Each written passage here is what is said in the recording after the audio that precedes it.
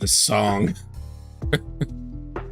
Every time, it was really the Cosmo Kaine and lo-fi that gets me. I know I haven't really been paying attention to chat because I'm still setting things up in my patented Google Slides, but can you all hear me, by the way? Just making sure.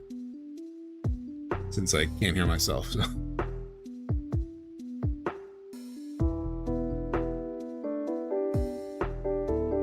Okay, cool. And the quality of the mic is normal, nothing weird, right? Just making sure. Just because I used to be able to, there was one time I streamed and it was super weird where my voice was super low and I had to restart my computer, but I should be good. Okay, perfect. Sorry, just grabbing one more thing.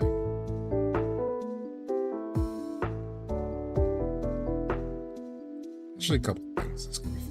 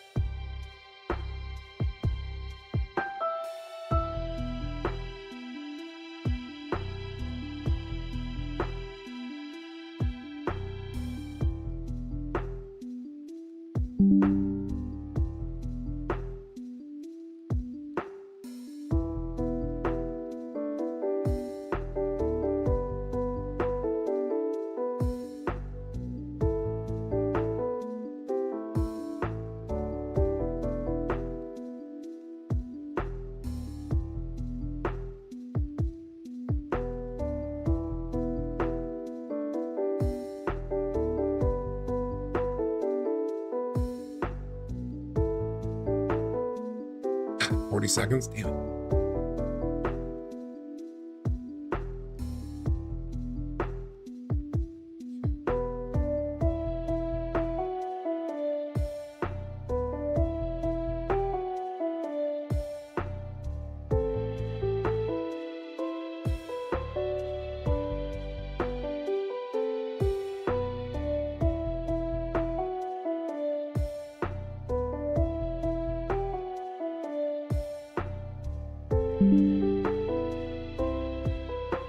Also, chat, I'm going to quickly run to the bathroom, so the timer will run out before I'm back, but just give me a second.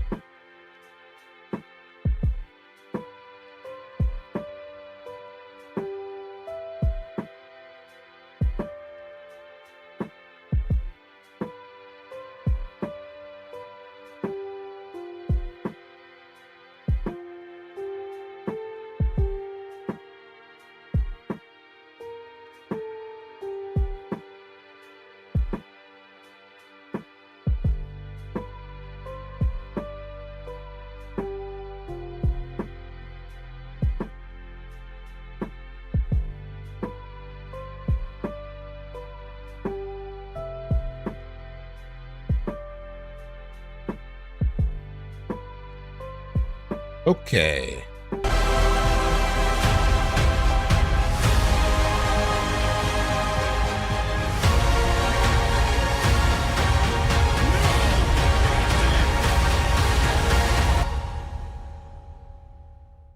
Hello, hello, hello, hello, hello. What is up, everybody? It is Sunday. I have not updated my topics, I just noticed.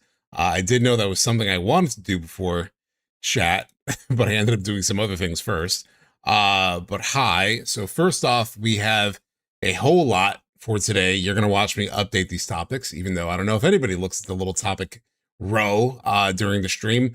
But we have quite a few things today, which is fun. I wasn't sure what today was going to be like because, as at least heading into yesterday, there hadn't been any big updates. I knew I was going to play NieR, and I know I was going to talk about something FF7 related. I didn't know what until about midday yesterday, and then I remembered a cast interview that I wanted to check out. So I knew NieR, I knew some kind of cast interview, and then very late at night, after I got out of sort of some workouts, I noticed people started posting pictures of the Ever Crisis event, because apparently it's up. And so I was like, oh shit, that's something definitely to talk about. I had to remake my thumbnail and everything, but we'll talk about that in a second. Let me update our topics for today. So we are going to check out new EC update. That'll be topic 1. Topic 2, I'm just gonna update this live with you guys. Topic 2 is going to be a missed FF7 cast interview. And then last, we will be doing some more NieR Replicant. So it's gonna be fun. I'm very excited to play more NieR with you guys. Also, let me get my Spotify going. So we have a little bit of music in the background. Can't play that one, which the last thing on my Spotify was the new Bruno Mars single. That'll immediately nuke my stream. But here we are. So let me bring the music down a little bit. Let me also say hi to people in chat because I've been rude. What's going on, Chris? I saw earlier, I think you were the one who was like, hey, what's going on, everyone? Hope your like life and health is good. And we'll actually literally talk about health stuff at the start of stream. But yes, that's all going good.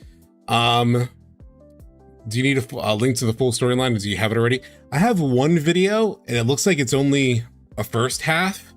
I'll take a link. Although there was only one that I could find that had kind of all the bits, like even Faz, who usually does all the like uploads the whole thing. When I checked, at least this morning, he had only uploaded Zack meets Aerith in the live stream, so it didn't have the entire thing. Let's see. Oh, yeah, this is a different upload. We could do this one for sure.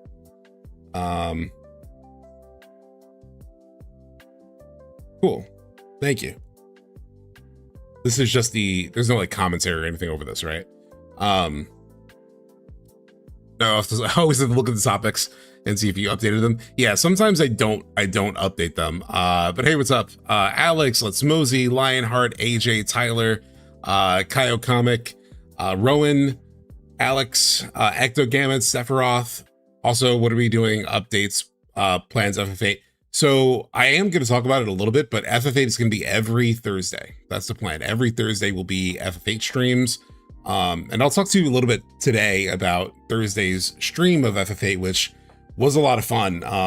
Interestingly enough, so one of my friends who is, somebody that I play with like regular games, like we usually play like, let me pull the mic a little bit closer, that I usually play with, things like, Battlefield or Helldivers 2 or even like Fall Guys we still play every now and then. We were in a party chat the other night on Friday, and he was like, oh yeah, I tuned in, I saw some of your stream because like it popped up on his YouTube.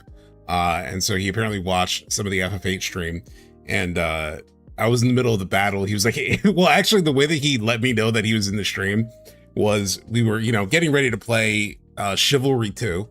And he was like, how dare you let Zell die? And I was like, wait, what? Did you watch the stream? And he was like, yeah. And then he told me it popped up on his YouTube on Friday or on Thursday. And he was like giving me some like slight FF battle update or battle tips. We talked a little bit more about the junction system. And he told me what I kind of have been feeling in terms of how I'm going to handle FF8, which is, he was like, look, I know a lot of people in your chat are like, we're saying stuff like, don't level up and, that's, and trying to really min-max the game. And I know that that's a big strategy for people. Thank you so much, Tryhard Jerk, for the follow.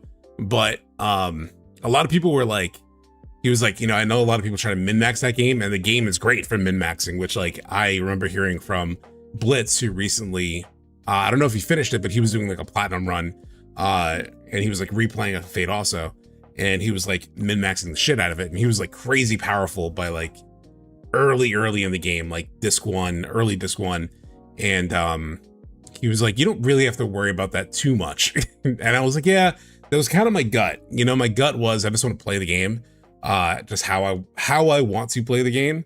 And I talked about how, and I mentioned this on Thursday for anybody who was there in stream, but I mentioned how I remember leveling up as I normally do.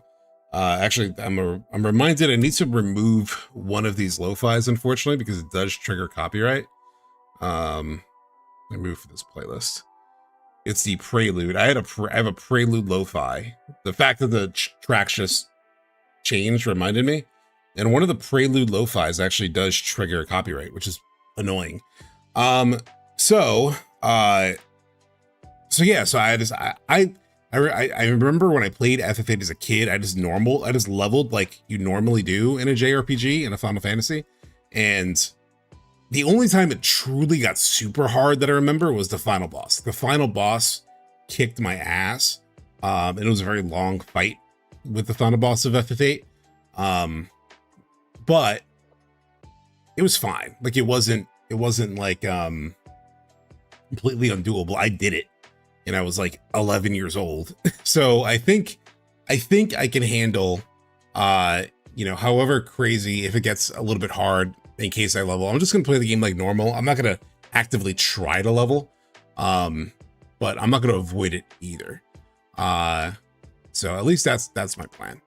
But we'll talk about that a little bit more in a bit. Let me just pull up a couple things that I need. Over, minimize this, but we'll get started. I think it'd be cool to not break the game, even though it's fun. The not leveling up thing for FF8 is weird. I'm currently doing it in my run. It feels so natural. Exactly, Alex. That's what I feel like it would just feel unnatural. You know, my first play of FF8 I did a year ago. I didn't give any considerations to leveling or not, using magic versus hoarding magic, etc. And I had a great time with no serious struggles. Just playing it like any other game is just fine. Great. I mean, that's good to hear. That's kind of what I expect. I mean, the one thing that I probably will do is, because it's a legitimate mechanic, is I'll probably stock up on stuff for my junction stats. Like the more stock you have of something that's junctioned, like material that's junctioned to whatever particular slot, you know, when you have more of it, that helps, you know, level up your stats. So I'll probably do quite a bit of like a lot of draw, you know, to stock up, or even just like item refinery. Like I know he was telling me also about the item refining, which you guys also told me about. So I'm definitely planning to do that stuff too. FF8 is pretty unique in that way, how it kind of discourages you from level grinding. If anything, going for a more restricted playthrough, underleveled should be more entertaining. It could be, but I mean, I don't know how much it would really, because really from what I understand of that strategy, the purpose of that is to sort of become a god, you know, because like the enemies scale with you. So presumably, the enemies will stay low level, and then I'll just be nuking everything. And to me, that doesn't sound fun. I would rather have some challenge. I mean, I've talked with you guys constantly about how I hate when Final Fantasy games try to be too easy, like FF16 with all the ways that it makes it easy. FF7 Remake and Rebirth with like restricting hard mode for a new game plus, even though it makes sense in how they do it, because then they take away the item thing. And if you just did hard from the beginning, you wouldn't have, like, it wouldn't make sense to have the item restriction, because you wouldn't have enough material to make up for it. But underleveled is a bad example for this gameplay, but I meant like harder for yourself. I mean, harder for myself just in terms of like, not enjoying the restriction. That would be hard. But I don't know if I would enjoy it. For sure, I stocked up on stuff to max. Turning enemies into cards and then transforming those into items is also a great tactic. It can get quite tedious. Yeah, I mean, if I'm turning enemies into cards, I will probably refine some, but my game plan is really to actually, my game plan is actually to just have good cards so I can win at fucking, I was about to say Queen's Blood, but Triple Triad, which I was terrible at the other day. But let's get started with things. I just need to set up what we're going to be looking at here on this page. All right, so today's stream. Oh shit, my camera's a little too big. There we go. Today, this was the original thumbnail chat. FF8 Remake Trilogy has been giving it a run for #1 OST all time. FF8 held it for a long time. The music is fantastic. Hey, what's up going on, Horatio? The music is really great. It still holds up like crazy. So this is the original. Wanted to wait the stream, but Fate decided differently. Have a good one. Thank you, Neva. Or watch the stream. Got it. But you can always check out the VOD, obviously. As I usually say, there will be timestamps below. It usually takes me some time. Sometimes I do it the day of, sometimes I do it 7 days later, like I recently did. So the past 4 streams that I've streamed, you can find them in the live tab on my YouTube.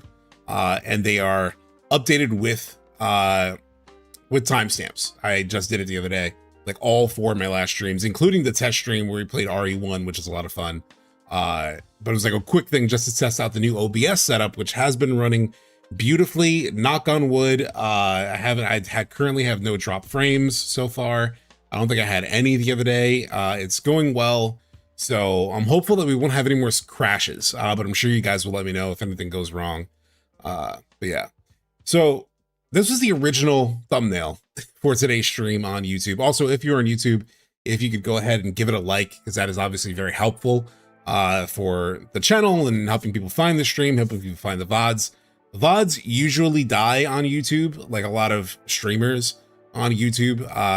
They don't expect, their videos, their streams to get a lot of views after they end. I've been lucky. I've noticed that like a lot of my live streams, I get like 500 to 1,000 to 1,500 like views on the VOD after the upload, after we actually finish streaming, which is like incredible. And I do think all the support that you guys throw me and the likes and all that is like very helpful for everything. So thank you so much for that. But again, this is the original thumbnail. We were gonna do like an FF7 cast interview, which we still are. And obviously we're gonna play NieR. It took me a while to figure out what to like put on this thumbnail. It's just like FF7 interview plus NieR, but ultimately figured out untold stories, just because it was like the untold stories from like the cast that I hadn't heard, or like from NieR that I guess are told that I haven't heard. So that was the original plan. Then this happened last night where screenshots started getting posted on Twitter, and I saw a couple in Discord. I don't know if they were in my Discord, but just like in a Discord group chat with other FF creators that I'm in. They were posting these screenshots. I was like, son of a bitch, wait, I forgot this came out. And so, yes, so we'll definitely check this out. That's definitely on the plan. Today I had a full-on lucid dream about Vincent's gameplay in the remake. It was so freaking rad, and then I woke up because my brain went like, wait a minute, the remake isn't even announced yet, you dumbass. Yeah, I mean, everyone's looking forward to the Vincent gameplay. Unfortunately, they're probably going to hold back on that the longest, just like they held back on Tifa gameplay. They're like, I assume that's what's going to happen. Actually, I just realized something in this like setup. Everything's a little bit, I think maybe this ended up being higher up than I think my video thing ended up being bigger. So now even the Patreon supporters, also, if you're interested in being on this Patreon list, you can just join at right here. You'll see it actively moving in a second. but add this like Patreon link. And it's really just to support me for the most part. I do have some like extra content that goes up there. I need to do something for that. But thank you for everyone who's on the Patreon. Seth looking to go full goth. Yeah, we'll talk about that. His outfit, the outfit choice is interesting. But we'll actually watch it and check it out. I'm legit thinking that part 3 will actually be called Reunion, despite Crisis Core. Makes most sense for Sephiroth's intentions. Remake, Rebirth, Reunion. Yeah, if you're thinking of the title from like Sephiroth coded verbiage, like him trying to remake the world, him being reborn, like the third one, what would fall in line with like a Sephiroth coded angle on the titles? I think Reunion does make sense. I don't think they'll do that just because of Crisis Core. Like I know you're saying that you don't think it's going to happen because of Crisis Core. That said, I was thinking about this the other day. I was actually walking with a friend yesterday and talking about this. And I was like, we were talking about the different angles they could have on the title. Rather than just throwing out titles, we're just like talking about different angles. So we talked about Return. We talked about, I mentioned to her like my friend's idea around like Relive, Wily Excalibur. His idea about Relive, and she was like, that was cool. And then she was like, my top choice still for her was Reclaim. And I was like, I mean, yeah, that one also makes a lot of sense if it's like through the lens of Sephiroth's intentions, right? Like he wants to remake the timeline, remake sort of reality, remake the world.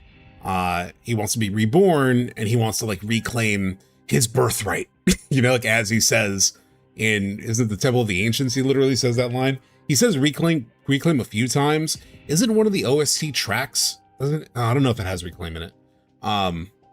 But I don't know. That one's also this word that's been thrown around a lot. It was in my top 2 when we did like my big rundown of like the titles. My number 1, like most likely title was Return. My number 2 most likely was Reclaim. I forget what my 3, 4 was. My 5 was Relive. Maybe there was like Resolve or something was in there. But in terms of Sephiroth's intentions, to your point, Jolio, that makes like Reclaim, Reunion are probably the closest to like, even Return actually could fit Sephiroth's intentions. Like he wants to return to like the world of the living. So I still think Return is like a contender for sure. But like through that lens, yeah. There's a Sephiroth Reborn track, but I don't like that for the title. It doesn't make any sense. Reborn as a title just doesn't make any sense. Just because, like marketing wise, that'd be a nightmare, right? It's like, is it FF7? So FF7 Rebirth or Reborn? Wait, which one's the second one? Which one's the third one? Granted, Reborn kind of happens. It's more like past tense, so you can piece together that it happens after Rebirth, but like, it's just a nightmare. Like, I just could not imagine for the life of me any reasonable person choosing Reborn. Yeah, just way too similar. I mean, it is Square Enix, so they've had weird titles. But I just could not imagine it. I just could not imagine it. I mean, to be fair to the idea that made this, like the Reunion as a title, I mean, look at what we're looking at on screen. Like, he just straight up says Reunion as like one of his first lines of dialogue, I think. He actually defines his entire story, right? Like Reunion, all of creation coming to rest within my palm. That is my story. Like he is owning Reunion as like his concept. So I wouldn't put it past them to make it Reunion. It's not impossible. I just think it would be super confusing. But hey, it's Square Enix. They're confusing as shit sometimes. But that means they will literally have, if you were to type into an e-store or a Steam store or a PlayStation store, if you were to type in Final Fantasy VII Reunion, like if they made that the title, then 2 games would pop up: Crisis Core, Final Fantasy VII Reunion, and then Final Fantasy VII Reunion. And it would just be, I just think that'd be kind of crazy, in a just a truly kind of dumb way.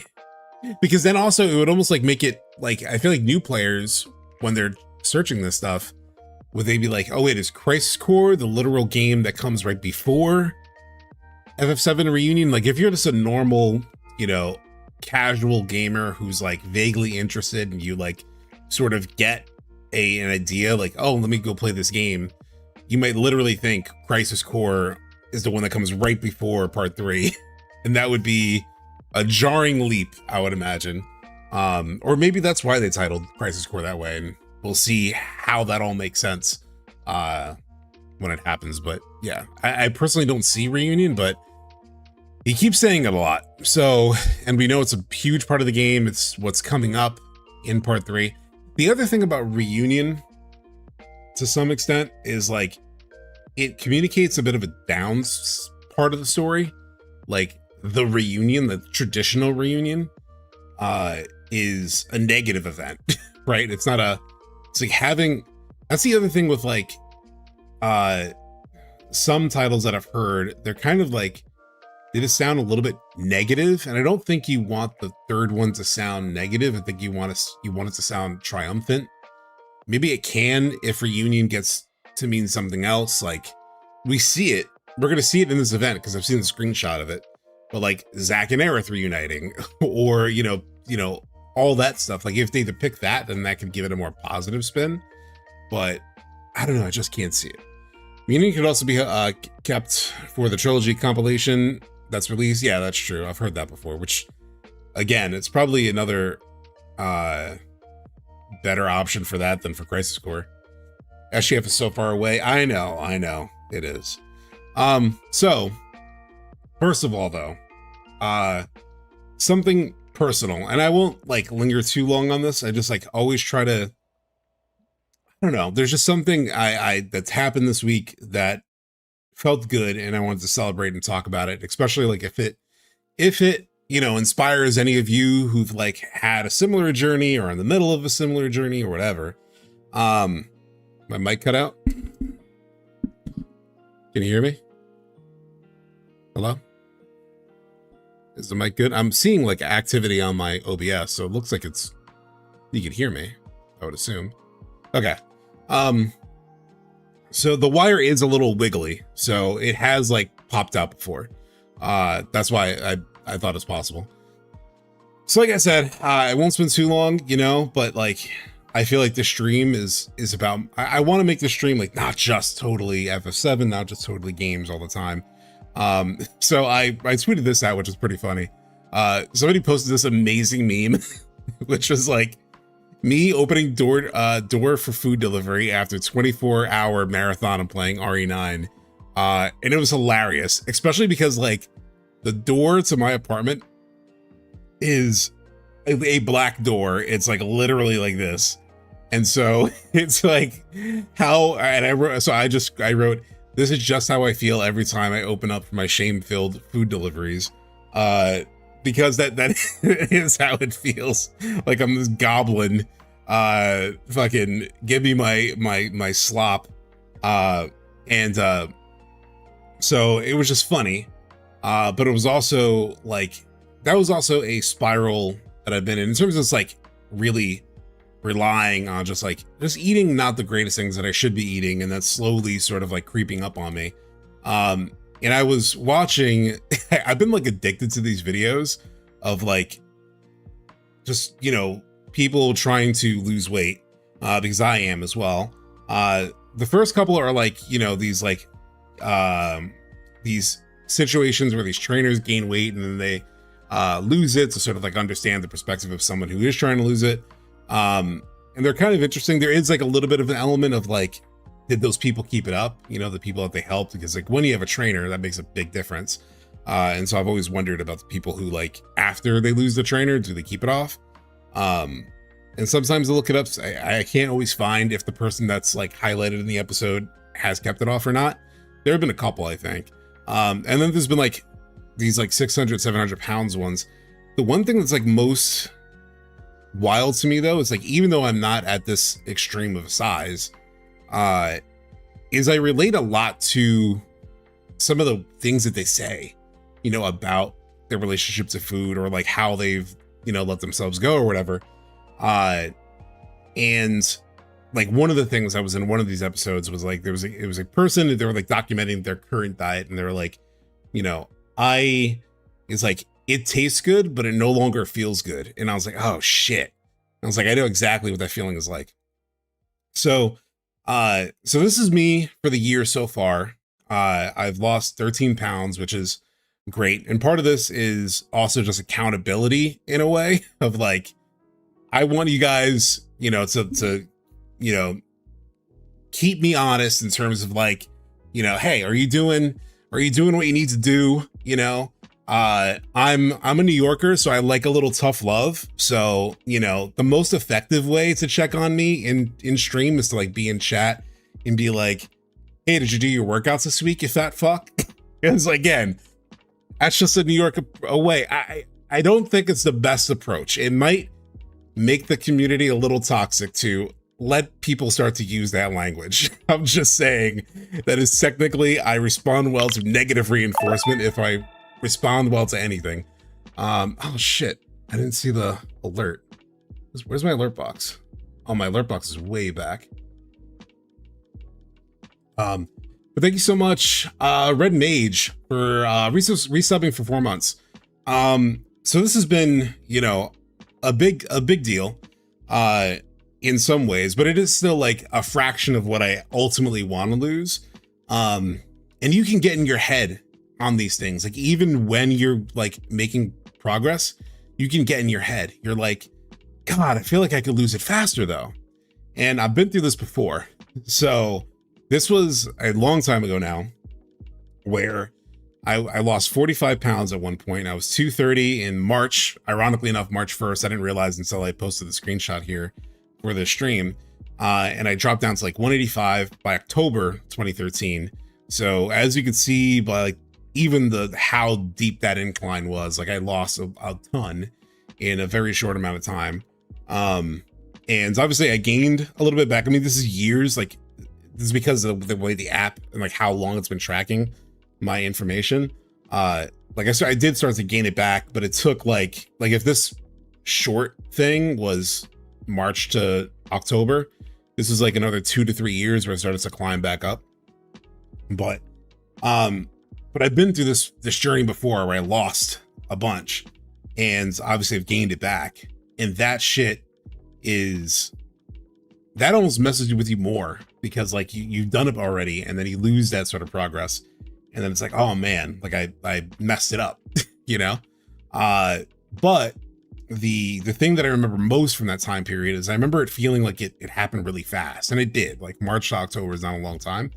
But I have to remind myself, like, according to experts, the normal rate of losing weight is 1 to 2 pounds per week. Losing more than that can have side effects like, you know, muscle loss, nutrient deficiencies, gallstones, a drop in metabolism, all these like negative things. And then like in the grand perspective, at this rate, because I've been doing this 7 weeks, I've lost 1.8 pounds per week. So I'm like on track, and I just need to like stay with it. And one of the best reminders of like sticking with it happened this past week, where usually I would do like a little light cardio as like a warm up before like doing some weight training and stuff. And usually I would only do it for like 15 minutes. I tried to do this thing, which is, I'm still not doing the entire thing, but it's called 3, 12, 30, where it's like 3 speed, 12 incline, 30 minutes. And in the past, when I've tried it, it brutally whooped my ass. Like I just couldn't do it. Just flat out couldn't do it. And then when I did start to integrate it a little bit more, I was doing like 15 minutes. It really like more like actually 10 minutes, because I would do a little walk for 5 minutes. Then I would do the 8 incline, 2.8 speed, and I would make that last from like the 5-minute mark to like the 15-minute mark to like 10 minutes. And there were times where like 5 minutes in, I would be wanting to grab, and sometimes did like grab onto like the bar, and I'm like, my lower back hurt, and I was like, fuck, I felt so out of shape. And when I was back at that healthy level that you saw earlier, like I could run like 4 miles, you know? So it just felt embarrassing, if anything. If nothing else, like it felt like really depressing just to like sink back to such a floor physically that like it just, you couldn't even do 5 minutes. So the really cool thing though is about last week, one day last week before I did some weight training, I did my typical 15-minute thing. And when I reached the 15-minute mark, I was like, I feel like I can go farther. I feel like I could keep doing this a lot more, but I didn't need to, so I just didn't. And then Friday night, I didn't have as much time in the gym, so I could only really do cardio. So I just decided, okay, let me just see if I could do the 30 minutes. And so granted, the first 5 minutes is like a regular walk, but I did 25 minutes and it was fairly easy. And I was like, shit. I was like, that was incredible. So just like I've been doing this 7 weeks, chat, 7 weeks. And I already have gotten to a point where like I could do something that was kicking my absolute ass about 7 weeks ago. So if anything, it's like motivation to like how quickly that stuff can turn around. And the first week it sucked, the second week it sucked, the third week it sucked. It felt like I was making no progress physically, at least. Like I felt as tired doing a lot of this stuff. And then I'm just like broken through a wall. And to the fact that I could do this, to the fact that like my move goal yesterday, I ended up doing 3 workouts. I didn't have to, I just felt like it. So I did a morning lift, then I went for a really long walk and I played some basketball. And this is probably overkill, but I burned like 1,800 calories. So anyway, it's all just to say, like, one, yes, I am bragging on it because like I do feel good about it, like it, but I also hope that like it can inspire you. Like this has been only 7 months. Yeah, I mean 7 weeks. It's been like 2 months. So if you're in a place where like you try to work out and it's kicking your ass, or you're like, it just feels so long, or you've lost it before and you've gained it all back and it's, you know, you're like, fuck. It's a reminder that it's possible. So more than anything else, I just want to like share that journey, and it's just a beginning for me. So, you know, I can't even like count my chickens yet, but like fucking push yourself if you can. So, I'm not even if you can push yourself. And hopefully the transformation that I'm going through can inspire you guys. I mean, the truth, actually, the Max one actually, helped me too. Like I remember Max when he talked about like wanting to get in shape for his daughter, you know, and he was like, and he started working out and everything. And you guys know how skinny Max was. And then when you go back and you watch the old Max clips and you see versus like now, it's like just a dramatic change, a completely different transformation because he was skinny and had to, you know, bulk up, and I'm big and need to slim down.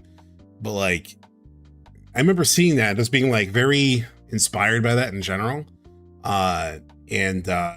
So it took me years to like act on that because he started that like 2020, 21, whatever it was. But hey, if I could put a seed in your head, then I'm hopeful I can. Maintenance phases are so helpful. I've lost 22 pounds and doing a maintenance phase before cutting again to give myself a break. I was probably pretty smart, yeah, because like I did that big cut from like March to October, and I think I just got so tired of the grind. Chris, I used to be 300 pounds. I've maintained around 210 for 220 for the last 10 years. That's great. Yeah, so I'm trying to get back at it. I really need to get back in the gym. I lost a lot from better eating, but I'm stuck in my current weight a while. Yeah, Spartan, I have like a similar thing where like I felt like one of the things that I have done is like, there were times that definitely I ate worse than I thought, and like I haven't been on top of it as much as I thought. But one of the things I noticed was I gained a lot with the pandemic. And when I look back, especially after seeing like these 600-pound videos of people and like the stuff that they were eating and what got them to the point, I'm like, I was doing the same shit, you know? I was like snacking like a crazy person. It's no wonder that I put on so much weight over the pandemic. And And that was 6 years ago now. So the time for excuses is over. But anyway, I did notice, I was like, I would be frustrated because I'd be like, I feel like I'm not eating bad, but I'm not losing weight. And I know you have to be like under, you know, and just for me, I just need activity. Like I just need activity. Like my diet has improved a little bit too, but I wasn't eating bad. I was just eating maybe closer to maintenance than I was eating, than closer to cutting. And I just need activity. So food is harder because of the social aspect and also emotional comfort eating. Yeah. Yeah. And the little things add up more than you think. Like the little snacks and stuff add up more than you think. So, let me just read one more chat. I personally also thought not constantly looking up how much you lost and gains also helps mentally because the body is always in flux. It will always be different. That can be very demoralizing. A friend of mine, it's such a problem. She always weighed herself and that stressed her out so much. She asked her girlfriend to look. That's a lot to scale away. Yeah, I've done that before. I think I do need the I personally need the accountability of like looking at the scale every day. Technically what you're supposed to do is more look at it a week to week basis, like a weekly average. And like that's more helpful because it does fluctuate.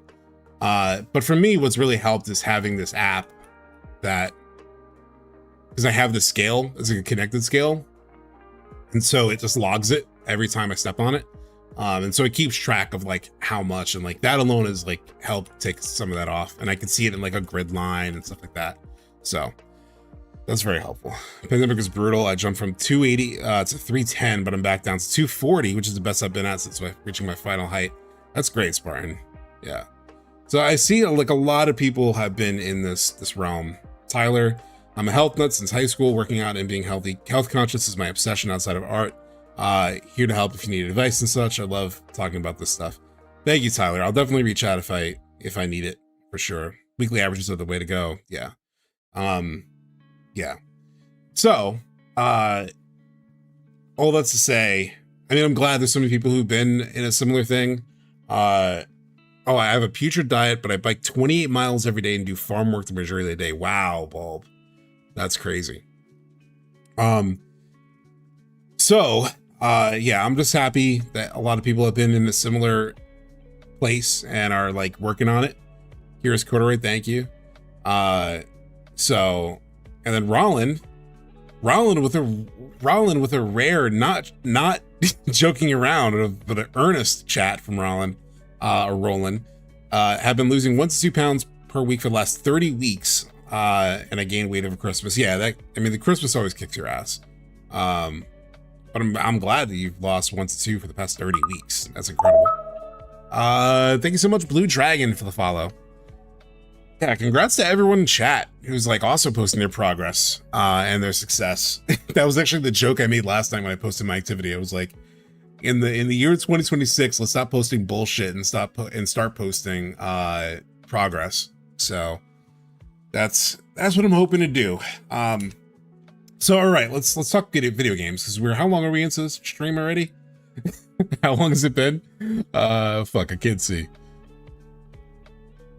We've been going 50 minutes? No way. Holy shit. Okay, all right. Needs to get on the ball. Okay, needs to get on the ball. Holy, there's no way. It's 12:57? How, chat? How is it 12:57? Wow. Okay. Wait, I thought I had other things. Okay, I had other things first. Hold on, the order of this is off. Before we get into the crazy stuff, or into like Final Fantasy stuff, there was a couple things that happened this week that I just wanted to talk about. The first one was Kratos and Atreus in God of War got shown for the first time. The actor posted to not believe everything you see on the internet, which I'm not sure why, because it actually was posted by the official Amazon Prime account. So I don't know if it's like maybe even official. Like, the thing about it is it looks pretty AI. I know it's like an official post, but I'm like, given that, I'm like, is it official AI then? Like, did the official channel like literally do an AI comp of the actors in the role? Is this not an actual shot? I don't know what it is. Either way, it just looks off. And people have mentioned that it looked like cosplay, and I think that's a good way to describe it. But the funny thing was, one of my friends, and I just like, I don't know if they want me to show their name and stuff. It's fine. This is not like a bad post or anything, but it just made the funny comment of like 100%, because the thing he was responding to is, I think it's a pose they got Kratos doing in this photo that really throws it. And they were like 100% Kratos stands and Kratos crouches. Kratos doesn't stoop. And also that pose is only one problem among many. And after he mentioned that, all I could see now is the stooping, like him like bending over very slightly. And it's like, yeah, I could like imagine Kratos being more like crouched next to Atreus. This feels like a basic draft or something that's not polished at all, and they'll probably revamp it after the response. Yeah, it'll probably go through like a Sonic level retouching in some way, but something about it feels off. God of War looks so jarring, man. I don't know why they thought the movie game would work in live action when it's already a cinematic experience. Yeah. Well, I just know that genuinely, that's just part of, I think it's just part of like Sony looking for ways to continue to sort of like monetize their properties and stuff. Sorry, I'm just checking on something.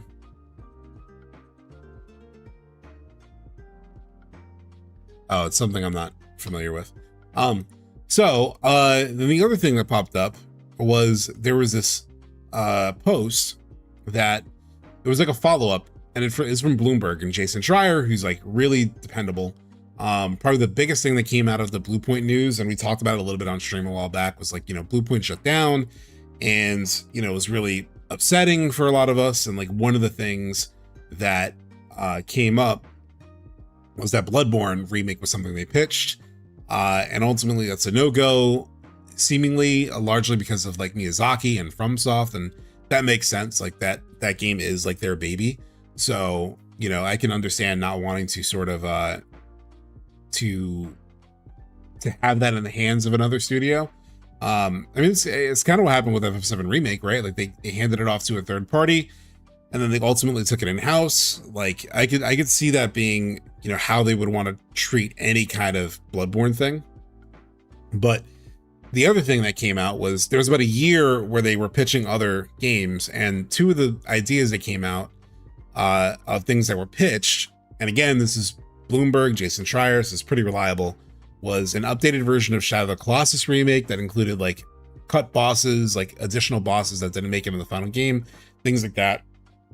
Essentially like a remake. And it just like, that doesn't seem like, I don't know. I love the Shadow of the Colossus remake, but I personally wouldn't really want that. I don't think, like, just Shadow of the Colossus again, with like some updates and a few new bosses. It could be okay, but I don't know. I'm also wary of like any bosses that were cut, just because maybe there's a reason they were cut. Like every time I've watched movies that include like cut scenes, you can clearly see why they were cut. Like they're just not quite good enough. They don't quite add enough to the experience. So I'm not mourning the loss of Shadow of the Colossus remake. And the other one was like a spin-off game of Ghost of Tsushima, which would have just felt weird coming from someone other than Sucker Punch. Maybe they could do it, but I don't know. Just something about these pitches, like I posted, to be honest, both of these sound pretty bad. Not that they wouldn't be enjoyable games, but just like, interesting choices. And I don't know if they were the strongest choices. So still sad to see them close. But you know, just interesting to see some of the things that they were thinking of and some of the things that came up. There was more details on the God of War live service thing too. It was like a Atreus story, which could be cool. I'm actually looking forward to an Atreus game eventually. But the live service aspect was not really something that appealed to me. Anyway, this past Thursday, I played FF8. The title, as you can see here, or at least the text and the thumbnail, was like, is FF8 better than I remember? Playing it again for the first time in like 20 years. We talked about it a little bit already to start a stream, so I won't belabor it, but like, really fun, guys. Like, I played 5 hours of this game. I played 5 goddamn hours. I was into it. So, we didn't get super far. Oh, I was gonna post a picture of what we're gonna do this next Thursday. But this coming Thursday is going to be, we didn't get to it in this stream, and it was already like 12:30 at night. And so I was like, all right, maybe I should stop stream, because I wanted to push past and get to it. But I was like, maybe it's better for like this, as like the start of next stream is going to be the iconic meeting between Squall and Renoa, and like at the dance. So that'll be the start of the playthrough next week, which will be really good. It'll be really fun. I haven't, so as like some context too, if you weren't there on Thursday, I did start like a replay last year. I installed a bunch of mods and started a replay, and I got all the way through the dance and like the conversation with Kisis afterward. And that's where I stopped. So we will be going up to basically where I got to last year and then past that. So far I'm really liking it. I'm really enjoying the characters. I think the like the literal banter and conversation between the characters is strong. My hunch has been that like I would enjoy this more than I enjoyed it when I was 11 years old, and so far that is true. So I'm really eager to get back to it. I've been like thinking about it. I'm like, damn, I don't want to wait till Thursday, but I should, because I should be dedicating other days of my week to editing the Sleep Easy conversation and editing and working and writing my Expedition 33 anniversary video. So I should be doing that stuff instead of maybe squeezing in an extra stream where we play more FF8. So I'm sticking to the schedule Thursday, but it'll be this Thursday where we'll play some FF8. How do you feel about Junction GF? I've been playing it and I really dislike it. I know a lot of people dislike it. I'm super early in the game, so I can't really say too much about it, because I just, I'm intrigued by how customizable things can be. Like, I'm intrigued by like how customizable it is, right? That like I can customize what goes in the command menu. I can customize what stats of my character get upgraded by what stock I have because of the junctioning. It does suck that like using those things then can lower your stats, but like so far I'm open to it. I don't dislike it, but I might eventually. It's gonna be looking forward to, excited for the run. Yeah. So we'll see. FF8 was not a game that really connected with me when I was younger, but so far it's interesting. I'm intrigued.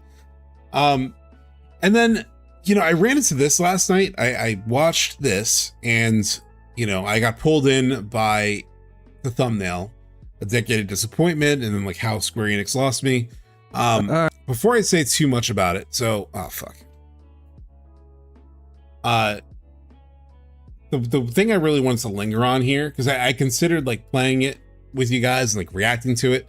I don't think the actual video is like that as like negative as like it might seem on the surface. I think like there's a lot of valid feelings in here and things that like have been expressed by a lot of people.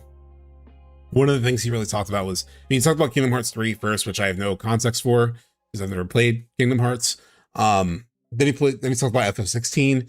His big note on that was just like the side quests. And he eventually did say like, it's really not the quantity, because at first he was talking about the quantity of them, but he was like, it's really not the quantity, it's more the quality of the side quests. I agree.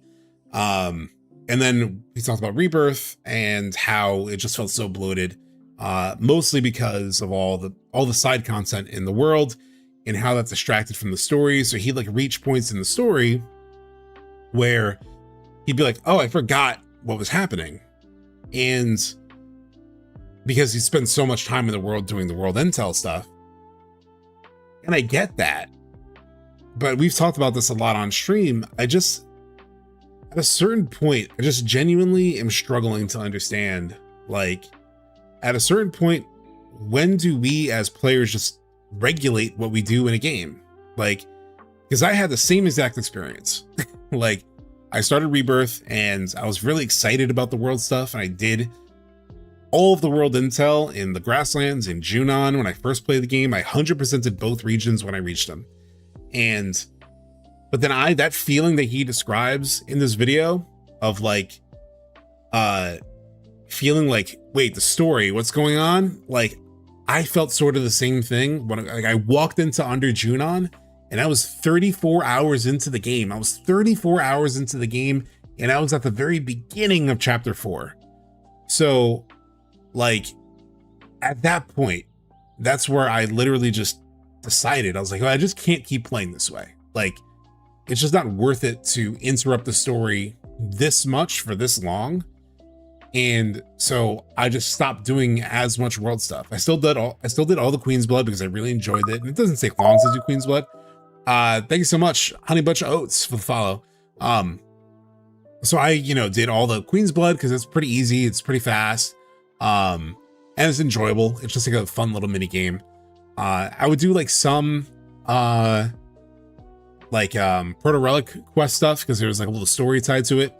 But I really just like, at that point, I was like, you know what? I'm going to focus more on story. And look, there are some good bonuses, like some good extra materia and equipment that you get from the side stuff. So that also incentivizes you to do it. But it just got to a point of like, all right, I'm just going to focus on the story. The game's not that hard or anything, so I don't really need the extra stuff. I can get that in hard mode. And so really starting in chapter 4, I just focused way more on the story and did maybe 20% of the side quest stuff that came along the way. Like I even did the frog jumping thing while I was in Junon, just because it was like such a funky side quest. I was like, oh, I got to do this one. So I just feel like at a certain point, like, it's as people have said in chat, like it's optional. Like it's in the title of the content. It's called side quests, right? Like it is side content. It doesn't need to be. I get that like the game sort of incentivizes it in some way by like the rewards that you get and the checklist to like sort of like, and some people like once they see the checklist, like they just can't help themselves. And at one point in this video, this person says something that I agree with and Max has said in terms of like, I wish it were like the older RPGs where you roam around the world and you just stumble into things and you sort of find them. And I agree with that. And I hope for that in part 3.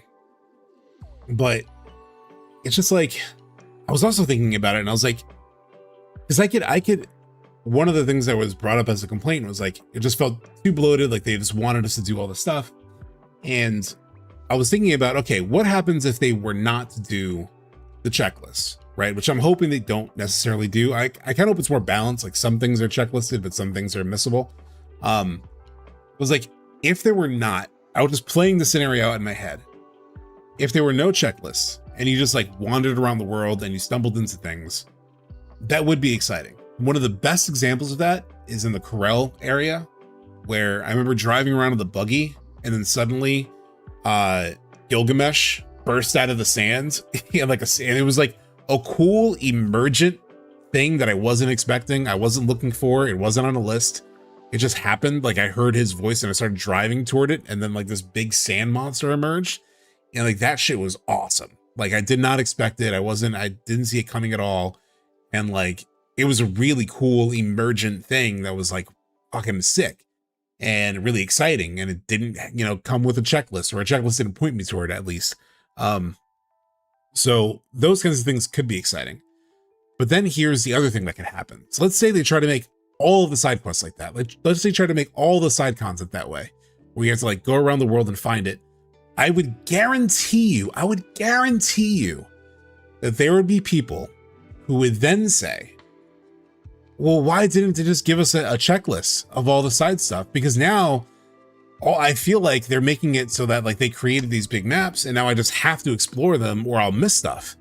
People would still complain. You can't make everyone happy. Like they're damned if they do, damned if they don't. Not to like completely apologize for Square Enix, but like I was just playing it out in my head. I'm like, if I was a developer, and like literally the design of Rebirth feels like a response to the past 20 years of Final Fantasy, where like Final Fantasy X you didn't get to explore the world. You know, you were on a map and you had to like choose destinations, then you go there, but like you didn't have that world exploration that you usually had. 12, you had like somewhat bigger zones and like some side content in it and stuff, but it was like it was again not the traditional like big world exploration feeling. 13 I can't speak to because I haven't played it, but as I understand, it's a very linear game. 15 has like this giant world with nothing in it. There's like some big fights that you can get into with like mountain-sized enemies, and there's like fishing and like diners and like minor side content, but not like a ton. And then 16 went back to almost like the 12 sized zones, but there wasn't much to really do in those zones except for the main story and the like side quests that were doled out within the towns. So like Rebirth was like finally a return to like, here's a big world and you can truly explore the world. You can go from one side of the map to the other with no loading, and there's all kinds of stuff to do in between. And so it finally did return some aspect of that feeling of the PS1 era exploration, and people are still pissed about it. And I understand. I think the checklisting everything and making everything almost feel like homework is not ideal. I want missable stuff. I want to stumble on things. I want more of those Corel, Gilgamesh, Sand Monster pop out emergent discovery moments. And I hope that they have those in part 3. But I'm just thinking as like, if I were on the team and trying to like plan this out, like how would I do it? And there's a little bit of a catch-22 with like any option that you build, because it's ultimately probably going to be something worth complaining about or having a valid complaint about. Some people just live to complain. And like I said, and like what's in this box is like the 100% truth. I have, you know, nothing against this person. I think a lot of the points that they brought up are like understandable and valid, right? But I was just like thinking through, like, is this really, you know, a decade of disappointment? Because like for me, I mean, I can't speak to Kingdom Hearts, but like for me, like a lot of things that have happened in the past, you know, since at least 2020, Final Fantasy wise, have been really strong. And it's felt like a return in some ways for me, at least. I know people who don't like the remake trilogy and how it's structured probably feel the complete opposite, but these games have been good, like good quality games. So in my opinion, that's what teams should make inspires them. Yeah, you just can't listen completely to people, you know. I'm so worried they'll reduce the amount of content in part 3 because of all this. I think the thing that they are really going to take into account, like the thing that they said was Naoki Hamaguchi Platinum part 3. He said something about, he said this, which I think is probably the biggest thing, because he's also very much defended his approach to side content for the most part. But the one thing he has talked about is he apologized for like the platinum trophy difficulty, promises reduced difficulty for them moving forward, because there was like such a major aspect of he talked about like where was there an actual quote? I think there is one other thing actually, which I can say was a mistake on my part. And he has not really said mistake for a lot of things. He has not said that like putting so many side quests was a mistake. He's actually defended it. He's like, in terms of the mini games and stuff, he was like, it's exactly what we wanted. Like, I understand how maybe some of the implementation wasn't that great, but he's never really like talked about the amount of side content in an apologetic way. But here he did. So he's like, I think there is one other thing actually, which I could say was a mistake on my part, something that I've already apologized for, and I definitely will not do again, which is how difficult I made the platinum trophy. He has not said this about anything else in FF7 Rebirth. So rest assured, I have learned from that, and in the future, I will not be making platinum trophies that difficult. So I think this is probably the biggest thing that they'll probably adjust in part 3, is like the actual difficulty of attaining the platinum, because like you have to do, I think, all the mini games on like their hardest difficulty. You have to do like little things that make the platinum a pain in the ass. I have not platinumed it yet, so I don't even know all the details on like why the platinum is so hard, but I do know it's pretty brutal. And this is the one thing that he's publicly spoken about of like, will not do it this way for sure. And he hasn't said that about like side content necessarily. So I'm pretty hopeful that they're going to, there's still going to be a ton of stuff for us to do. I feel like cutting content is out of the question. Yeah. Isn't platinum supposed to be hard? It is. Thank you, Erdrix. But the platinum, from what I've heard, is just like extra, almost ridiculously hard or unnecessarily hard. And see, as NSFJ said in chat, don't go for platinum. I did, and it hurt my love of the game. See, I mean, platinums are supposed to be hard, but there's sometimes trophies are made in a way that like actively could hurt the game. Like, for example, FF9. If I were to ever go back to FF9, and maybe some people like this trophy, but if I were to ever play FF9, there is no way on God's green earth, there's no way on Genova's desolate carcass of a planet, to use the flip side, that I would ever do the platinum for that game, because one of the trophies is having to do 1,000 jump rope hops, like in the beginning of the game. There's just no way. There's no way. There's no way on earth. Yeah, active time events too. Also, that one's probably a pain in the ass, but even just a 1,000, even just like the 1,000 jump rope hops, there's just, it's just, there's no way. There's just no way I would ever do it. So I think there's a difference between like a platinum trophy being hard and a platinum trophy being like unnecessarily punishing. Maybe that, I think that's more than what they're trying to avoid. I was thinking of trying to get platinum, but the reason I didn't try it is because I was not having fun with the max level VR missions. Yeah. Feels like something a no normal player would ever do. Yeah, it's like one of those, that was a crazy trophy. I have no shame in saying I scammed the 3D Brawl. Yeah, I've heard everyone do that. I actually have not gone to Sephiroth yet in 3D Brawl. I think I'm at the fight right before Sephiroth in 3D Brawl. So I have to do that one eventually. That's one I definitely have to do. How do you unlock the Sephiroth 3D Brawl? Like, is it, because I did the, actually no, the last one that he did was the Shinra Middle Manager. I was in the middle of like the Shinra Middle Manager side quest, like the final side quest. That was like a bitch and a half. Like, what stalled me on that one was actually the battle arena. The battle arena with like the three like cactuars that you fight that do like the 10k, you know, the 10,000 needles. I think I got past that one finally, but then like the fight after that one took me out. So I need to eventually get to Sephiroth in the battle and see for myself if I have to do the pause scam. People wrote an auto script for the jump rope. I'm not surprised because it's like, it's ridiculous. It's just straight bullshit.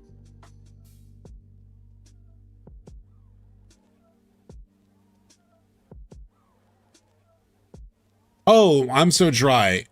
I'm scrolling back in chat. So you're saying like the best way to do it is very similar to E33. You can miss items, etc. So another example in terms of like going back to this conversation of like people complaining about things and how you'll never be able to like, you know, E33 had another thing that came to mind, which was Expedition 33. People really complained about not having a little mini map in all the areas. And I remember just not having much of an issue with that. Like, that was a way in which they tried to immerse you in the game. Like, they tried to immerse you in those fields where like you're in those maps and you could just like, you just explored them and you found stuff and like it was fun. Hey, what's going on, Lakers? And I never had a problem with not having a mini map, but I heard it come up in reviews. People literally took review points off of Expedition 33 because of having no mini map. Maybe sometimes it was like a half a point. Sometimes it was like a full point. Like, I heard that shit come up a lot. There's like a mod that you can add a mini map now. to me, I was just like, the maps aren't that difficult. Like, maybe it's just, maybe am I crazy? Like, there were times where I got turned around a little bit, but it wasn't that hard. There was like one side area that I remember being a little bit of a pain in the ass, which was there was some side thing that you could do in the world where you're in this place. I forget the name of where it was, but it's like a totally side optional thing. And you would do things and it would change the world around you. Like at one point, like you flip a switch and then like the world becomes like black and white. And then another time it became like all red, and another time like it became more multicolored. I don't know what it was. It was like, it kept changing every time you like did something in like the sequence of that stage. And then at the very end, there's like a blood pool thing that you fight this like demon monster, this like hard optional boss. And I forget exactly what that, like that side area, I remember getting a little turned around a lot. Like even I actually finished it and then I was trying to figure out how to leave and get out of it. And I did get a little bit lost. That's really the only time I really remember being like genuinely confused on like where going, like where the next spot was. There was a lot of like forks in the road in a lot of their maps where it's like, there's like one way to continue with the main progression and then other areas to go to like find, you know, extra stuff. But I love that. I love being like, oh no, I think that's the main way. So I'm going to go this other way. I just want to make sure. And sometimes you end up going the main way but you can kind of tell. And so you'll double back and whatnot. You know, having a minimap is fine. I just didn't feel like it was like a huge detriment to not have it. But it's like another example of like, gamers will always say, we don't want checklists. We don't want yellow paint. We don't want, you know, our handheld. And then anytime they meet any friction, it becomes like a problem. And there was a really good video about friction in video games. Good friction video games. Oh, actually it was a Max video. Or it was Max responding to somebody. But it was called Games Need Friction. Important. And he talked about it a bit. I don't have to watch it now, but the basic idea was like the concept of like good friction in video games. And I think it was based on this like short that he was watching. And it was like, I totally agreed with it. Like sometimes you need a little bit of friction in your games. And like there are ways where developers like continuously try to remove any and all friction. Like the checklists in FF7 Rebirth to some extent, like checklisting everything it turns it into homework for people and then they dislike it. Or the other thing that another good example is like God of War. Speaking of God of War, like God of War Ragnarok, where it talks about, I hated in God of War, I fucking hated the fact that like I would be doing a God of War puzzle, and God of War is known for its like light puzzles. And so I would reach a puzzle and within about 10 to 15 seconds, Atreus or whoever I was traveling with would like throw out a hint. And I was like, dude, I was just thinking, like, why are you talking to me right now? Why are you telling me what to do? Shit. Like that annoyed the hell out of me. And there was no menu thing to turn that off. I hope they patched that in. I don't know if they have, but I'm like, bro, the point of this is to figure out this puzzle. Stop telling me. Literal backseat NPCs. It was crazy. But it's just like, I don't know. It's so all that's kind of what all this is circling a bit. And I hope that they, you know, still have a little bit of friction in their games. I hope that like, that's kind of what this person, at the end of the day, they're asking for a little bit of friction. And I think it's reasonable. And so like, it's just that the details of like how they do it just can cause a lot of unintended consequences. Most people that suck at games don't want to admit it. Yeah. The friction needs to be fun. And that's a tricky balancing act. Exactly, ExpressOB. It also would have helped if there's some point of interest or something distinguishable to know where you are. Wukong had this issue on their maps too. Yeah, there was a little bit of that in Expedition 33. God, how good is this Persona fucking lo-fi, by the way, chat? Oh my god. Persona 5, which is like one of those games that was like such a vibe for me. Like, story was pretty good, and it was long, but just really the vibes of it. And I still need to go back. I still need to do Persona 3. I still need to do Persona 4 when that, I know there's a remake of that coming out. There's still, I need to do Metaphor, but. So you're trying to patent AI tools to make games play themselves? Oof. That's brutal. I played Royal. Yeah, I played P5 Royal. A lot of fun. It was my first Persona game, and I did not expect the dick monster. I will say that. I did not expect the penis chariot monster. That was interesting. That was interesting. P3 is my favorite of the Persona series. That's what I've heard from a lot of people. Like, one of my friends is like, Persona 3 is kind of like the FF7 of Persona series. Like, one of the most beloved, an amazing story. So I do need to get through it. And I've heard it's shorter than Persona 5. Really what held me off on jumping into another Persona, which is how long Persona 5 Royal took me. I'm a relatively slow gamer because I really to spend a lot of time. Let me walk to Shibuya and fucking listen to NPCs talk. And so my first playthrough of Persona 5 Royal, I think, was something like 212 hours, something like that. Yeah.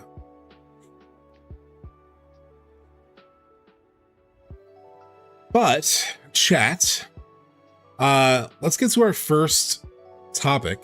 How long are we in this? Right, we're an hour and 24. So we spent about 30 minutes on all that other stuff, which is pretty good.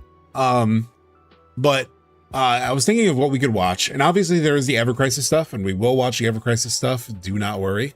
But I also want to, actually, I'll leave it to you guys, because actually that's a fair thing. Let me do a poll, because I don't do enough of those, and those are always fun to set up. Let me do a quick poll on like what to do next. New poll. What to watch first? Ever Crisis update, FF7R cast interview.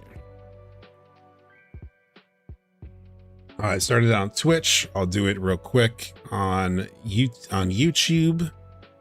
How do I do it? How to create a poll? Oh shoot. Oh, here we go. Start a poll. What to do next? Ever Crisis update, FF7R cast interview. I'll do the polls. This will be fun. So if you guys can vote. Oh, wait, that ended already? Oh no, view results. Okay.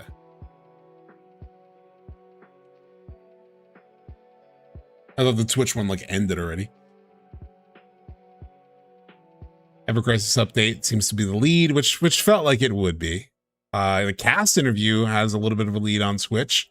We got a bit of a heated back and forth going on Twitch. It's literally going back and forth by the second. On YouTube, it's pretty decisively in favor of the Ever Crisis update. Let's see where we are. Okay, Ever Crisis update taking the lead. Okay, Ever Crisis update takes the lead. It takes the win. All right, let's do that first. So we will So I think somebody said that Faz actually like loaded it up. Let me just double check that. Even though I'm sure this upload's good too, but just I always use Faz. No, Faz only has the Aerith reunites with Zack, which is not the entire thing. So it's only 7 minutes long. This is 18 minutes, so this is more the entire thing. So but the EC update would be quicker. Okay, cool. So let's watch this. Somebody who sent me SubTXT kind of says, YouTube the same way Jeff Grubb says giant bomb. Really? I don't even know what that means. As I've never really watched. I've only ever seen Jeff Grubb clips when he's talking about like when he knows a state of play is coming and he mentions it. But yeah. How much of what they are portraying in Ever Crisis is going to be what they do in part 3? I'm worried they're giving away stuff away. I definitely feel that way a little bit. But we'll watch it. I mean, there was one screenshot that I saw that was like, oh, it was like Sephiroth, or it was like Aerie talking about Sephiroth's plan. And I was like, oh, this feels a little bit like what I predicted in my video. Or that that the developers said in an interview that I featured in my video. Seems to me they kind of let us know what's going on. So now, so they don't have to film the whole story in part 3, which I really hope is not what they do, Chad, because that is a problem. It is genuinely a problem if like really important lore is only seen in this damn gacha mobile game. That will be stupid. It will be bad story design. I will just straight up, no excuses for doing it that way. If there was critical information, and I know they've done it before, supposedly in Kingdom Hearts, which I haven't played Kingdom Hearts, so I can't speak on, but like, you just cannot do that shit. And they deserve every bit of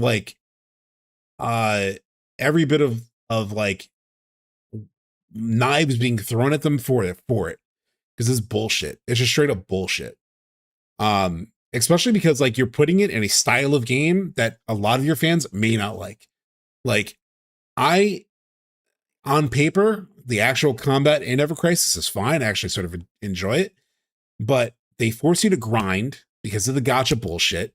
And in order to level up, in order to experience these cutscenes, and I just do not want to go into like a auto battle sped up grind fest for 17 hours just to play the next piece of content. I just won't do it. I tried to do it for like 2 weeks and I fell off because I just cannot. I'm not going to dedicate my life. It literally had to grind like 8 hours in a day just to like get to the level up enough to experience the next single piece of the story. And there are people who could do that, and I'll watch their YouTube videos, but like I'm not gonna play it myself. You're not gonna get money from me for it. It's just not gonna happen. And if they do that Kingdom Hearts bullshit, I will rip them to shit as well, because it's bullshit. And I don't think they've done that so far. I know people say that they've done that with Glenn. I think they give you all the context you need for Glenn in Rebirth. They have like an entire exposition dump where Rufus and Sung and even Yuffie in a separate part like tells you everything you need to know about Glenn. So I think they've actually handled that part well. I know people feel otherwise, but genuinely, like pretty much nothing that's extra about Glenn in the Ever Crisis update has had any meaningful impact on the Rebirth story and his appearance there. It tells you everything you need to know within Rebirth about him. So I think they've handled that well. But now they have a bunch of new shit. They have this, and this is technically like a side event. So maybe this is more of like, I don't know how much this will be like actually part in like the main story versus like a fun thing, but this feels pretty main story from what I've seen of it. And then they have all the young Sephiroth stuff, which I think is building context for like what Sephiroth is doing in Remake and like who he is beyond what we know him so far. And so if any of that is in any way relevant to the Remake story, which it should be, then they need to integrate that in some way within the trilogy itself. Like, I think you all agree with that. So I don't need to soapbox that much more.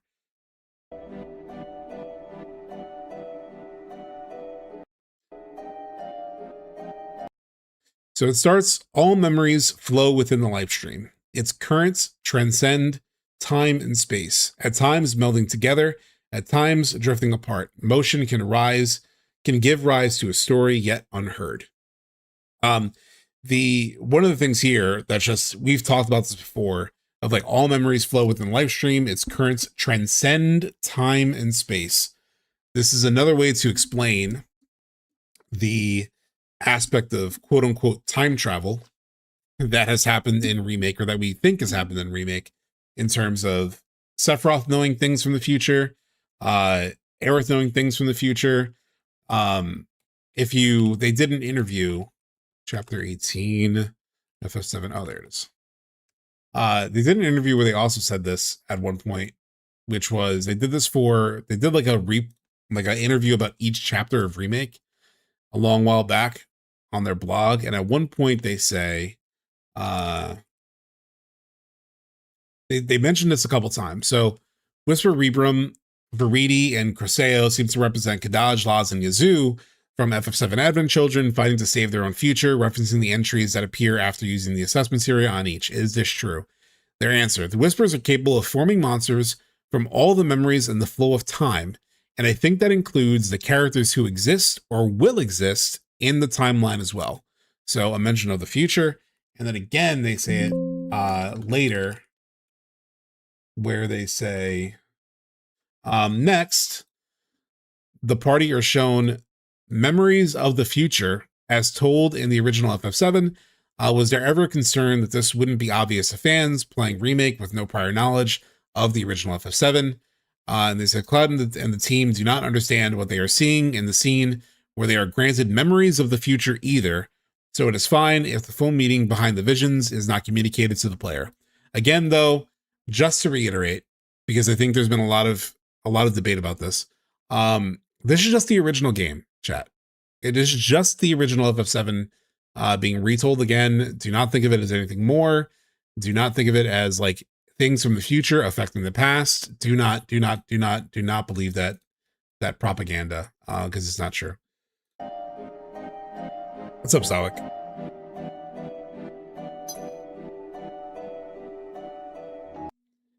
If you can't tell, yes, there is sarcasm there. Another possibility that the planet can embody. But again, they're not really a possibility. They're not playing with that idea.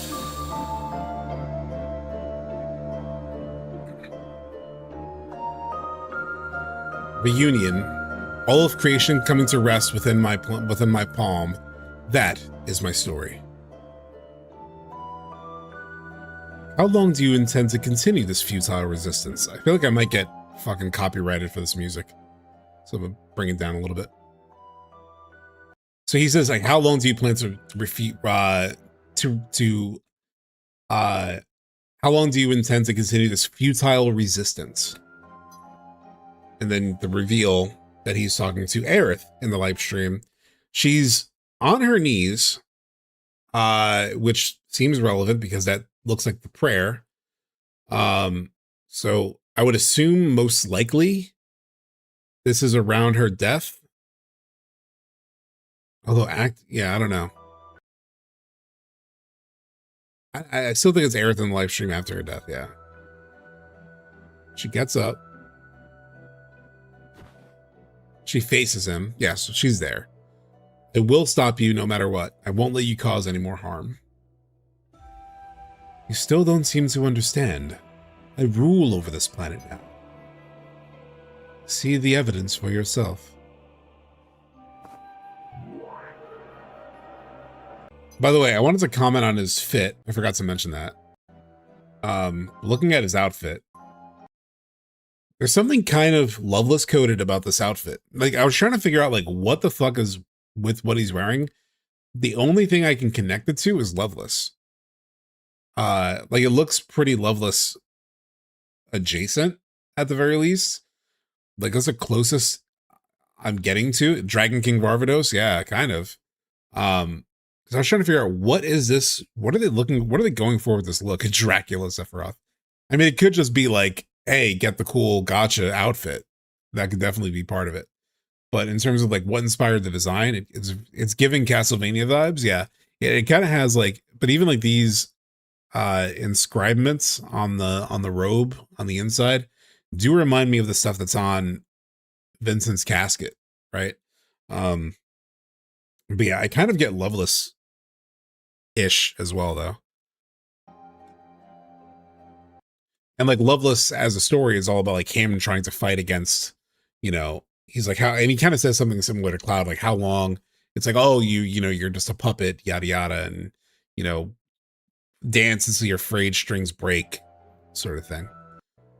But like the story of Loveless is like trying to push against fate, which is seemingly pretty relevant, right? Like Genesis modeled his whole approach to everything based on Loveless, because he was trying to get to that gift of the goddess to sort of like change the direction of like where the winds flow over the water surface, sort of thing.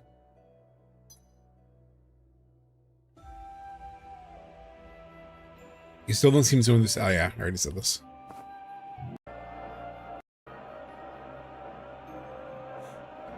What is this power? Is it a weapon? Ultima Weapon Majeur. So did they add a name to Ultima Weapon, or is this like an alternate other possibility Ultima Weapon that has this name? I don't know. Is there a definition to Majeur? Like, is there like something I might be referencing? Majeur meaning.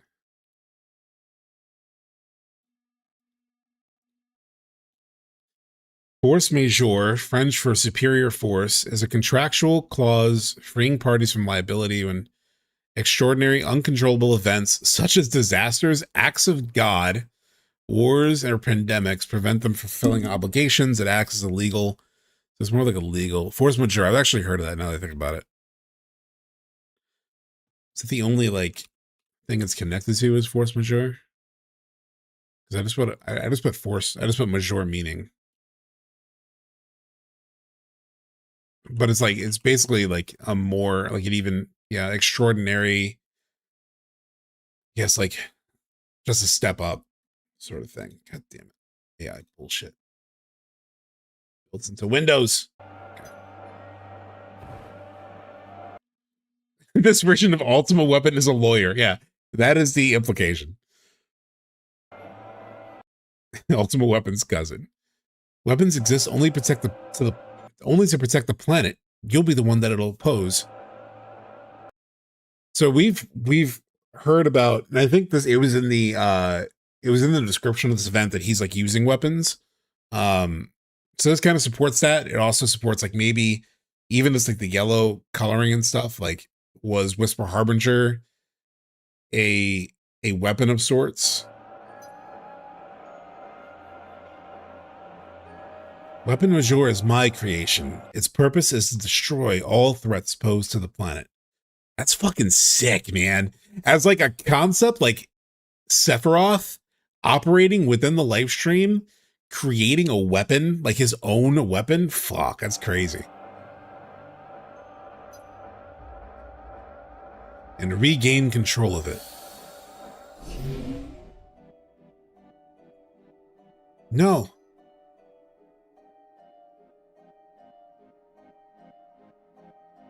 We've been chasing Sephiroth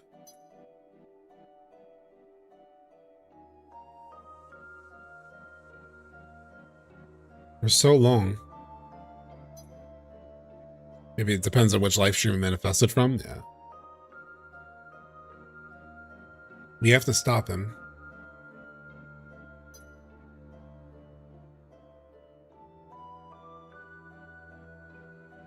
But how? So I teased a little while back that I had the starting point of a new FF7 video kind of stirring in my head. And it's actually largely centered around Sephiroth and Tifa as counterforces in part 3. Because there's some like interesting stuff that happened with Tifa in particular in Gingaga and Cosmo Canyon that I've talked about several times on stream in terms of like her dialogue and stuff. But even watching this, the Sephiroth part of this is like already supporting some like Sephiroth parts of that idea that I'm building. That'll be like a big thing that needs to write out in script, and so I don't want to talk too much about certain details of it. But all memories flow within the live stream. Its currents transcend time and space, at times melding together, at times drifting apart. Motion. Okay, this is coming from a resonating voice, which is interesting. Resonating voice. So it's not attached to Aerith, supposedly.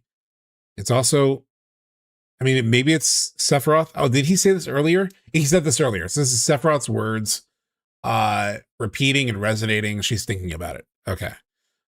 This is a Sephiroth. He literally said this like a couple minutes ago. All memories flow within the live stream. Its currents transcend time and space, at times melding together, at times shifting apart. Motion gives rise to a story yet unheard. So she's thinking about what he just said. Okay.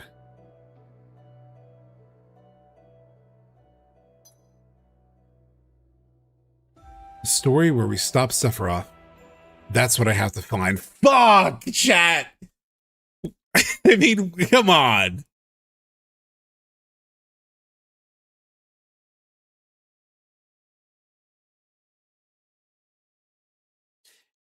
We've talked about this because like Advent Children, like the events that lead to Advent Children do not ultimately stop Sephiroth. Like he comes back in Advent Children, and then he says, I will never be a memory. So we don't fully stop him.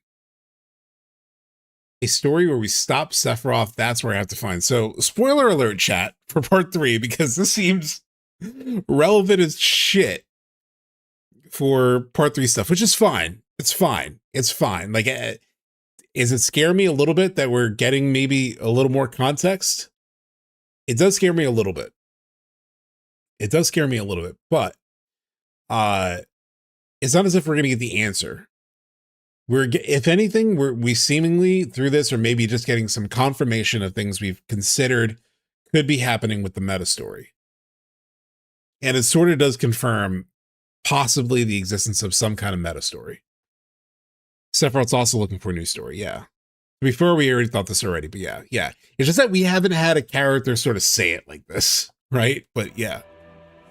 And we've been like gaslit to shit by people on Twitter, mostly, saying that nothing is new.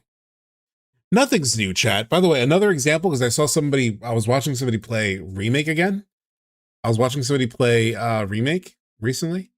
It was Lindsay, who's a friend of Jess Capricorn. I was watching her play, and she got to this part. I was looking at her VODs, and let's just give this another look real quick. Why don't we? Just a quick gander. A quick gander.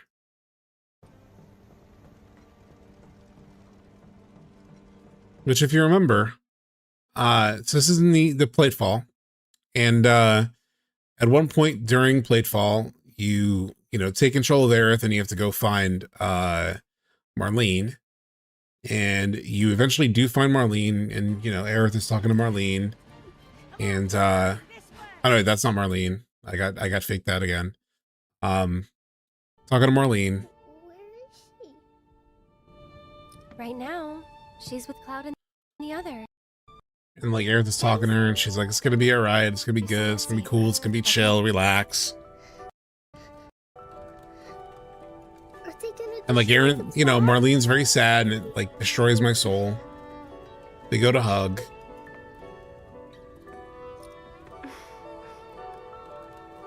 I know it's hard. Just remember, She collapses into Aerith, crying.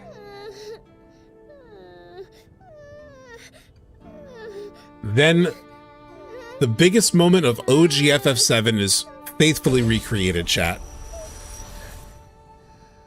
Huh?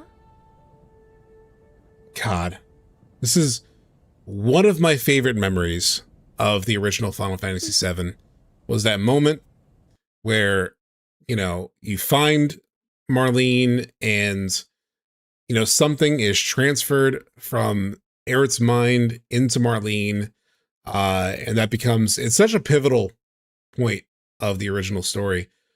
So to see it recreated this way it just shows how much this game is doing nothing crazy. It's yeah, exactly. Remember, it's incredible, Tyler. It's one of the it's iconic. You know, it's confounding how it's not the most iconic thing from the OG FF7. Like so much focus on like Aerith's death. I mean, this is the moment. But you know, nothing's happening. Nothing's happening. Just I'm sorry, but come the fuck on. And then this dialogue. I mean, I just the reason why why I'm so salty about this is like not because like it's just that like people want to make you feel like you're a crazy person for simply saying like, isn't this shit weird? Isn't there weird stuff happening in this story? And they're like, no, it's not weird. No, it's just the OG. So I'm being a little petty, but it's just like, just because people are just like so insistent on like, it's not any different at all. It's exactly the same. It's like, if you were only a real fan and really understood the story, I'm like, are we playing the same game? I'm sorry. There are just moments that are just like, clearly kind of fucking weird. Can we at least not agree that this is weird? Like, can we at least agree that it's not weird? Anyway.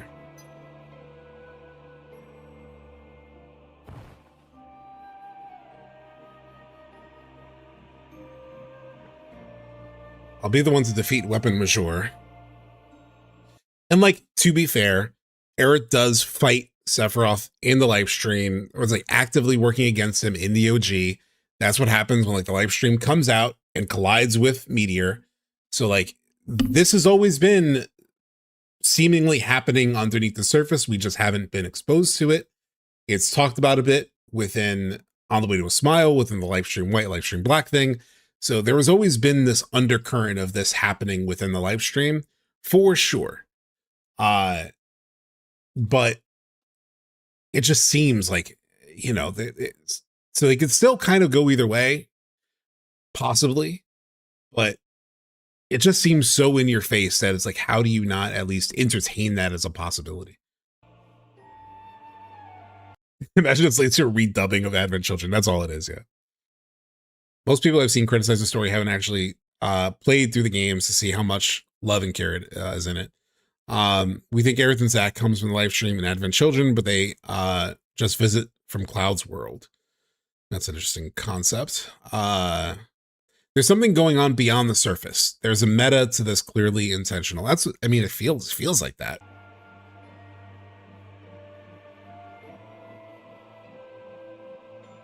I can feel it. Weapon Major is waiting up ahead.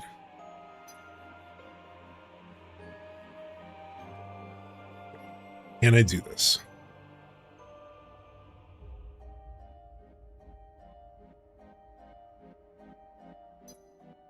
No, I have to do this. Ah! What the fuck is this? Thank you so much, Kupo John, for the follow. Question mark. I can't allow you to go any further. But it's like a green live stream. It's like a green live stream formation. Does it reveal what it is?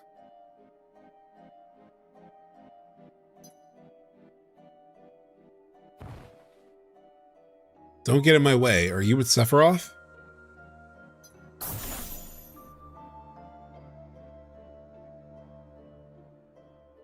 Or is this... Oh no, it's... At first I thought, because I've seen the screenshot of Aerith and Zack, so I thought maybe it was Zack, but no, it's fucking... Shit, what's his name? Rosen. No, I'm Rosen. Rosen, you have to let me through. There's something I need to be. There's somewhere I need to be. That's a weird meeting. Weapon Major.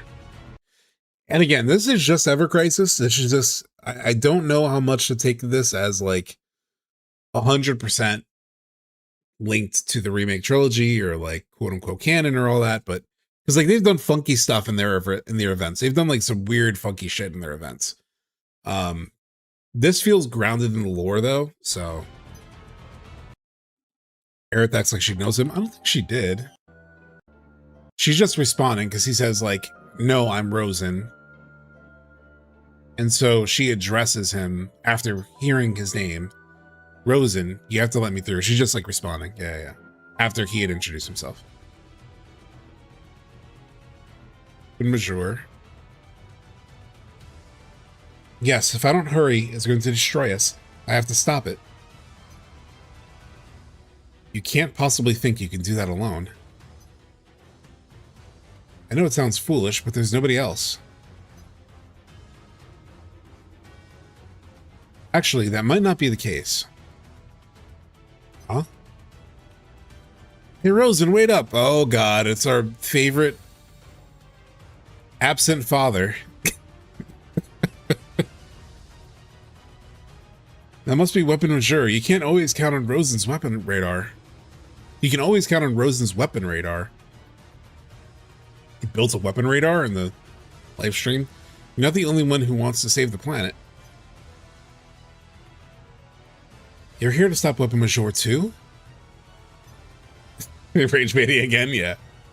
I fucking hate the idea of Glenn as Cloud's father, for the record. Yes, and I guess you are as well.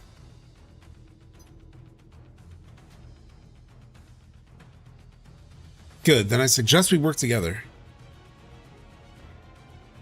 This confirms the other two died, yeah. I'm Glenn, this is Matt and Lucia. I'm Aerith. Yeah, all these characters are dead. Alright, Aerith, are you ready? Is this just like a setup for having a party in the combat? Yeah, let's go.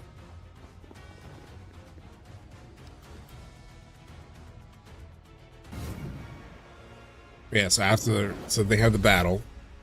Yeah, so she squatted up. She squatted up. Oh, actually, it wasn't even Aerith that squatted up. These dudes did the fighting, which makes sense.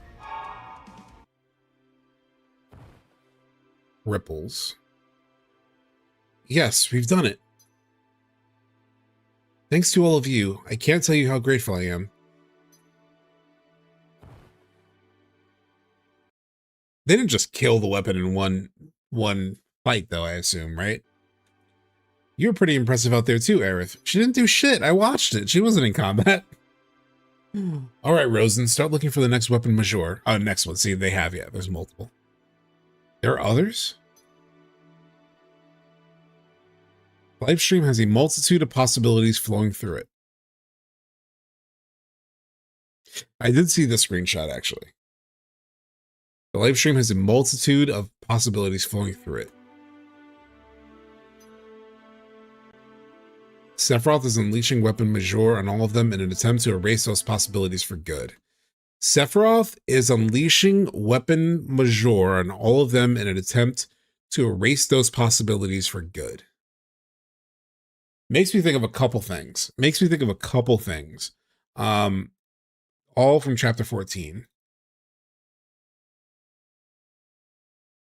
And people have talked about this from like since they beat Rebirth, but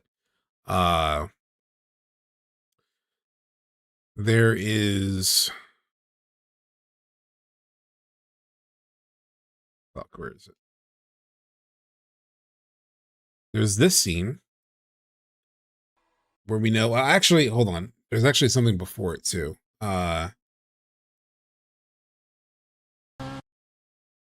There's this scene. Hold on. Where's my media player?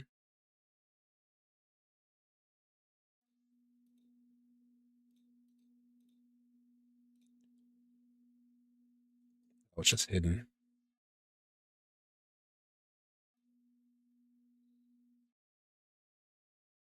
I don't want it to go in that folder. Damn it.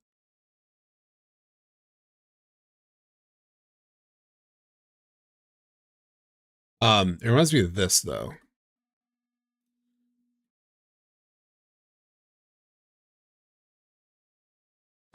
So at one point here, right? Been hiding. You get the sense that like Sephiroth is like traveling these different worlds. So this is where you've been hiding, in a world that has accepted its fate. So he like threatens her there. Then you have this scene where people have said like, oh, is he going around killing Aerith in these like other worlds? He shows up seemingly with like some malice, right? Like people are like, oh, does he come in here and kill Aerith here? So he's been like hunting her through these live stream worlds potentially to sort of like get rid of her.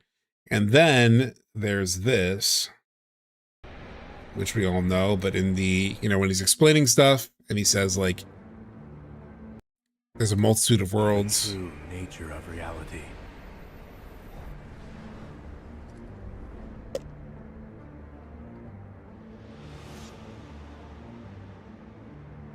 When the boundaries of fate are breached, new worlds are born. So new worlds are born.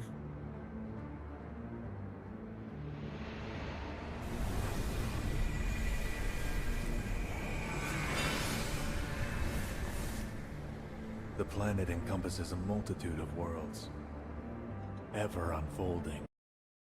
So the multitude of worlds ever unfolding. And he wants to merge them, and a lot of them, some of them perish, some of them, others endure. It all kind of reminds me of what's being said here, right? Of like, there is a multitude, like the live stream is a multitude of possibilities flowing through it. And Sephiroth is unleashing weapon major on all of them in an attempt to erase those possibilities for good. So it's like him, I mean, it's kind of what John Q Gamer was talking about in his video, right? Of like trying to, it seems a little inefficient in some ways to get the party to defeat Whisper Harbinger in order to like open up so many possibilities if he just wants to ultimately collapse them, but maybe he needs to sort of like free them and get rid of them in order to like have one final one. I don't know. It's a little strange there, but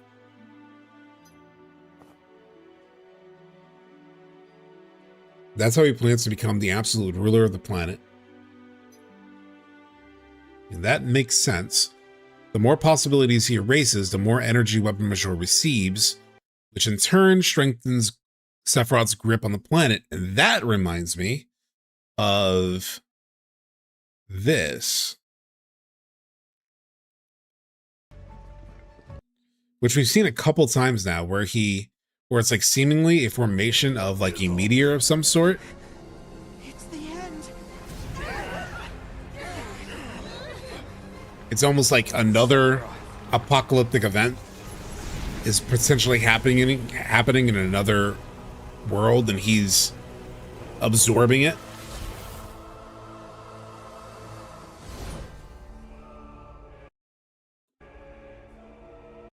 Like, this has been weird. He's done this twice now.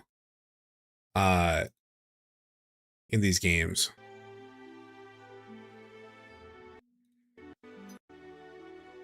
So the more possibilities he erases, the more energy Weapon Major receives, which in turn strengthens Sephiroth's grip on the planet. Absorbing each world that is dying, maybe? Yeah, that's what I've thought of. He's harvesting the negative emotions like after Aerith's death and Rebirth. Yeah, he mentions that in the Forgotten Capital. After her death. That's... Don't worry, I'm not going to let him do that. Are you acquaintances of his?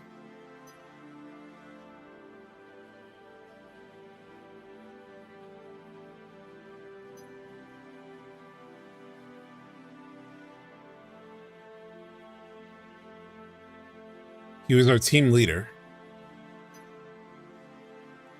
He carries some blame for what he has become.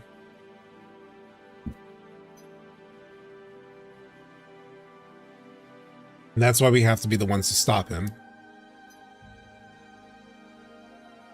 So seemingly she has some allies. At least in this version of events. Those feelings you carry are precious to you. I have things that are precious to me as well. I want to help the people that I love.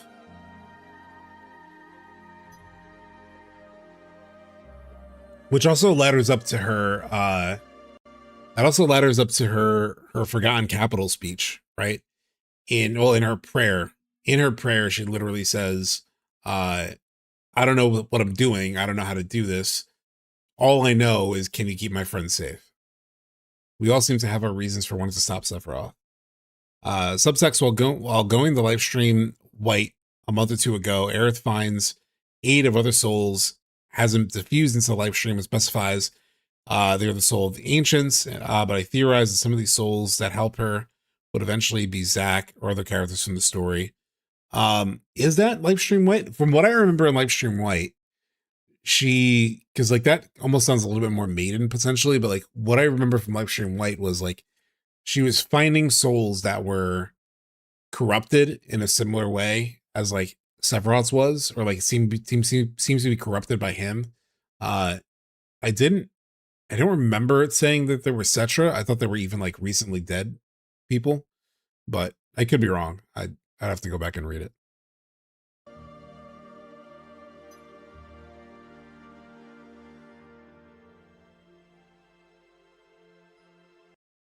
It's pointing to the Whisper Harbinger as a tool to create the weapon Major, in my opinion.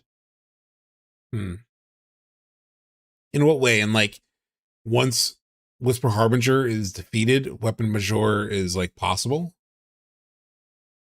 So like, rather than like destroying a planet-made weapon because I've heard people say, and I think it makes some sense, of like thinking weapon Major, weapon Whisper Harbinger was controlled by Jenova or made by Jenova, and the primary evidence is the purple energy within the Whisper Harbinger. But I also keep thinking of the imagery at the end of OGF7 where, you know, Sephiroth is there and there's like a thing and it's holding in place holy. So it's like containing holy. It's like holding holy in place. We literally just played this at the end of OGFF7, but just to show it. Like when I think of Whisper Harbinger, I can't decide, and I'm leaning toward a different definition than a lot of people. Where a lot of people, like I said, think it's Jenova or being controlled by Jenova. But the more I think about it, the more it makes some sense that it's more connected to this. Where the fuck is my OG playthrough?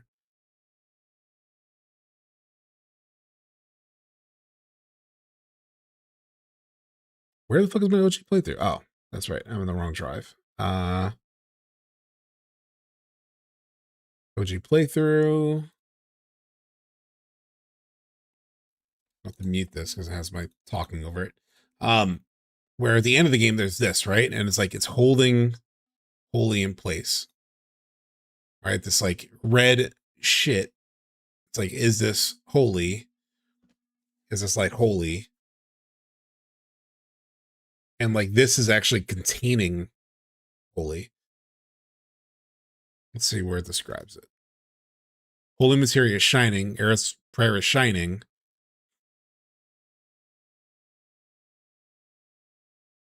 Or maybe they say it earlier. I think they say earlier, actually on the high wind, they theorize that like Sephiroth is holding it in place. But that's what's happening here, is effectively the effect of holy is being contained like in this container, and it's not allowed, it's being like trapped, and it's not allowed to be released. And so like this imagery reminds me so much of the end of Remake when you fight the Whisper Harbinger, where find it.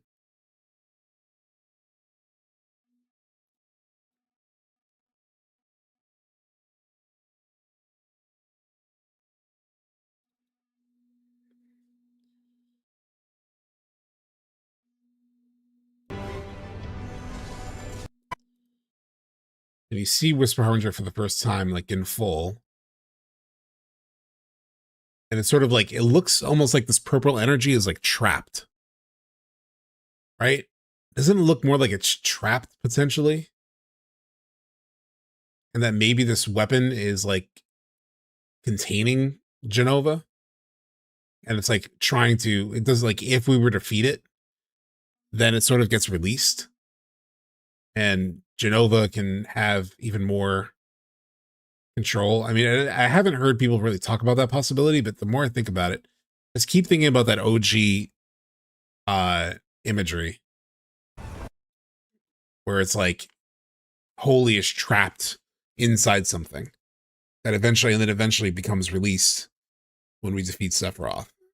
As a mechanic, it seems consistent that way. SubTXT actually mended those souls, and it's in live stream white 2. Here's the full context. She rushed through the live stream in search of other souls to help her, ancients on the verge of diffusing, these fragments of consciousness accepting her undertaking when she found fragments of consciousness of people she had once known, pitifully few in number. She infused them with her own memories and sought their assistance. Interesting. Have you reviewed frame by frame when Whisper Harbinger blows up? I have not. Let's find it.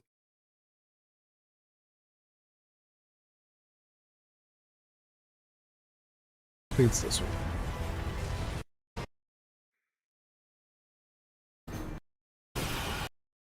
All right, so we defeat it.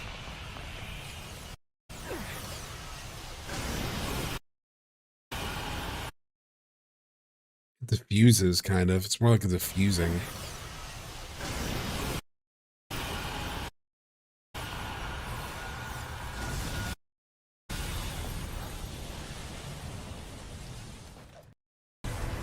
God, you don't see much. There's a green beam.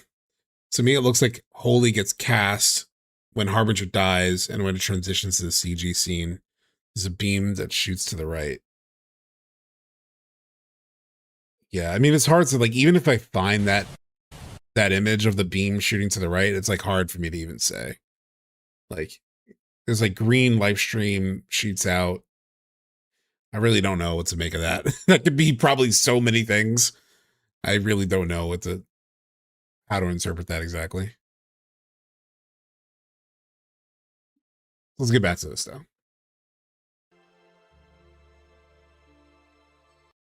Feelings, desires, prayers, all wait, hold on, I missed something. We all have our reasons for wanting to stop Sephiroth. Feelings, desires, prayers, all of these form ripples in the live stream and resonate with those on the same wavelength. Ripples, chat. Ripples in the water surface, right? Like, isn't that what's said in Loveless? I think those language connections are intentional. And that's how we were connected. When enough ripples gather, they can form a maelstrom. So power of friendship needed. This maelstrom can be used to defeat Weapon Major and stop Sephiroth. I honestly didn't make the connection between the cradle at the end of OG and the design of the Harbinger. My opinion is based on how the Harbinger has been described so far in the Re-trilogy. Sephiroth's description of Major seems to line up with the Harbinger's mechanics, so by absorbing that and corrupting for his motives, it could have given him the power to create his own weapon from within the live stream. I'm still not sure what your proposal is, though, Horatio. Like, said very simply, like, what are you proposing? Is it like Weapon Major is Whisper Harbinger, or Whisper Harbinger led to Weapon Major, and then how? Like, if you could sort of spell it out a little bit more clearly, then I think I could process what you're talking about, but I just really don't know how to conceptualize what you're pitching. But yes, this EC content is very on the way to a smile. And yeah, the water language ripples, maelstrom, fitting for the live stream. Yeah.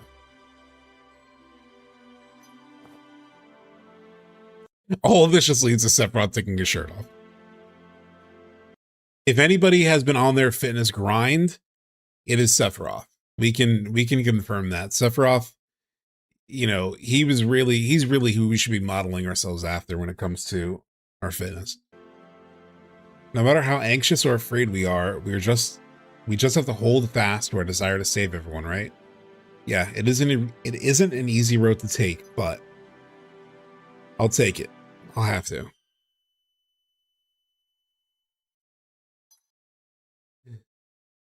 Sebi would have a heart attack watching these theories. Yeah, well, I don't really care. All right, we'll be off then. I'm gonna go catch Sephiroth and punch him in the face.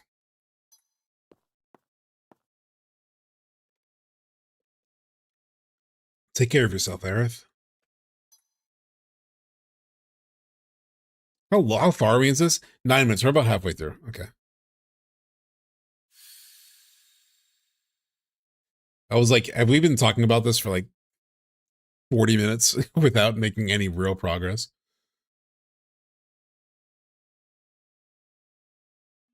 All these feelings, desires, and hopes, I won't let him erase a single one.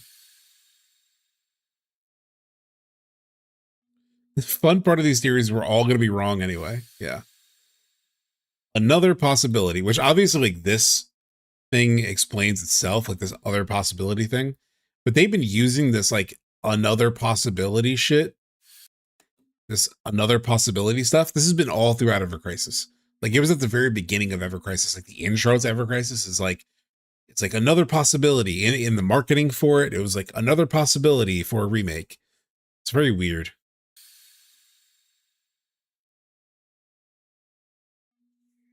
But there's nothing meta happening. Such a familiar, comforting voice, feelings, desires, prayers. I can sense them in this place. Oh shit. I think this is the moment, chat, that I've seen teased online. I can't move. Weapon Major is stronger than before. It's suffocating. But I have to keep fighting.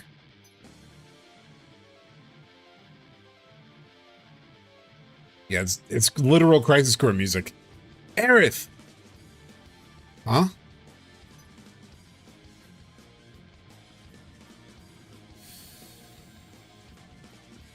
Holy shit, chat! I found you, finally. And we've literally seen Zach, like, navigating the live stream in a way in Rebirth. Zach?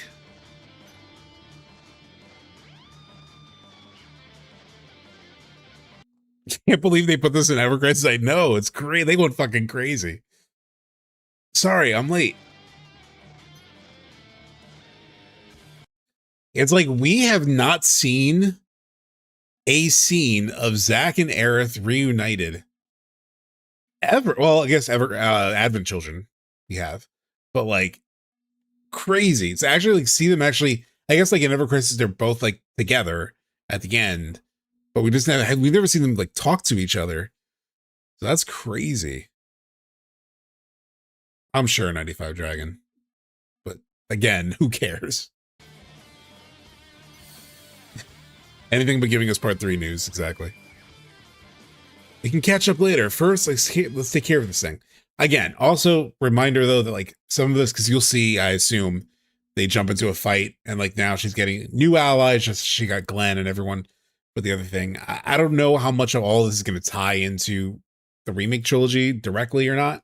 And this is all, you know, part of an anniversary event, which, like I said, just has like, you know, crazy things in them sometimes, like crossovers with other Final Fantasies, stuff like that. But this feels lore. This feels closest to like lore relevant than I've seen in one of these events. Double Buster Swords. That's right. Give fucking Aerith the Buster Sword too. Just go for it. It'll be a piece of cake.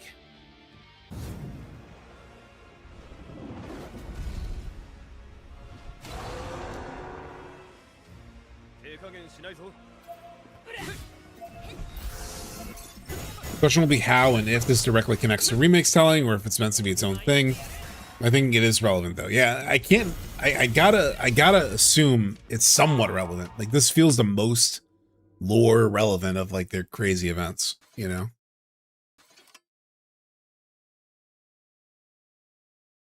Aerith, are you okay? Yes, thank you, both of you. Looks like we're clear for now. Let's take a break, Zach. Yeah, let him fucking talk to Aerith for the first time, and since he left Midgar. Crazy. Straight up Crisis Core music.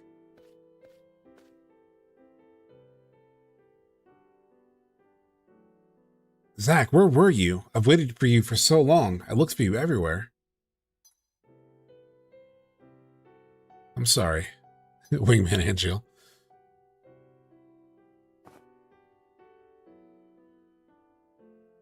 I thought maybe that people kept asking for your help and you were helping every time. I mean, he was, to be fair. That's not that far off the mark, actually. I was heading over to meet you, but then I ended up in the live stream. Just the way this is said is like, it sounds like he took a wrong turn. It's like, I was on my way, but then I ended up in the live stream. Like, I got fucking murdered by a giant cadre of Shinra troopers. That's a way to describe what happened to you, Zach. Sorry, I happened to die. Exactly. He took a wrong turn at Albuquerque. Yeah, dude, Shinra kidnapped me into the live stream for years. Google Maps, you know how it is sometimes. God. You got lost because of all the detours, huh? I mean, it's a way to, it's a metaphor. Can't argue with you there, but Angel eventually found me, which we saw at the end of Crisis Core, literally last Sunday. And that's why I've been searching all over the place to find you. This is like legit lore, man. It's like in some way, this is like legit lore. Just when I thought I found you, another distraction came up. Just when I thought I was getting closer, it turned out to be someone else. Is this describing something we've actually seen? Like, is this describing in Rebirth when he's like following the yellow flowers maybe, and he thinks that's Aerith? Fuck, what does he say when he sees the yellow flowers? Actually, this kind of reminds me, I'll just pull up a YouTube, yeah, maybe the church scene, because remember, he says Aerith, like when he lands in the church with the meteor. FF7 Rebirth. Let me just get the whole chapter instead of my cut up scenes.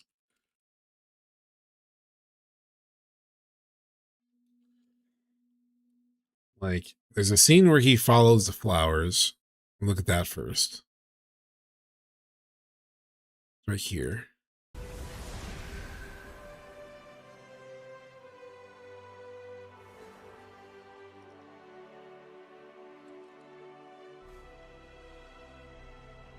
The integrate final scene also, yeah. Yeah. Oh shit, yeah. We can watch that too.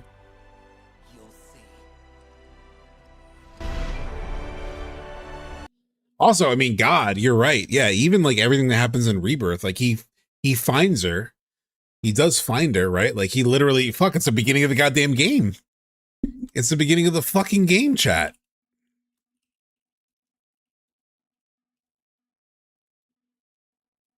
It's the beginning of the fucking game.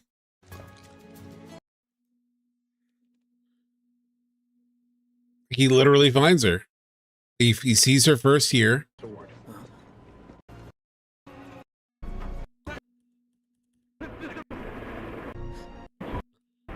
Where is it?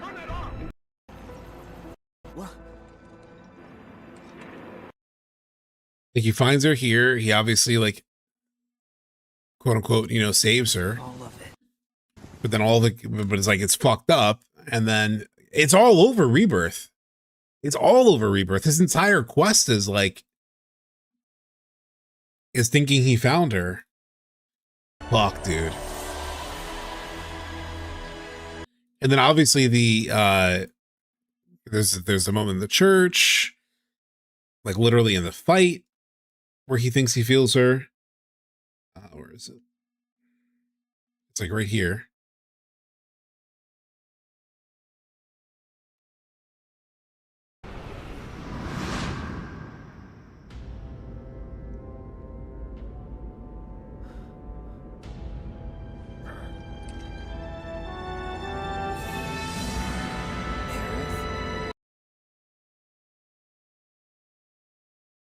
It's fucking everywhere.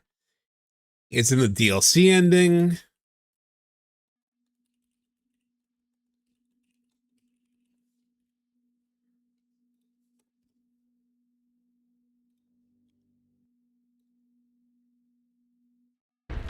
I'm back!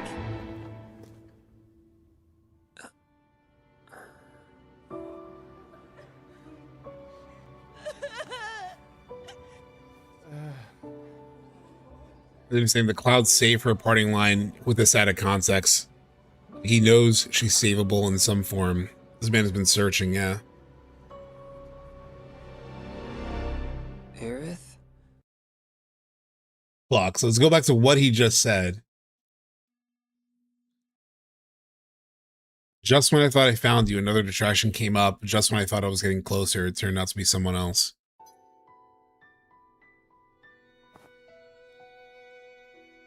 But you did find me, and now we're together again.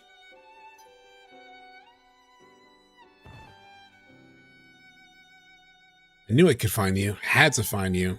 That's what I kept thinking. I guess our ripples resonated.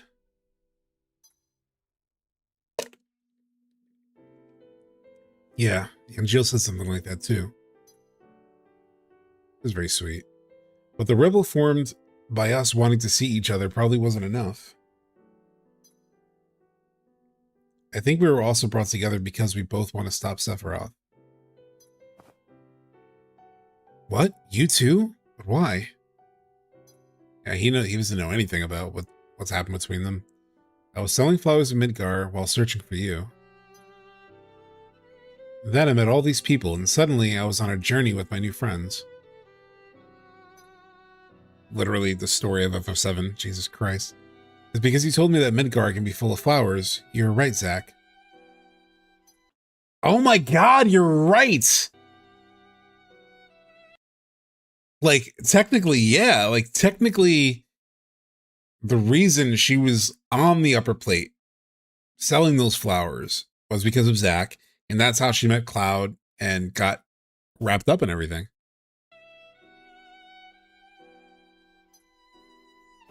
Oh, then technically it was more like Cloud falling in that the journey, her part of the journey really started, but even still. Subtext, my brother, you built 3 carts. I know, I built them fucking all. Zach, I want to protect the friends that you helped me find. That's why I have to stop Sephiroth.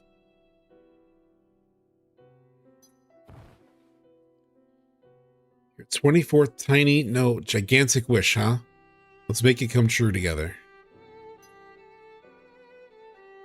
Yes.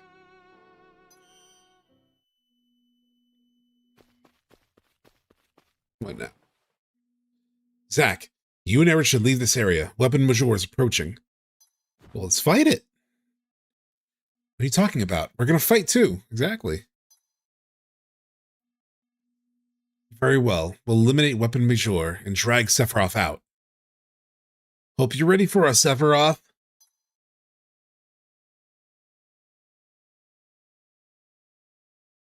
I'm partly to blame for what Sephiroth has become. I should have lectured him more and set him on the right path, but in the end, I failed to stop his fall. I don't know if lecturing is what Crisis Core needed more of. I will say I don't think lecturing is what Crisis Core was in need of. So I don't know if Angeal's quite right here. I don't think he's quite correct. I mean, maybe it might have helped Sephiroth, but I'm glad there wasn't quite as much. There wasn't even more lecturing in Crisis Core, I'll say that.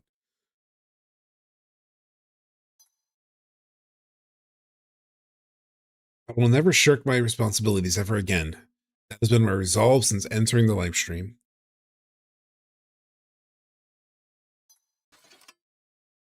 Although I do feel like Angeal was like a little undercooked in Crisis Core. Like we got a bit of a sense of his journey and his like existential crisis, but I never felt like I got like a real grasp on like him.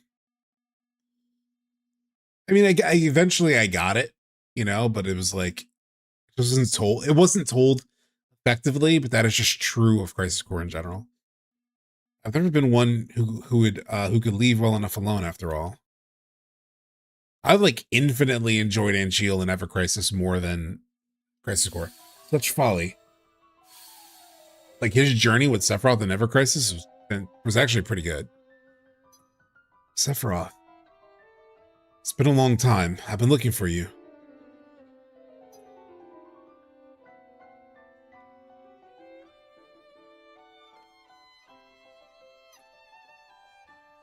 Is there nothing you want to say? Here it comes. These lines are nuts. Okay. You can bundle together like so many sticks, but you still won't be able to stop me.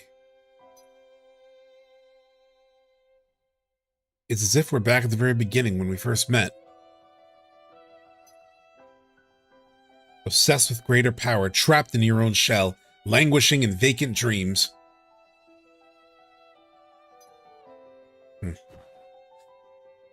I mean, fuck, chat. I've talked about this before. This is going to be something I touch on again in a later thing I'm working on, but like, this is also Cloud. This is also Cloud before he finds himself. Before Cloud finds himself, you could say this about Cloud. 100%. And there's so much mirroring of Sephiroth and Cloud in their journeys, you know?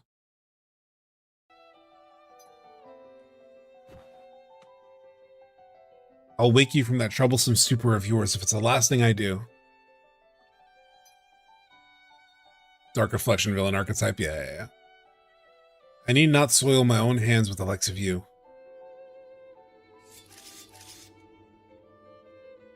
Embrace your true hopes and dreams. If you won't listen, I'll repeat it over and over until you hear me.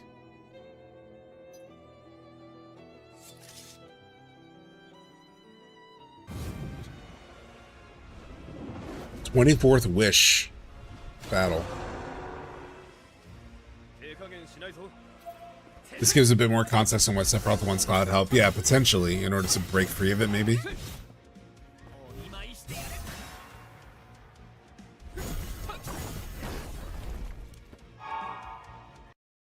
Yeah, Hickman. Oh, fuck, that's the end? Ah, Jesus. So, apparently there's more to this event. We just haven't gotten it yet. God, I mean, in terms of, like, what this points toward, like, this feels like it points quite a bit toward, like, kind of what B. Hickman said in chat, in terms of, like, trying to break through with Sephiroth and trying to get, you know, really get him back, in a way. Like, pull him out of this, like, stupor. I mean, very much like the Cloud arc, right? Where is it? Like, break him out of this. Oh, where was it? You know, obsessed with greater power, trapped in your own shell, languishing in vacant dreams. I mean, really trying to, like, break free of all this. Seems to be Angeal's thing. The Zack and Aerith part of the story feels a lot like, I mean, somebody else said it in a chat, like, it feels like, you know, Zack, when he's like, save her, feels like he thinks she's savable. This event feels like it's, you know, pointing to that as a possibility, which is crazy. I still struggle with, like, having FF7 have, like, the core themes of it. If they were to, like, reverse certain outcomes, like her death and Zack's death, like, death and grief is, like, still an important part of the story. At least, like, the OG themes and what it's really trying to communicate. And, like, communicating acceptance as an idea, seeing that manifested most through Cloud, you know, to remove the things that help move a character toward acceptance feels like it doesn't quite connect to the OG FF7, but that's where I get hung up on it as, like, a possibility. But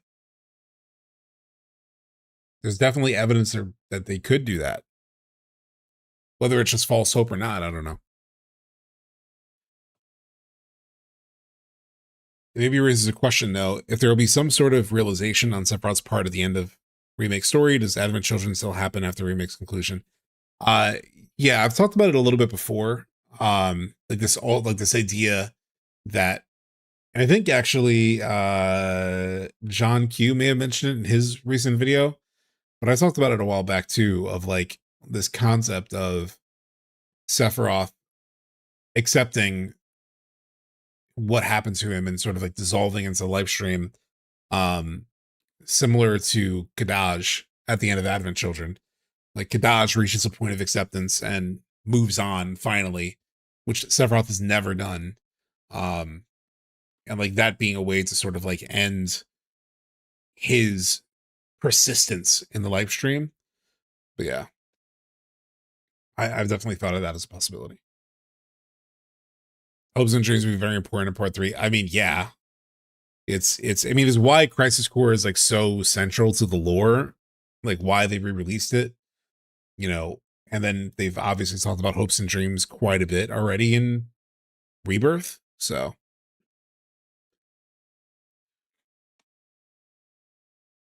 interesting. Let me find that interview.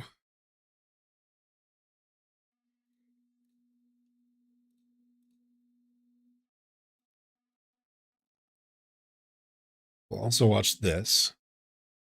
I see B. Hickman is cooking up some stuff in chat, but I'll let him sort of finish his. Oh, there he goes. I think it can go a couple of ways. Remake ends and a new future we've not yet seen is on its horizon. Advent Children proves to be linked to remake story in a way other than purely following remake's conclusion down this path. To build on that specifically, I think it's like Advent Children is the inciting incident that creates the pathway from which the characters create a new future, right? Like by the characters actively avoiding what happened in Advent Children, that is what makes it possible for them to chart a new course. Like they have to destroy the destiny that leads to Advent Children in order to create that new future that's yet to be seen, as you describe it. Or remake ends with Sephiroth having some realization and possible acceptance, but Advent Children is implied to still occur as it did in the film as remake's future, but now with added context. That's where I just struggle. I struggle with like getting to it and like just getting to like Advent Children with more context feels like such a lame duck as like an endpoint. I still can't get over like that. It just, if that's all it is that I will be able to rewatch Advent Children and there's like a couple extra context clues or like there's like added context to some of the dialogue and moments. That just feels underwhelming as like a payoff to all of it. Because I've thought about this and people have pitched this as like a concept. Like this is all going to recontextualize Advent Children and the rest of the compilation. And every time I've thought of every time I've thought of the idea of watching AC again and being like, oh, I have a new appreciation of these moments, that just doesn't feel worthwhile enough considering how far the end of remake in particular went. So personally have a frame of thought that if they do Sephiroth a moment of reflection in remake's finale, and I strongly suspect they will now, that he will have some acceptance and seed whatever power over the will of the planet he has gained gathered to Cloud in the end to use towards his 7 seconds decision for Gaia's fate. So I lean towards option 1 above that AC as we know it. It probably won't follow remake's finale as his future.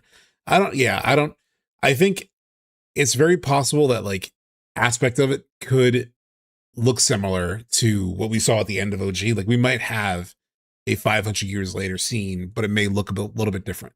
You know, like that might be the end. We'll probably get an epilogue where we see the characters and like it'll be more than what we got in OG. But I think they'll still give us like that capstone, like 500 years later. And just like the thing that we see 500 years later might be a little bit different than what we've been used to seeing 500 years later.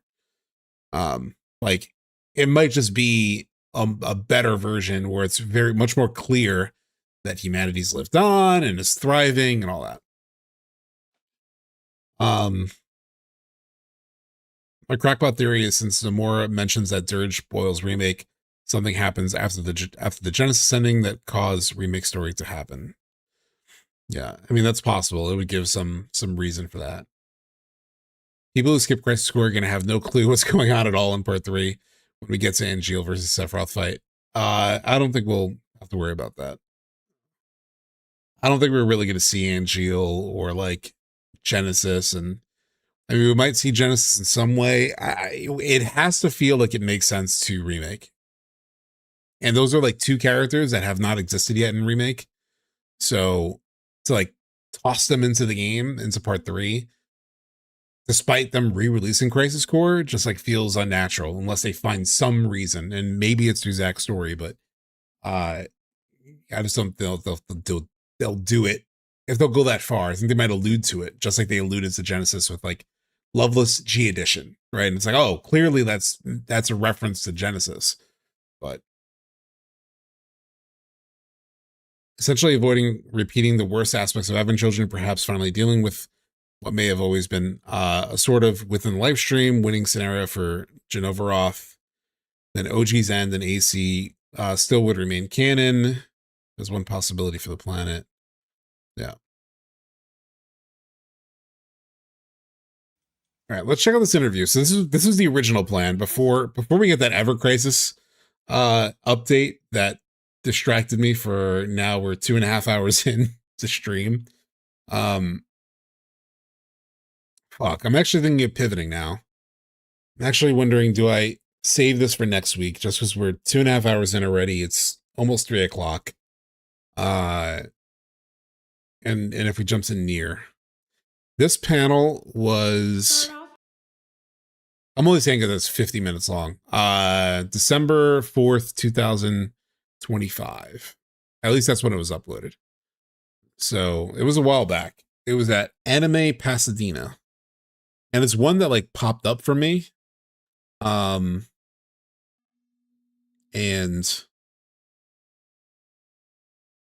yeah, I'm just thinking, well, next week we might also get like the next Ever Crisis update. We'll probably be talking about that for as long. So let's just start it and let's see. How about we do your name and the character that you play? Hi, everyone. Hello. Hold on. I'm going to have to boost the volume. Hold on.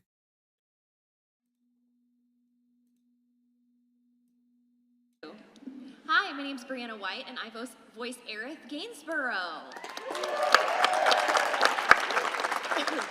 Hey, I'm Barren, and I voice Tifa. Oh, my bad. It's something to win the water. I'm John Bentley, and I voice Can you hear it well? Let me know. Barren. And I am also Britt Barron, the voice of Tifa.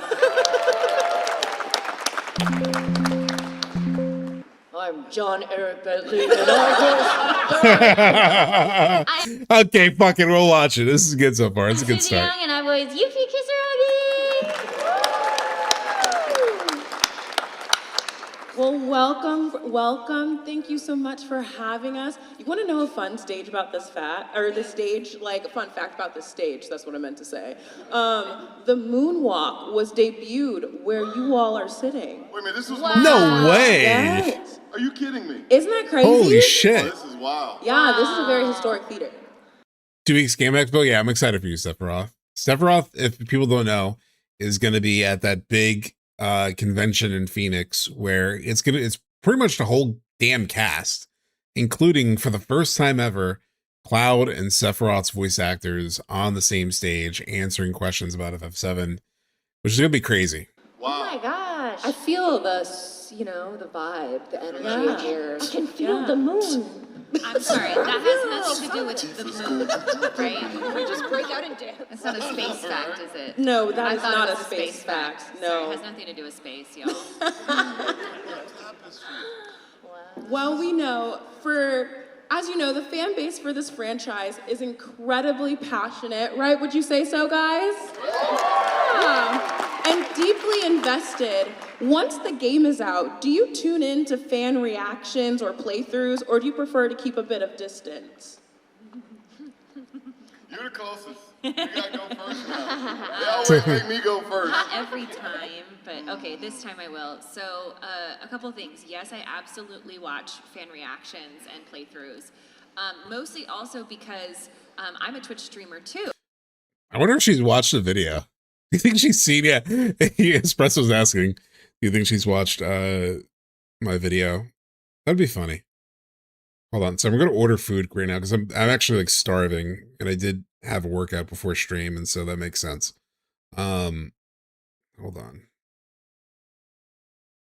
There's just no way I'll make it through the rest of the stream. Usually I have like one meal before stream, and that holds me over for the entirety, and that's just not possible right now. I'm starving. And we're gonna go for a while. So it's a healthy option though. It's salmon teriyaki with veggies, specifically Brussels sprouts and cauliflower. That's what I'm going for.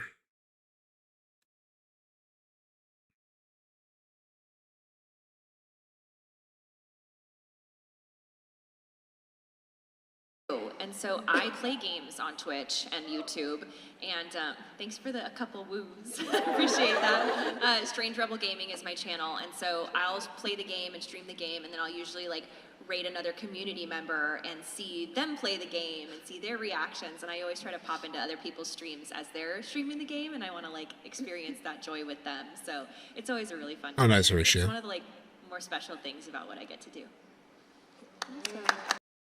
It's funny because like I can sort of relate a little bit just like from watching people react to my video. I can imagine what it's like to like watching. I would imagine that you would probably have like some interest in seeing like how people react to the thing that you voice acted,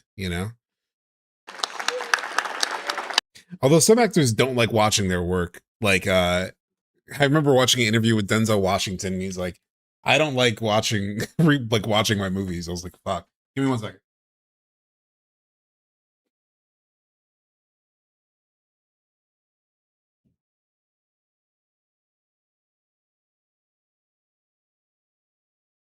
I desperately needed ice for my cold brew because it was starting to. I've not finished it yet because I talk so much I don't get to drink it. I always do. And I do because I want to make sure we do it right. You know what I mean? It's like, John. I think everyone on this panel can attest to the fact that we want. I've said this a million times. You've all said it a million times. I just like, John is just such a like ray of light. Like it just, even just hearing him talk feels like a hug. We wanted to get it right when we got asked to do the remake, and we wanted to get it even better when we did Rebirth, and we wanted to even do a bigger job when we do the third installment. So I just want to make sure that the fans get what they deserve, because we all are fans of the game as well, and we just want to get it right. So yeah, I do pay attention, even the haters, and I love the haters too, because it really plays dad role well. Something right? So it's all good. It's all good. What about the theory crafters? The theory crafters are funny to me. I'm not even gonna get into the ships thing. That's the weirdest thing ever. I'm like, our country is in the craziest time, and a lot of people arguing over ships. It's like, man, we both need to eat. So I pay attention to it because, as you know, when we come to these conventions, I care about people, we care about y'all, and we want to make sure that we give you guys the best experience that we possibly can. So real. Yeah. I poke around the internet, but I'm not. I just love John so much. I'm sorry. I just need to like fanboy over John and that whole answer. Wholeheartedly agree. John, you don't have to like my shit either. Like you talk more about the shipping thing, which is you didn't really say anything about theory too much, but like you said we're funny. So if you think I'm funny, I appreciate it because I like being funny. Like as finger on the pulse, I would say, just for my own mental health sake.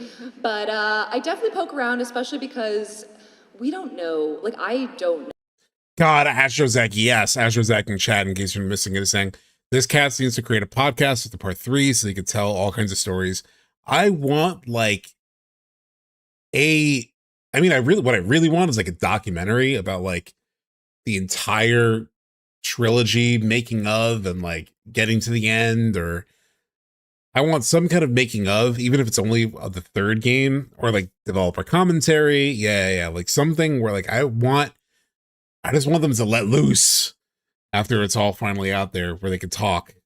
I really want that really bad. Know what's going on in the game outside of what I've recorded. So something like Rebirth, like a date will pop up all over my. And yeah, they have done the Inside FF7 videos, Monka. They have done those for each game. So there has been some of that. But even within like those videos, you could tell they're like holding back because they have to, right? They can't like let it all out. And I want them to let it all out. Like The Last of Us Definitive Edition or Last of Us Part 2 has quite a bit of that. They have like dev commentary over cutscenes and stuff. That kind of stuff would be really cool. Like that added extra stuff, like that you can only experience after you beat the game. Like it unlocks after you beat the game. That would be cool, you know? My Twitter, and I'm like, oh, I didn't know that happened because I didn't record vocals for something, you know, no spoilers, but you're like, I find out things when the game comes out with everyone else. So thanks to the internet and thanks to people streaming or like reactions, that's how oftentimes I'll find out stuff too, because I'm terrible at this game. So they got some of you guys post, because otherwise I wouldn't know what's going on. I mean, I didn't even know with Remake like what shipping meant until I was like, why am I getting all these mentions about like Cloti, Clarith, like ship? I'm like, what does that mean? So I've learned a lot over these past few years. Oh, that's funny. I'm still learning, but I like jump in and then I have to turn it off. Just, you know, gotta touch grass. I get that. Oh, I gotta check that out, JB recommend. We don't need to clap. I haven't seen that actually. Touching grass. We're touching grass. Touch grass. Touch grass. I'm glad the cast agrees with us in chat.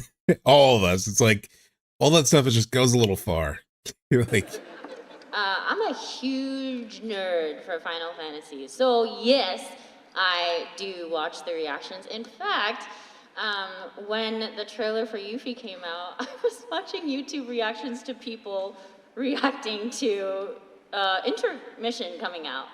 So I was fangirling and geeking out along with them, and it just made me so happy to see everyone's reaction kind of like brain syncing with mine, and I'd be like screaming at the screen at the same time. So yeah, it's just so exciting to share the excitement and love for this franchise with everybody else. it's just got to be so surreal. It's why I can imagine why like Brianna like cried when she reached that part of her playthrough. Granted, she wasn't watching a reaction. She was like more experiencing it herself. But like, just, it's got to be surreal to be an actor in something and then to like, then experience it as a consumer, you know? Especially like if you're just doing voice recordings for like your scenes and you may not know the entire scope of everything. So to see it all come together, it's got to be pretty crazy. Incredible. You know, Final Fantasy has always pushed the bounds when it comes to cinematic storytelling in games. They don't just look lifelike, they feel that way too from your all's performances. Oh, I gotta check that espresso. Is there like anything that you I met Curious Joy too at Summer Games Fest last year. She was cool. That's a good question. Yeah, and like I kind of have like, it's hard because especially for a character like Yuffie or like a character that's more kind of larger than life, right? It's hard to strike that balance with realism and but also honoring the exuberance. She of the nails character. that though so well. So me and our director Kirk, we really try hard to make it as grounded as. They've talked about Kirk, the director, so many times. We've highlighted him. I found his like resume and like the other roles that he literally was a voice actor. And I think he's a current voice actor still, but he's also a voice director. And voice direction is so important. Like it's why Crisis Core and Advent Children, I feel like their voice performances aren't that great, is because the direction on those were, I still think not that great. The writing too is obviously, the dialogue's not that great, but like the voice performance and the direction of the performance matters so much. And granted, Crisis Core was remade, but I think they just stuck to what the original was, so they didn't deviate from it too much. And you can see that in Zach's performance. Like when you ask, what's God? I keep blanking on his name. The actor for Zach in remake and the remake Zach. I keep blanking on his name. Somebody will mention it in chat, I'm sure. But like, that's why he sounds a little bit off in the Crisis Core remake. But then when he's directed in the way that Kirk has been directing all these actors in Rebirth, his performance is really good, I thought.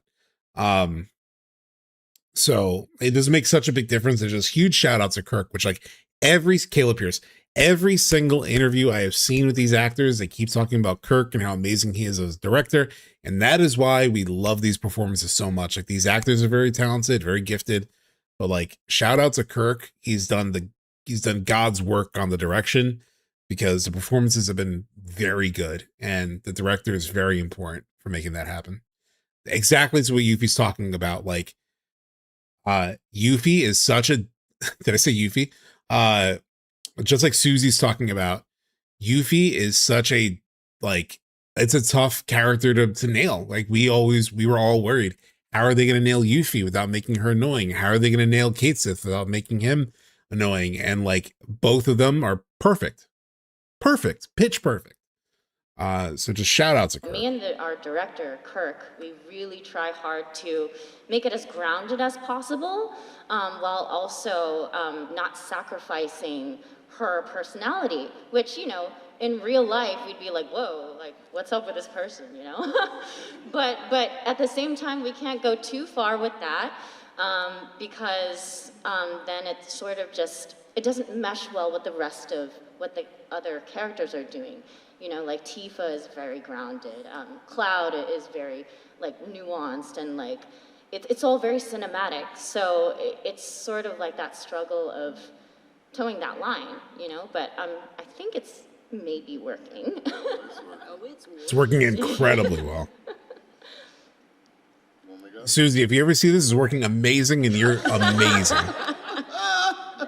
Susie lying. Susie is Yuffie. I'm gonna tell you the truth. I got to spend time with Susie, and Susie's talking about, oh, you know, it's not real. Yeah, Susie is Yuffie, y'all. She just don't speak. She's not a thief. That's I don't want to get it wrong. Well, you know, you should. I know, Sephiroth. It just gets me so excited for part 3 to meet these characters again. Oh God. Right now. Don't let that little. It's like we had fun with the Ever Crisis stuff and like where it could possibly go and yada yada. But this, man, this is the magic of Final Fantasy VII Remake. These damn characters and the actors that bring them to life is just like, that is the juice, man. Teeth thing, fool you. That girl is for real, like that. She's a ball of joy to be around. And I think that, like Susie, Barrett's hard to ground, but we try to ground him the best we can, because he's just loud, everything he does, which is, I guess, kind of me. But at least on the you real said tip, right? On the real tip, though, I think we all have to put a little bit of us in the characters to make them grounded. As big as they are, and as big as the world of Midgar and the world of Final Fantasy VII is, we have to remember that the title is Final Fantasy, and it's Final Fantasy. So you have to make sure that is a journey that we take you on, but in order to take you on that journey, we got to put a little bit of us in there, right? To make it grounded. So, like you said, Kirk, our director, and then Justin, who's running the Wheels of Steel for us there, they make us Wheels of stay Steel in the right pocket, and then we He's get the to engineer. play even more because we understand and respect the boundaries of that. Yeah. Yeah, that's incredible.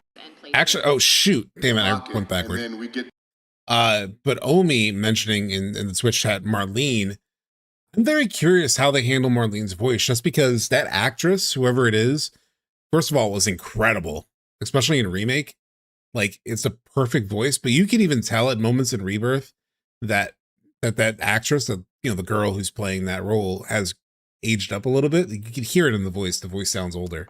So I wonder how they handle that in part 3, because like she's theoretically going to be a lot older than whenever she, at least 3 years older than what she went. Like, can she still strike that sound of like a little girl, or might they even need to recast? I don't know. That's like, because I noticed it a little bit in Rebirth, but you know, I gave it a pass. I just wonder. I wonder. That's hard. That's a hard thing. It's like a hard nuance for like a young actor, especially to like. It was easy for her to do it because it was just her voice when she was a little kid, but to access that when she's a little bit older, that's a lot harder to do. So to play even more because we understand and respect the boundaries of that. Yeah. Yeah, that's incredible. You know, that kind of goes and leads into my next question. As fans, you know, we see the final and finished performance, but there's so much that goes behind the mic. Can you share a piece of like direction that's really stuck with you, that's kind of shaped your process as actors? Ooh, that's hard. One piece of direction? Yeah, a piece of direction or a note that you take that's like, you know, something that you take with you into the booth. From acting background in general? Yeah, that could work. Okay. We met in Vegas, and these questions are tough. You brought it. You straight up brought it. Okay. Thank you. I gotta Normally, we don't need to. wait, what was the question? Like, Hold you on, know, sorry. That's hard. One piece of your process as a piece of like direction that's really stuck with you. That's Oh, kind okay. Of One piece of direction? yeah, a piece of direction. A piece or of note direction that that's stuck with take you. That's like, you know, something that you take with you into the booth. From acting background in general? Yeah, that could work. Okay. We met in Vegas, and these questions are tough. You brought it. You straight up brought it. Okay. Thank you. I gotta Normally, we don't need to screen questions ahead of time. But Oh, I maybe haven't seen that Straight Chocobo. nice ones. Straight Chocobo, can you find that and post a link in chat? And I won't watch it here because we'll go on to NieR next. But like that would be, I'll take a look at it for sure. Like I'll save it to watch later, to maybe even watch on a stream. Think about these things. I went to acting school, and one of the primary takeaways that I still use all the time is everything I learned in like my breathing class, which it sounds so silly to say, like, haven't you been breathing your whole life? Yes, but learning how to use the breath as a mechanism to access emotion is something that I use all the time in the booth. Oftentimes, we don't get to see our script ahead of time. We don't get to see whatever scene we're performing that day. The director will scroll up on the screen, we see the line, and we gotta be ready to go. And so oftentimes, the entire acting moment for that line comes in literally the breath before, and being able to access exactly the right emotion for this context in that single. So now I'm sure they re-record, obviously, like if they miss, but that's really difficult, you know, like you don't know what your character's thinking or gonna say next. It's kind of crazy. I'm sure obviously they work through it and they eventually get it right. Like if you miss it at first, it's not as if like it's a one and done and you never get another chance at it, but that's hard to like have to read it live. I can attest to that, not being a voice actor at all, but like reading text while we're playing FF8, it's like I don't know what the next line is going to be or what it means. So that's but I try to give it something so it's entertaining to watch, and that's hard. something that I take with me every time I act. I love that. What is that? Is that There's meta? a picture of me? Bitches, man. Oh my gosh! Oh, he has the picture glasses. Are you Chadley? Like, what's going on? Are you Shradley? Whoa! Hold on for a minute. On the count of three, y'all say Final Fantasy VII. Oh my One, god. 2, 3. There we go. Yeah. What a dork. That's an ad. My son bought me these glasses. I gotta use them for something. I'm a fanboy. I told you I was a fanboy. Gosh. On the real tip, I'm ready for that. back to the question. You look great. Thank you. I got you. For me, Yeah, the camera glasses are weird. But with him, it feels harmless, right? Like every time I've thought about the picture glasses, the meta, whatever, it just, there's so much of a potential creep factor. But with John, it's just like he's such a dorky dad. And he just did it in the most dorky dad possible way. because I'm Yeah, like, only John Bentley could pull that off. Yeah. we've trained, quite a bit, and even through grad school. But then when I got to Hollywood, they're like, all right, we got to beat all the training out of you, is what they told me, which is very true, is to make it grounded and real. But I took a class with a beautiful woman named Leslie Kahn, and I would suggest that anybody that wants to do film, television, anything, would look her up, because the one thing that stuck with me is she says, "Dare to suck." And that allowed me to be free and take risks. And I would rather be told by a director, pull it back, than to not give them what they want and then some. Because a lot of times, directors and producers sometimes, even writers, they don't know exactly what they want. But when you come in the room and you bring it, then they go, ooh, we didn't even know that was, our words did that. So you honor their words, and you make their words look beautiful, because that is your job as an actor or performer. And so dare to suck, I would say, which is the same thing I would say if anybody is trying to inspire to be in the business, dare to not be afraid. It's, dare to suck. So that's what I would give the advice. Yeah, there is so something that's being said in chat. You guys are talking about the can't wait for the Medeal scene and the reference of like the Cloud, Tifa, and Gaga scene. We talked about, somebody brought that up while we were playing the live stream sequence in OG. Somebody was like, imagine Cody and Britt doing this, like the live stream sequence. I was like, holy shit, dude. Just because like they're both just so good already, but like them, like doing that sequence is gonna be just fucking so good. Look like a nerd with I really look like a man. I feel like I just try to stay as open and as present as possible. I think especially with voiceover work, you don't get the script, especially for like a Final Fantasy at least.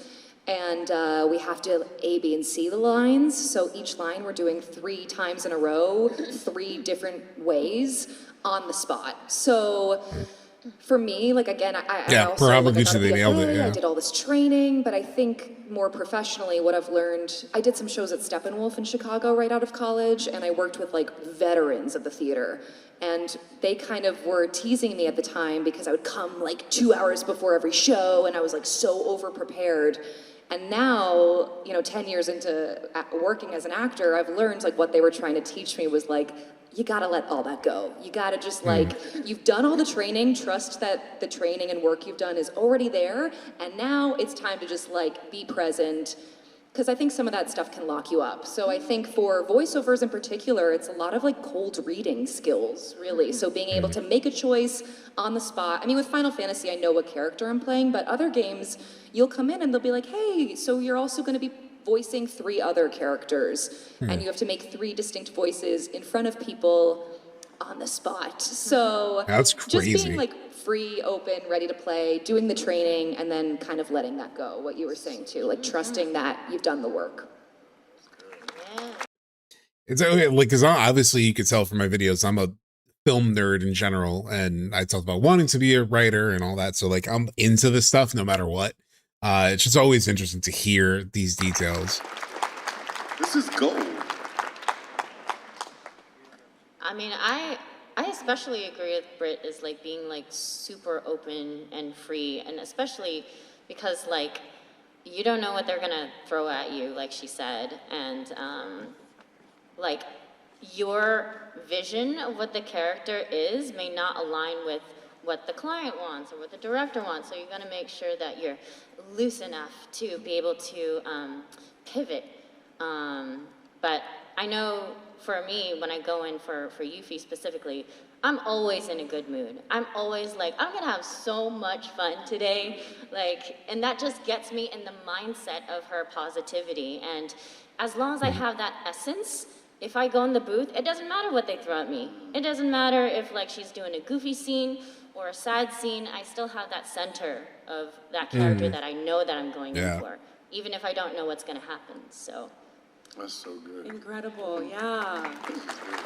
All right, this is the time where I'm gonna open it up to the audience. So audience questions. It's early for audience questions, 15 minutes in. Have you guys ask your questions when you're ready.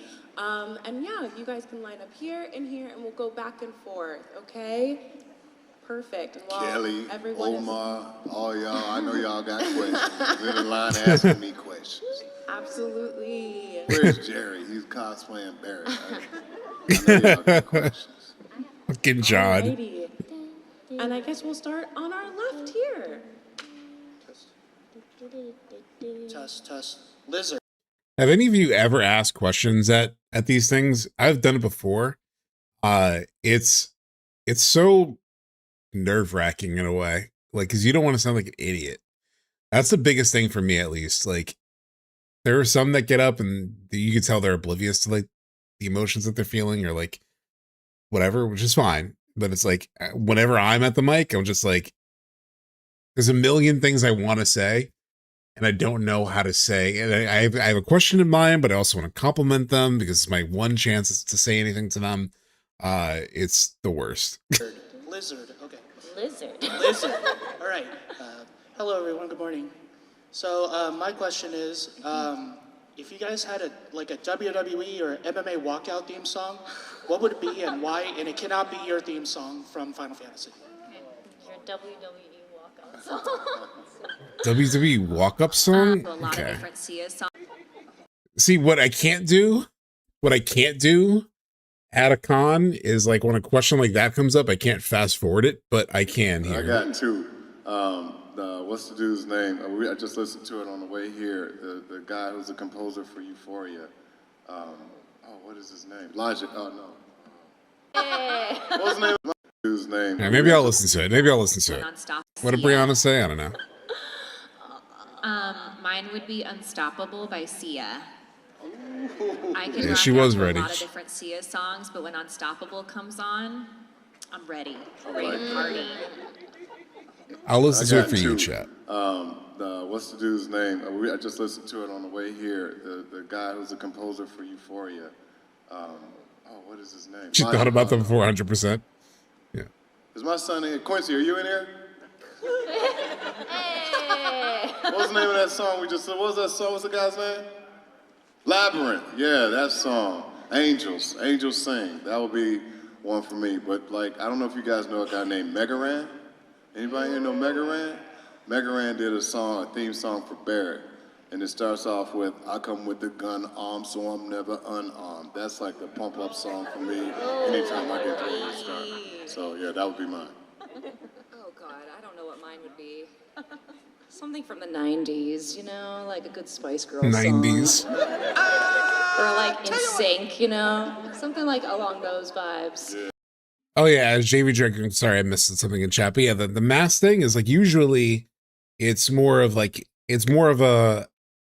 less of like the pandemic era thing where people were, seemingly using it to prevent. It's more for you it's out of respect to like not pass germs. Like if you are currently sick, that's usually what the mask thing is for more than anything else. It's to like, and yeah, during cons, like it's easy to get sick. I mean, the kind of mask that she has is more like, it doesn't look like an N95 because you usually need like more like an N95 and stuff to prevent like incoming germs.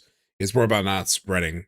Like if you currently have something, that's really what it's more about. Is it for you or for Tifa or like your character? Oh, for Tifa? Shoot, that I don't know, man.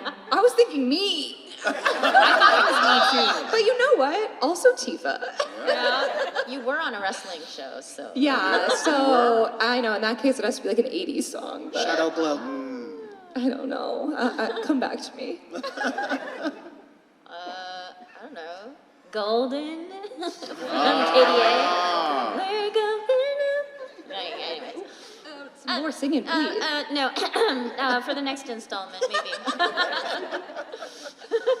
Thank you for your question. Thank you. Thank you. Hi, on this side. What's your favorite moment and why? Oh, it's a kid. In the game? Little Yeah, kid, what's your- favorite moment and why? Oh, that's so hard. There's so many moments. I love your little voice. I just felt it. In my heart, actually. Anything with Marlene is my favorite moment. And then anytime I get to like joke with my fellow friends and my team and Cody when he plays Cloud and Red, we go back and forth. Those are fun times. Yeah. Thank you. You hear that, son?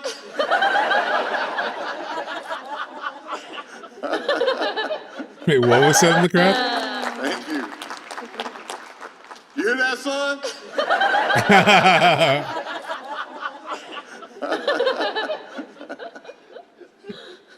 Thank you. It is cute how like a lot of times when you see John at events, like it's not a lot of times, but there have been times where his son, one of his sons is there. And it's so cool to see just how close they For are. your question. Over there on that side. Hi, thank you for your great work in the game, and I'm asking for this little guy right here. What's your favorite chocobo and why? Favorite chocobo? Not Pico. I like the fat chocobo. Fun fact, Yeah. when I was playing through Remake for the first time, the way I defeated Sephiroth He does, was by Monka. summoning the fat chocobo. And that was like the landing blow. And I was like, thank you, fat chocobo.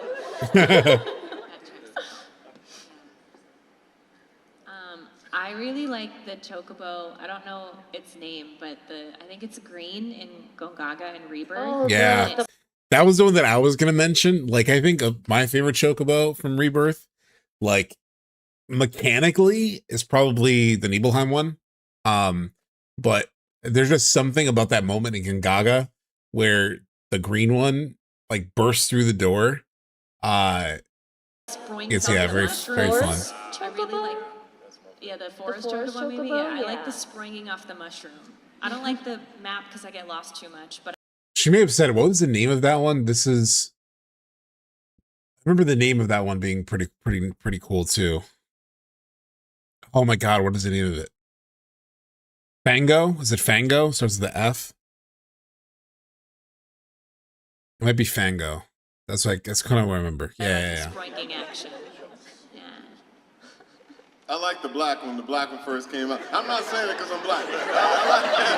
The black one first came out because I had never seen a black chocobo. But on the real tip, I think, is the blue one the one that climbs? No, the blue one is the one with the water. It flies over the water. Yeah, that's the one I like. I really like that one. Come on, John. You played the OG FF7. You've said that before. Way back in the day. You knew a black chocobo. Come on. Because it's pretty to me. Me too. I'm gonna. Maybe John in 1997 didn't do chocobo breeding. That's possible. Say blue. Yeah. Blue one's smooth. It's pretty. Thank you for your answers. Hi, over here. All right, hello. Okay, so here's my question. In your Final Fantasy VII Rebirth character, which world in the Square Enix world would they like to explore? Of All of Square Enix? It could be any Square Enix world, where it can be Kingdom Hearts or any other Final Fantasy NieR. game, or NieR. NieR. Hey, perfect. Perfect for today. Our character could be in it. Kingdom Hearts for This me might be- because I'm a Disney girly.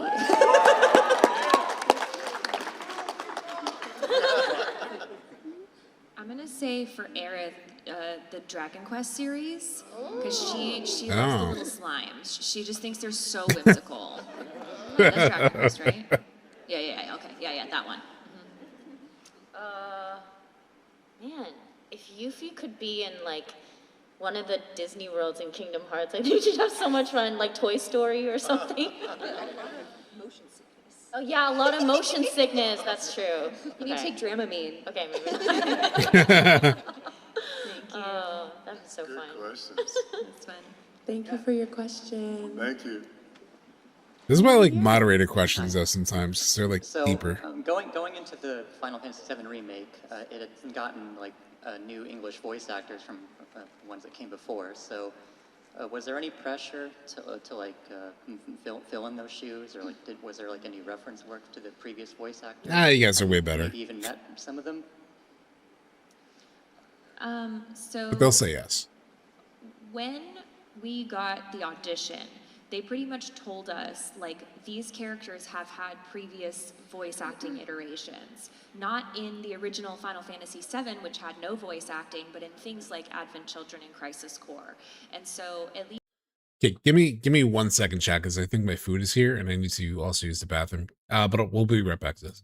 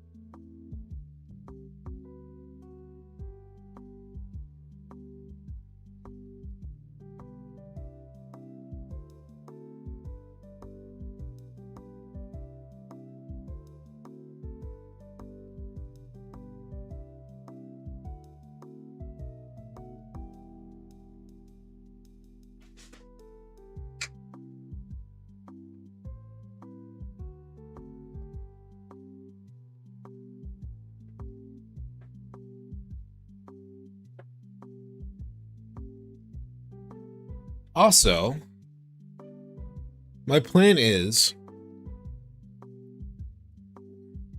so I'm gonna try to ask a spoiler question here, if I remember correctly, which I don't know why they do that when they know they can't say anything. Yeah. So what we'll do is, sorry, let me get back to the screen. I'm gonna eat this food that I have while we watch this.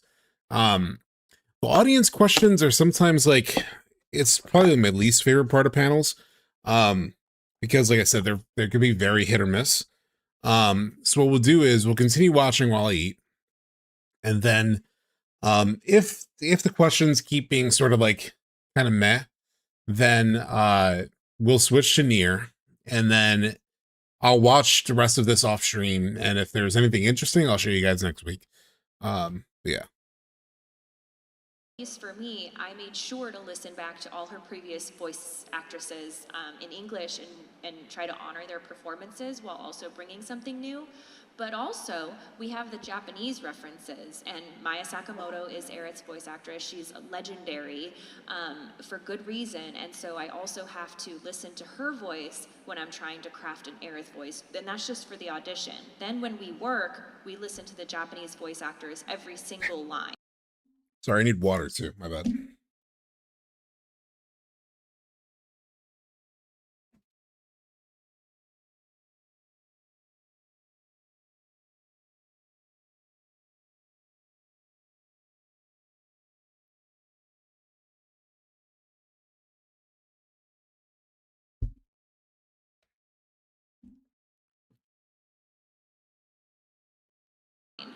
Before we give our version of it. So yeah, I mean, the other voice actors for these characters definitely inform what we do. And yeah, it's a lot of pressure. A lot of big shoes to fill. Bo Billingsley was the original in Advent Children. They didn't give him enough lines in the doggone show, in my opinion. I love Bo, and he's like a mentor. But we were supposed to do Yeah, there isn't much Barrett in Advent Children. By the way, cauliflower chat. I love cauliflower. This has like a little bit of tahini on it. I did a play, and Bo couldn't do it, so I got to meet Bo and study Bo so that I can get the play, the character that was written for him in the play, so I can get it done right. And he came to one of the shows, and I was like, oh my gosh, I hope I did you justice. He said, good job, young man. So when you get to meet your heroes and they turn out to be that unbelievably excellent, then you know it's a beautiful thing. So that was it for me. And also the reference that we have to listen to as well. You can get something from everything as an actor. I think what everyone else has said, but also I had never done like a IP like this where the character had been voiced, so there was a ton of pressure, especially because so many people had grown up playing the game, and everyone has a different idea of like how they want them to sound. So I think initially I was pretty intimidated, but it was such a great lesson for me. It's ironic because like Tifa, I mean Britt, like matches my mental conception of Tifa's voice probably better than any other character. I mean, they're all very good and very like close to what was in my head. But like something about Britt is like, that is like how Tifa like should sound in a way. I think that's why she's cast. Like just hearing her talk regular in her regular voice, it just sounds like, yeah, that's Tifa. That like you hear this as an actor and as a human, like you just have to embrace who you are. You can't like do impressions. Like really, you're hired to bring what you have to a character. And this was like a really, really great time. I think, understood that, because yes, you take all this inspiration, but at the end of the day, I'm like, what's my interpretation too of this? So all these colors, but guided by yourself. But an interesting, definitely, experience as an actor. Yeah. I mean, I think that I didn't feel as much pressure only because I think Yuffie wasn't as fully established as her own character until the remake series. Like, she didn't really fully form on her own. Like, she had her cornerstones of her personality being very perky and very goofy, but there wasn't too much beyond that, so I was very blessed to be able to bring a lot more sides and humanity to her, which was written beautifully in the remakes. So it was, for me, less about drawing inspiration and for me creating that from what I envisioned her character to be. And you know, over time, I felt so blessed to be able to meet her Japanese actress as well, and we became good friends.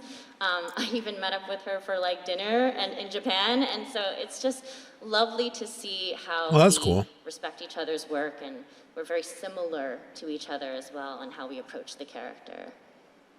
And speaking I think Monka, like the thing for me is like, I guess I felt like Tifa's other voices didn't sound. The other versions of Tifa didn't quite sound right to me, so maybe that's part of why that as a reference didn't like set any bad expectation for me. Hi, over here. Hi, good morning. My question is specifically for Brianna, but anyone can chime in. Brianna, I think, without getting into spoilers, of course. I would never. Yeah. But in the original game, we know what happens to Aerith. But in these games, it's maybe a little bit different, maybe not. Where do you see your character going into the third installment, or what would you like to see your character, maybe a bigger role? Or is this the one you were talking about, Sephiroth? Yeah, she can't answer this. Part 3.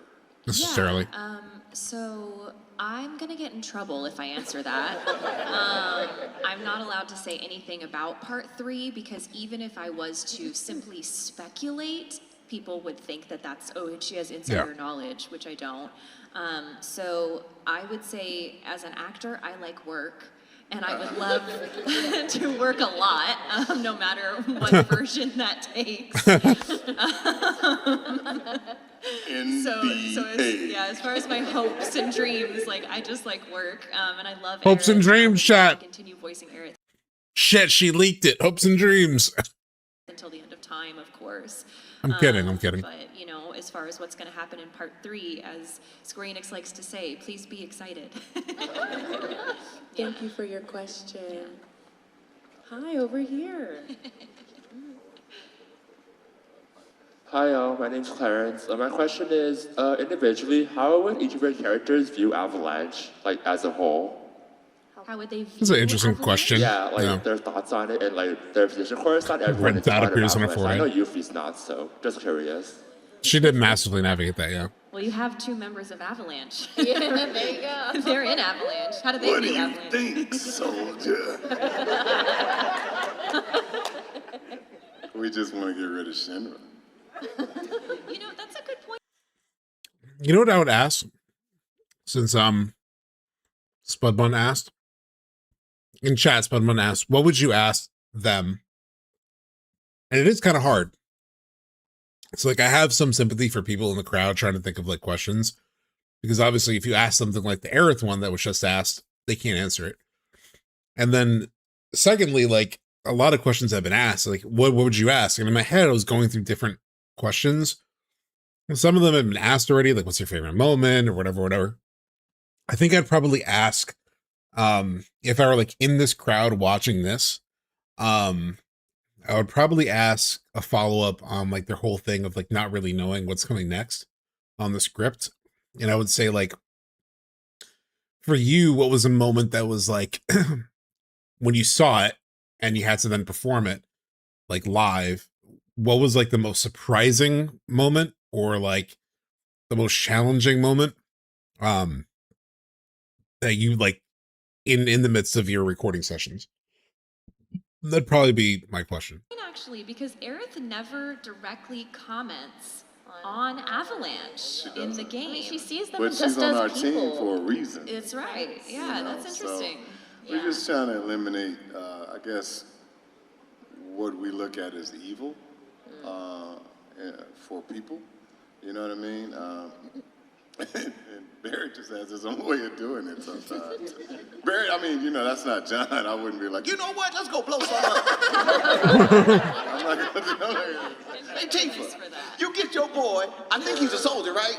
You go get your boy, and we gonna get together. Is this what John's voice sounds like in your head? In my head, yeah. That's a good one, Bum. Who is that?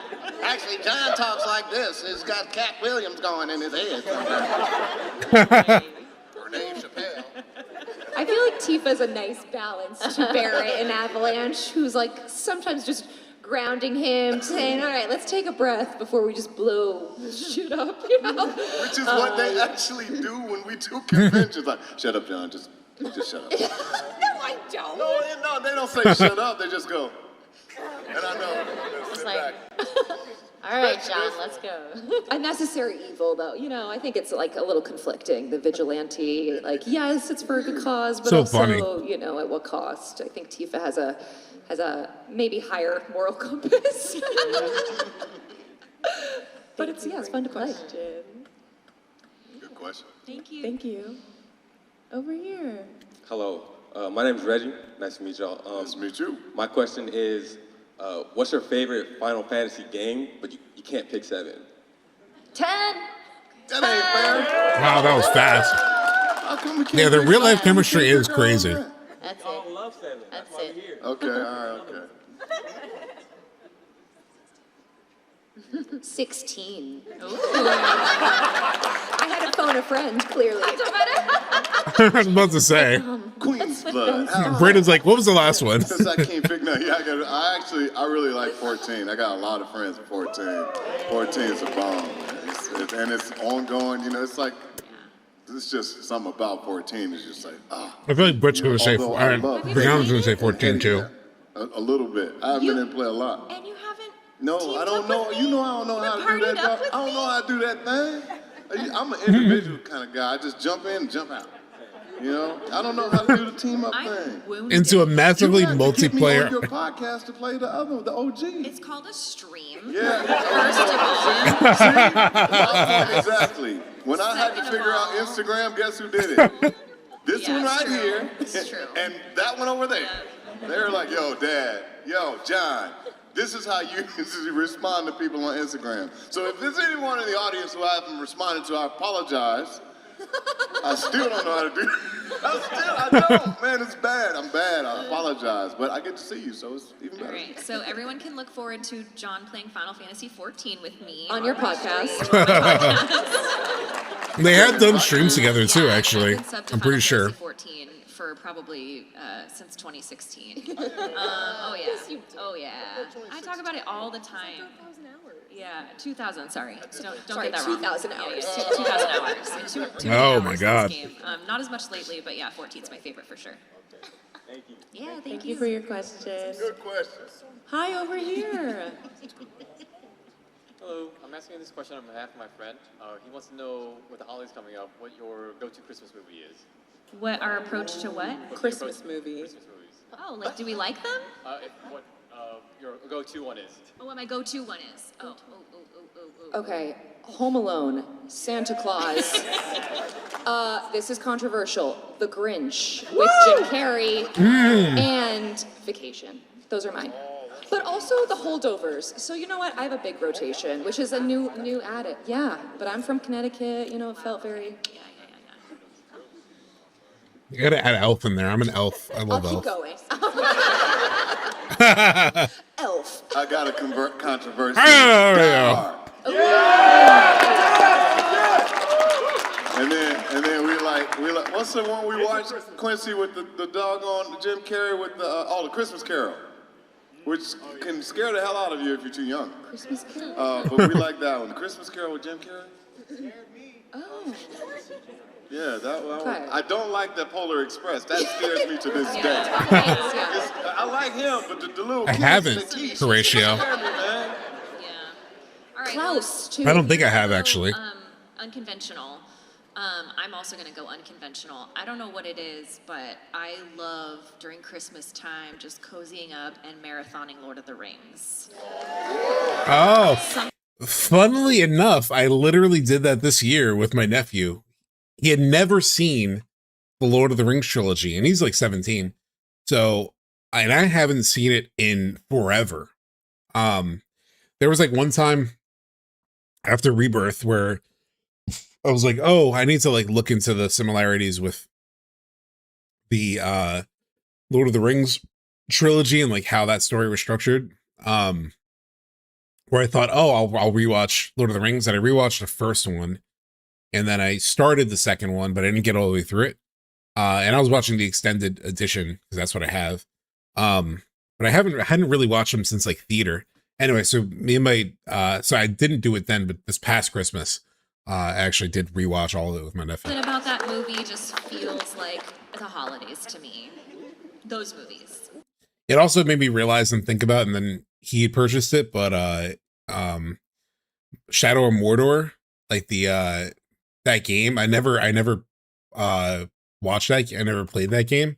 But I knew about the Nemesis system and all that, so we were talking about that, and it was on sale, so I ended up getting it for him. And that game does look cool. I do kind of want to play it. Yeah. Not The Hobbit. Not, yes, specifically Just to not. clarify. Not The Hobbit. Yeah. Christmas movies? I don't really watch movies during Christmas. I think last Christmas I spent all day, every day, playing Stardew Valley instead. I'm more of a gamer during Christmas than a watcher. Oh shit, Susie. Awesome. A question Valid. over here. Hey guys. Is that Aerie? Yeah. Okay. We're almost done. We'll just finish I it. have a performance question for all four of you. Obviously, you are currently playing these characters in the games as we see them go on their journey. But you've also, whether it's in prequel games, whether it's in flashbacks, you've played them at earlier points. So how do you lock into a character at an earlier point in their journey when you kind of know where they're going? Study. You do the research on the character. You study it and you don't play the end. You got to make sure you don't play the reveal. And you got to understand there's a beginning, a middle, and an end. And it's your job as an actor to play the beginning and the middle and the end, because that's what you want the audience to go on with you. Now, having said that, seeing how we get scripts that are out of order, you have to know what you're doing in order to play the beginning, the middle, and the end. So you research, okay, where is Midgar? Where is Corral? Where is, you know what I mean? So you study your character, which is what Breezy was talking about. You got to know, if you don't know the ground of the greats who laid the ground, then you got to, you know, not necessarily them, but the character, you know what I mean, and the storyline, then you're not going to take the audience on the ride with you. You know what I mean?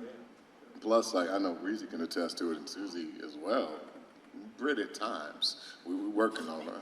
We are like fanboys and fangirls of video games and of the genre of entertainment. I mean, you're talking about Glow. I'm sitting next to Glow. You know what I'm saying? So it's like you got to know what is happening within your world of work. You know what I'm saying? So I think that's how you prep, you know. And that's a great question, especially because I know you're up and coming, and I can't wait till I go to a panel and see you up here.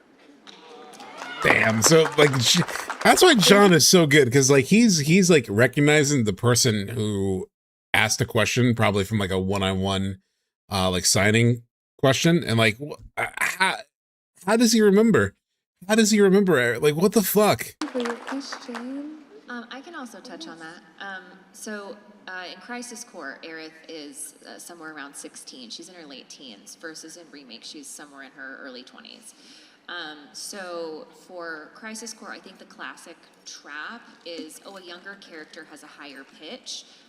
We really tried to avoid that, and that's something I worked on with the director when we went in for the very first session. And as it turns out, the writing really helps it as well. So she's he really is so present. Like, more naive and questioning and less sure of herself. She doesn't tease as much. So just embracing kind of like a softer voice quality rather than lowering or hiring her pitch and making her sound like a little kid. We really tried to avoid that classic pitfall. Yeah, thank God. Thank God.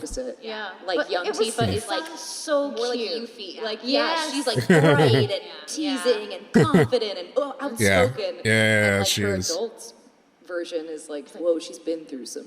Yeah. She's seen some trauma. Yeah, she's carrying more weight. Yeah, She became an adult. Yeah. That's why I love that water tower picture so much. It's so real. It's just a beautiful print that you have, and it's real. Thank you.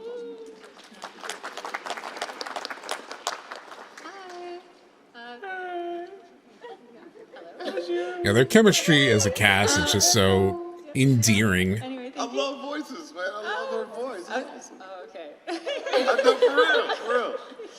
Well, thank you for all of your voices and bringing these characters to life. My question actually is, do you have a favorite song or theme from the Rebirth soundtrack? Oh. Rebirth specifically, not Remake? Actually, Remake too, yeah. Okay. Hip Hop to Choke. Oh, that could be cool, Red Mage, yeah. I can't help but dance. Hip Hop I'm to not good Chocobo. at dancing. It's embarrassing for everyone to witness, but I just can't help it. It's so fun. One of them's got to say Bow Wow Wow. Flowers in the church. Oh. The Happy Turtle metal song. Yeah, Yuffie, I yeah. noticed when you played it, it played so loud. Yes. Oh, yeah. So loud. Because you needed to go hardcore to beat those Yeah. Was that not Yeah. I was like, whoa, when I first played it. It was so cool, so awesome. Also, the orchestra tours. If anyone keep your eye out, it was pretty incredible. I saw the remake one and I was really blown away. So Yeah. I hope they do it for part 3. Yuffie gets it, yeah. Remake orchestra? It was a long time ago. It was like 6 years ago. Tifa's theme, so nice. Tifa's theme. But I would say, make sure you play through the game before you go to the orchestra, because they Yes. play videos in the background and they have Oh, yeah. For spoilers. Yeah. So yeah, that's my pro tip. That's my pro tip.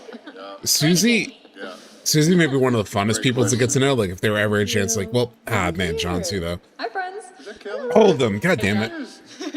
My question for you guys, is there a moment in your career that has stuck out with you in terms of like a moment with someone else that was either exciting or humbling? Maybe it was a fan, and John, you can't say me. What was the last part? You can't say me, John. Yeah, so we have a lot of, we've been doing a lot of these cons the past, since Rebirth came out, basically. I think most of us have been at least one a month. So we've met so many people in the Final Fantasy community that have humbled us. It's been so special to hear the stories of how much people love the game and how much the game connects them to each other.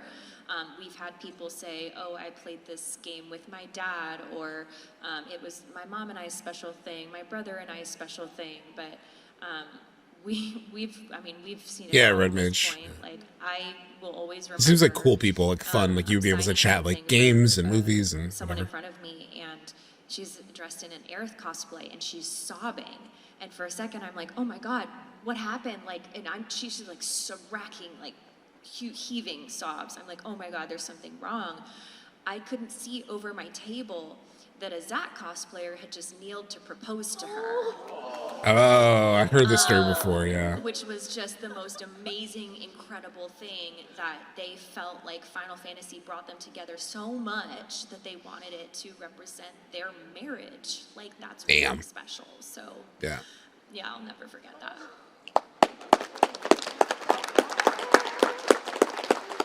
Yeah, that's crazy. John's like, how do I follow that? You go. Don't go too deep, John. Okay, Don't go too deep. So I didn't realize that the game platform was gonna have us meet people, especially during COVID, who would come up and say, hey, you know, I was contemplating taking myself out of this world, and we played the game, and I'm good to go. I'm good. You know, your character, you guys as an ensemble brought me through a tough time. We had a group yesterday come up, 2 brothers, and they said you helped us through a time that our dad wasn't around. And then yesterday we had like 6 or 7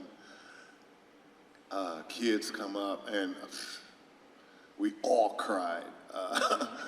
And they shared their hearts, and so whenever I get to meet y'all like that, it blows me out of the water. And it's not just humbling, like Breezy said, it's not just humbling, but it's like an honor that you would know that it's a safe space to come and talk to us and share those things with us, because, you know, I always look at it as a God moment.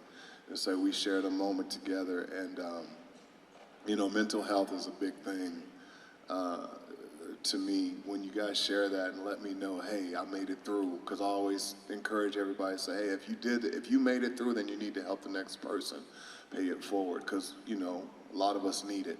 So those are the moments that just, I'll never forget them, ever.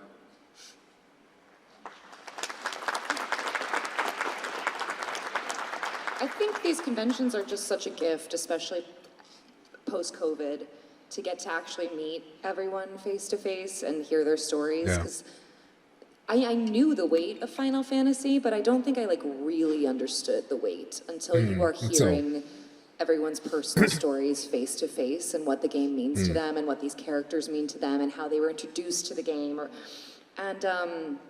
Sometimes in the moment, I feel like it really hits me like after a convention, where like you take this in, and then it like sits somewhere inside me, and then when I'm like alone in the car, or like, you know, getting ready for bed, and it's just like I'm my normal self, it's like, wow, it's like truly an honor of a lifetime to get to voice this character and be a part of this kind of story that has like meant so much to so many people, and to hear everyone's different path has been like so amazing. And I don't think I didn't really fully understand until getting to meet all of you. So truly like the greatest joy of my life. Even that, to some extent, is like, that behavior is almost Tifa coded in a way, right? Just like taking in the information, right? And just like almost like not being able to comment on it in the moment or whatever, just like thinking on it and reflecting on it, and then the impact, it just is sort of similar to how Tifa also contains things a bit, you know, before expressing them. It's kind of interesting. Very Tifa, yeah, just process it. Besides my dog. Yeah, I mean, Final Fantasy VII has been around since '97. It's crazy. So literally over, like about 20 years or so. Almost. Yeah, oh my God, I can't even count in terms of years right now, but that just goes to show. 30 years. Oh my. And that's the Michigan difference.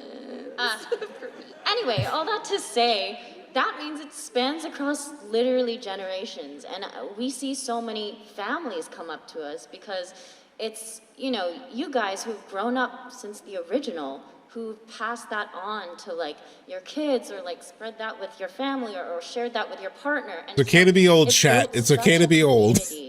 generational That's what I'm taking community from that's this. so special and unique to specifically this.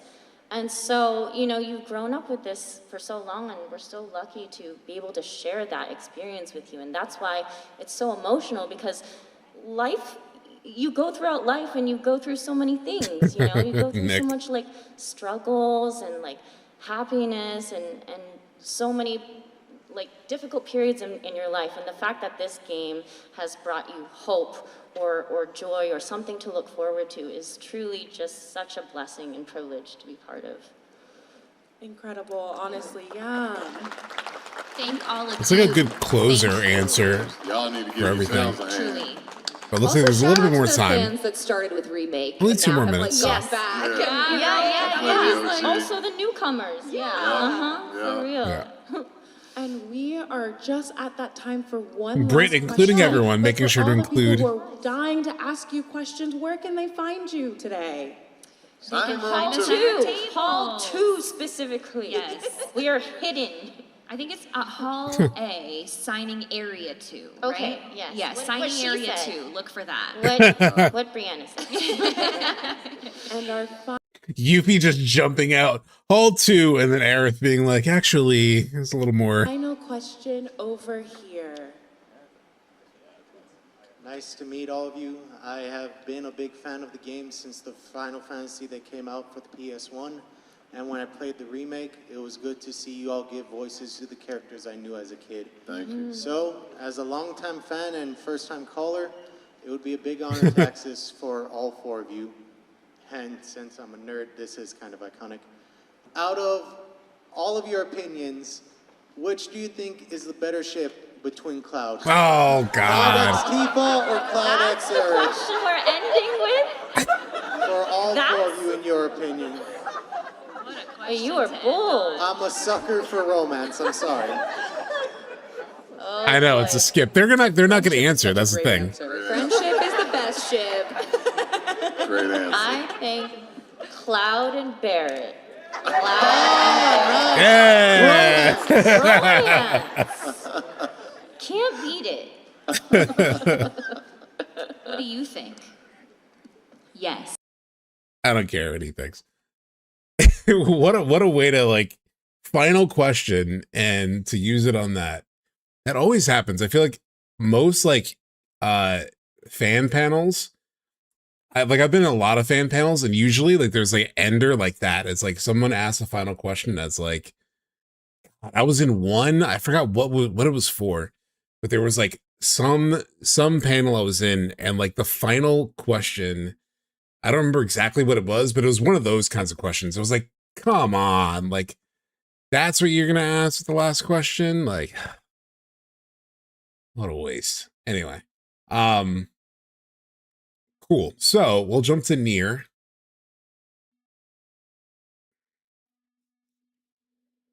Next set, part 3 starts with Barren and Cloud kissing. Suck the air out of the room. Yeah, you could hear it. You could like audibly hear the groan. All right, let's see. NieR Replicant.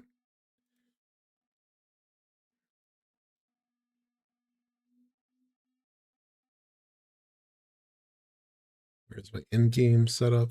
Here we go. I can't remember if I want to cover it top left or not. Oh yeah, the Susie interview. Hold on. We're not going to watch it, but I just want to save it. Hi, I'm... Okay.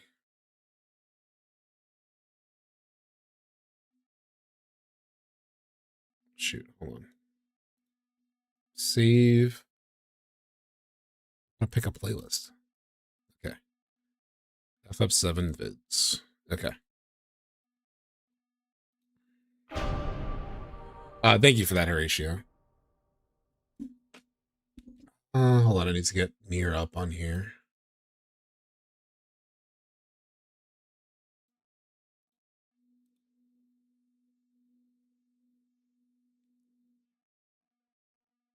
Here? There it is. Transform, fit the screen. Oh, and let me update my Twitch category. Actually, let me also run to the bathroom just because it's probably a good idea. Get it out of the way. I'll be right back, chat.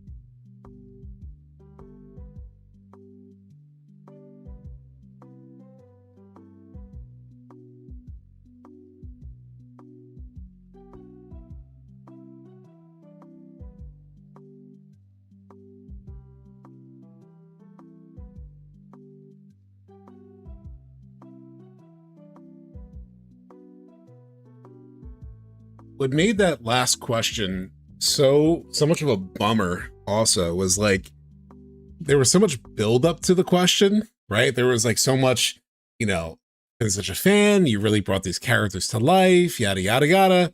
And like I was expecting it to build up to like, so what do you hope, you know, fans feel at the end of, you know, the trilogy, or, you know, what do you like, something like that, you know? And then for just to be that, it's like, really? Okay.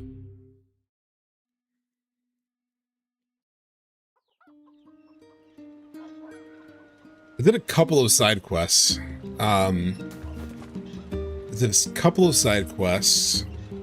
I think that's what it was, Sephiroth, because you're saying, and the fact that they already touched on that earlier. That's what it was. I was at a panel. I forgot what it was for. Hold on, let me bring the music down a little bit. Or it might be good for you, but it might just be loud for me. And I was on some panel, well, not on the panel, but I was watching a panel in person, and the person asked something that was like, it was something that was basically already asked and answered earlier in the panel, and it's like, dude, weren't you paying attention? Weren't you paying attention? Like, we talked about this already. You wasted the last question. Oh, actually, I remember exactly what it was.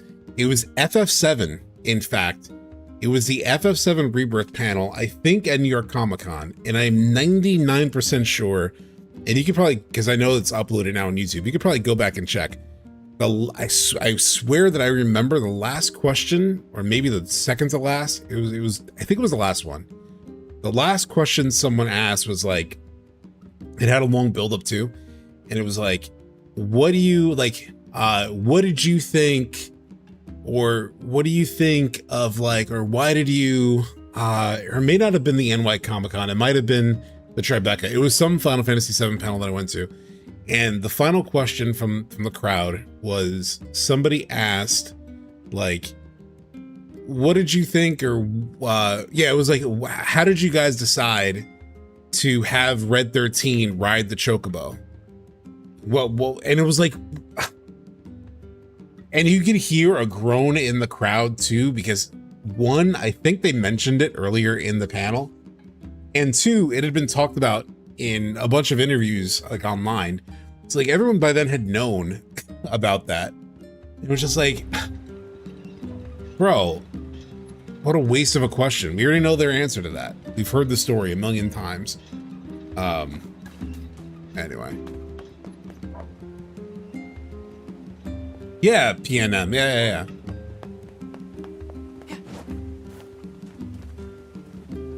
What am I doing? Let's go to the Aerie. Yeah, so my next, oh shit, I forgot to show you guys a couple things. Damn it, hold on.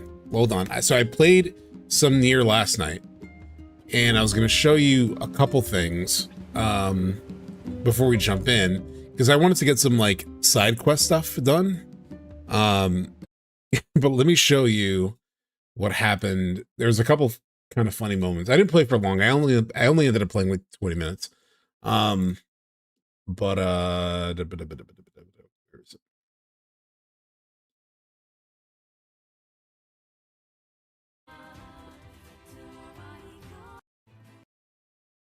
So I played a little bit last night. I was just doing like side quest stuff.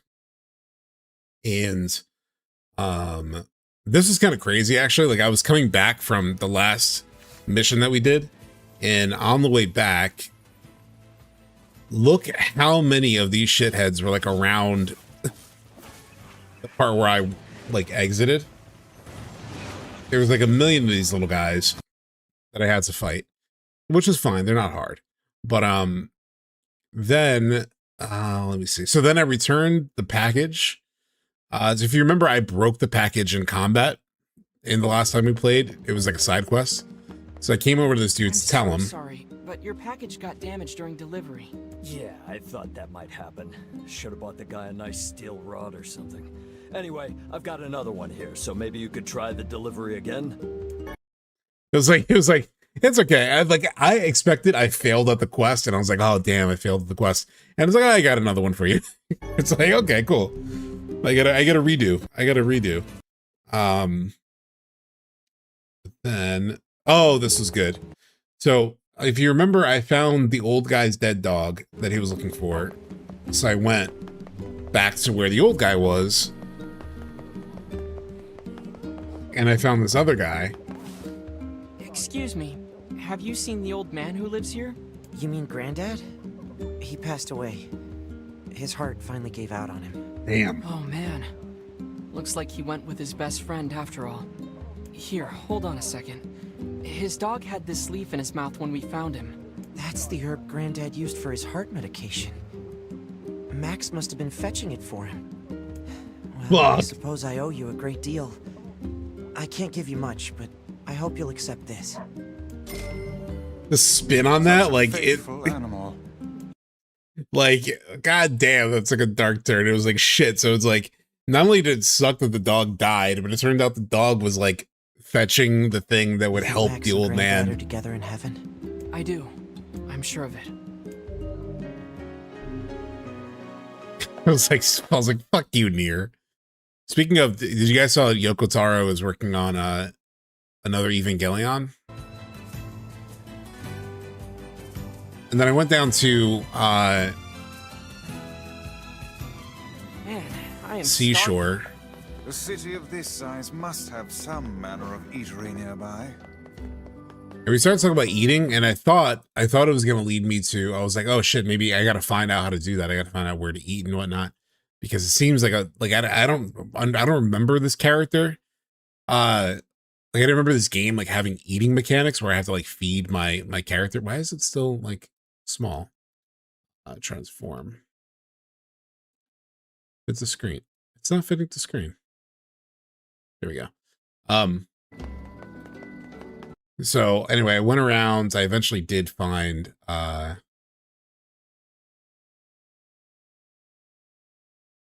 place to here. The tavern. Hold on. Getting the ingredients. Hey there. Any specials on the menu today? Well, we have a local special, but lately I've had trouble Vision getting for his Eva? Has he like outlined what he's gonna do with Eva? ingredients. It's pretty much all anyone here wants to eat. So if we don't secure a better supply, my business is gonna go under. So I have to help them get the signature dish. Want me to find the ingredients? Would you? Oh, thank you so much. I need 10 medicinal herbs, 10 bags of wheat, and 10 sardines. If you can find all that. And I think the sardines I need a fish, because I talked to the fishing guy and he said if you could fish for sardines. Have a drink. The mug will never leave you for another man. I gave my girl all these presents, and she left me for another guy anyway. Now my heart and my pocketbook are broken. Both of these guys got cheated on, which is kind of hilarious. So then I got some more. I got another fishing quest. What else happened?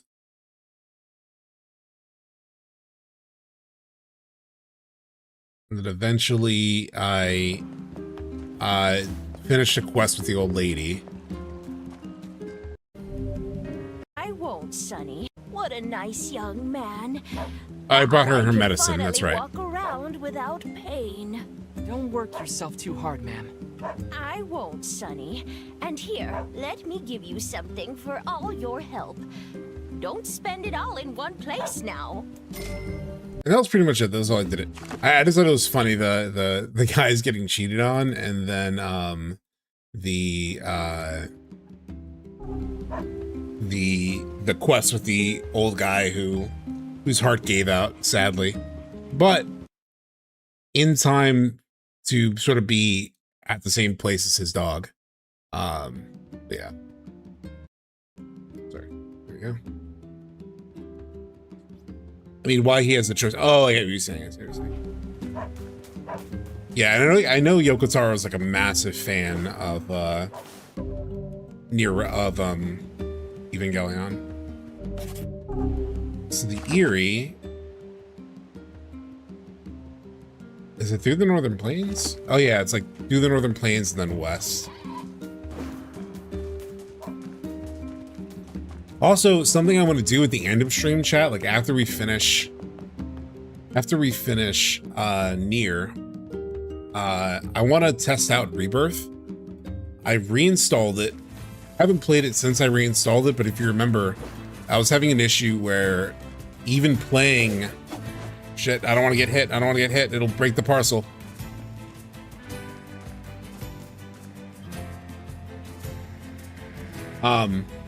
Where like Rebirth is crashing my OBS anytime I try to do anything. So I am going to try to, at the end of this stream, I'm going to load up Rebirth and play a little bit. I actually haven't loaded it up since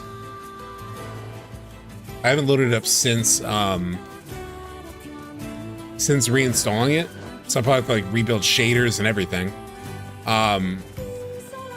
But I want to try it out and see if it crashes stream again, because that was the problem. Every time I loaded Rebirth, it would crash OBS. And I think it's because it might have been because of a performance mod that I added. So I'm hoping to fix that. Part 3 news is being worked on alright, and it continues to make progress, yeah.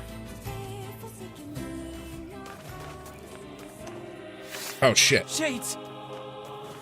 The hell are you doing here? We thought you could use I'm gonna have to help.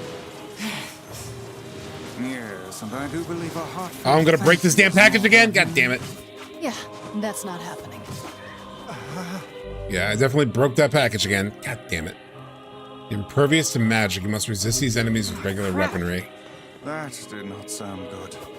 I think we broke something. Well, Yeah, but I broke it again, chat. I'm finishing the delivery now.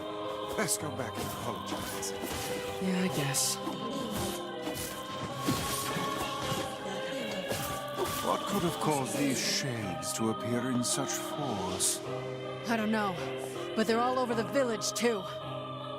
Then we need to go help. We might be able to find a sealed verse while we're at it. I don't know if I'm ever gonna deliver that parcel at this point. Oh shit, is she with me? Oh shit, Kaine's with me. Oh shit.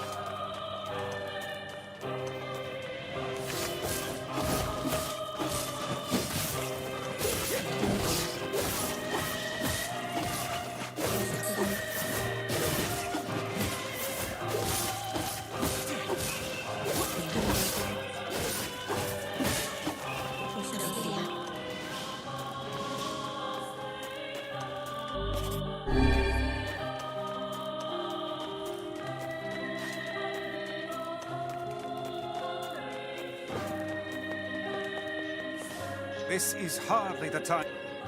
Okay, god damn it. It makes sense that it won't let me save, but damn you. Shit. Oh shit. This is, I think this is the picture from my thumbnail. Oh shit.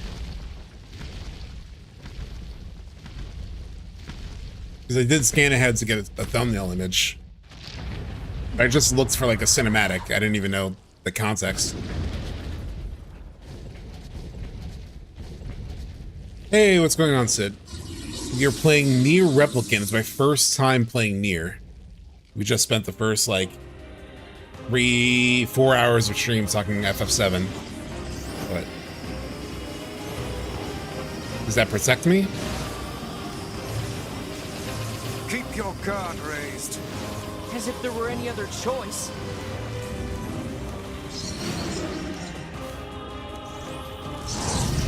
Rot in hell, you Ah, fucking shit. asshole. Oh, god damn it. Did you just say what I think you said? Oh, wow. Yeah, I did not expect the cursing. Although it is Laura Bailey, so it does make some sense. Hold on. Shit. I want a different magic ability. Goddamn eyes, piss in the sockets. Okay, holy shit. I have never heard such a thing. Kaine struts. You must hurry.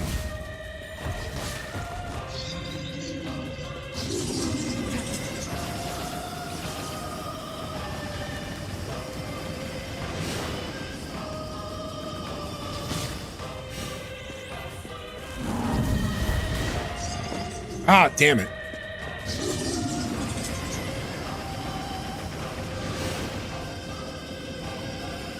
Come on, form it. There we go.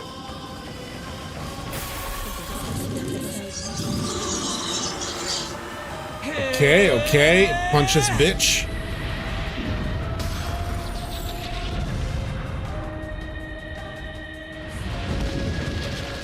Oh no, there's people in there.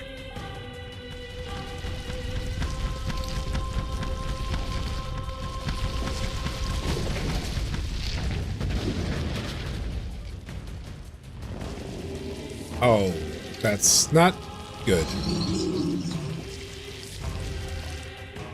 I'll take care of the big one. You worry about the rest.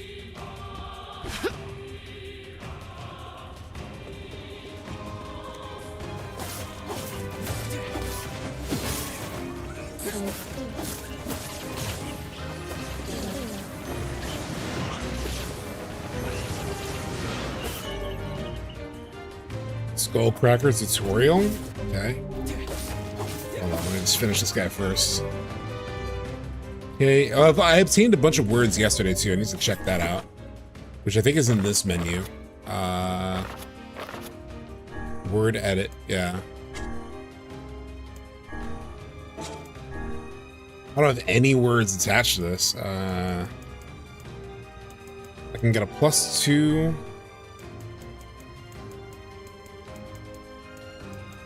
-2, that kind of sucks. Alright, nothing else for that. What about Darklands? Anything helpful? Another +2 with Geb.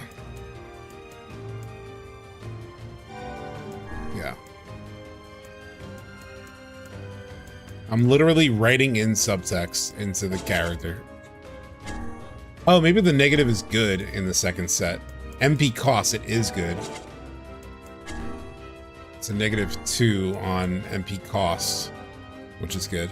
By the way, for all game endings, you need all weapons. You have a guide. I do not. Do not. But I will accept backseating for things like that. Get out, half-breed. You brought me safe here. Don't want you. Just leave us in peace. Not the friendliest town in the world, is it? Disgust me. You disgust us all. Don't you dare call yourself human. Get out! Get out of our village! What is wrong with you people? She's trying to help you. Don't defend me.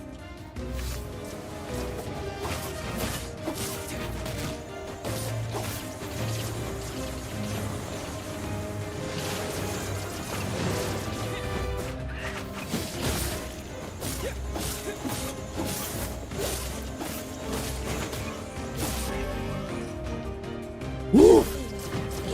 It's pretty fun. It's pretty fun. Ah, shit.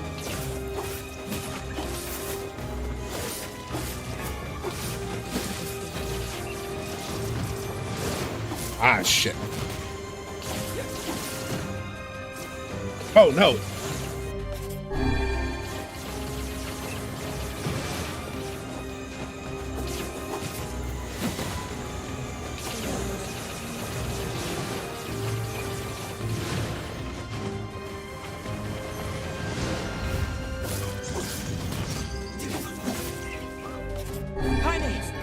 keep you.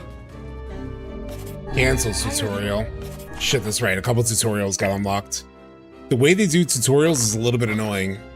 Because they just drop tutorials randomly. I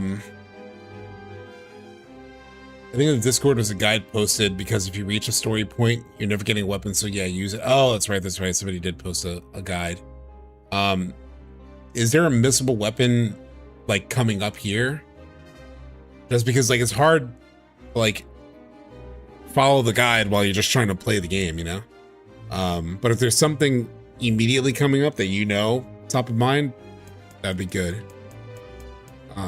If not, worst case scenario, I'll beat this boss. And then I can check the guide and I have a save point right before this, so if I need to come back for some reason and do it again, that's fine. Skullcracker was one of the ones. Oh, I've been doing this, okay. Cancels. Press L2 to recover quickly when blown back by an enemy. Oh, okay. That's good to know. People saying such horrible things about you. Whatever. It's all true anyway. What is that thing it's holding? It appears to be spewing them from within. Well, whatever it is, we need to take it out first.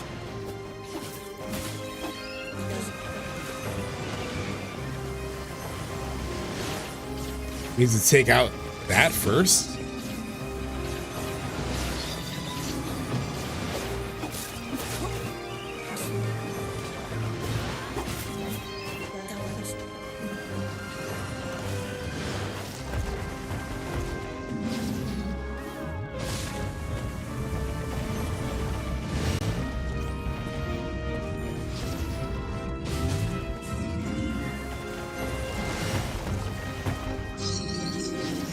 Come on.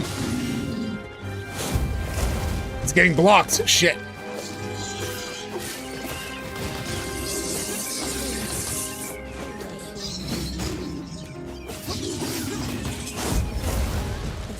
Ah, shit.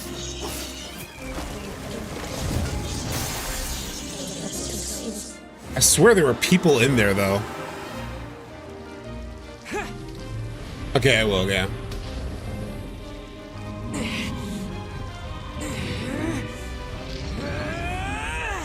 I mean, I assume there were people in there because those are the houses from earlier.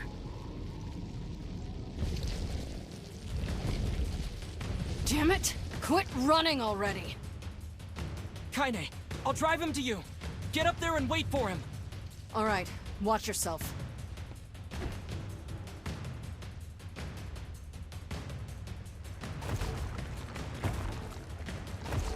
How am I doing on healing? Oh, am I?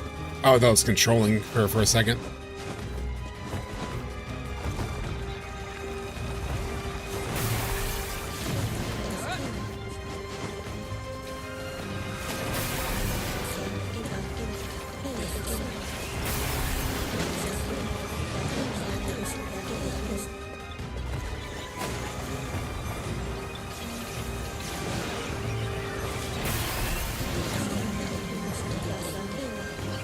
Don't let it get away.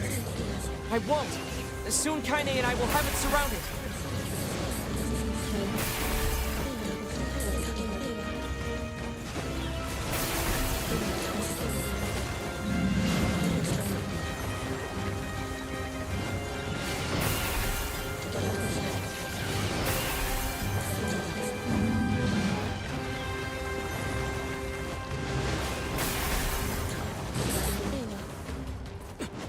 I don't need to kill them. I don't think I need to take those out. But maybe I do.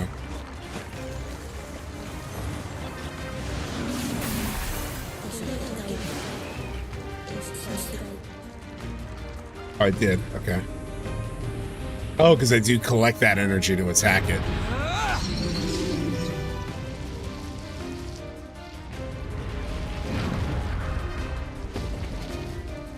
NieR, yeah, Mr. Hipshot. First playthrough. And we're finally getting into some shit.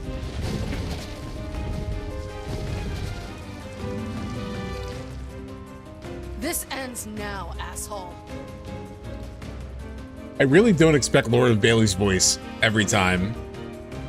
There's just something unexpected about. Right. Oh shit.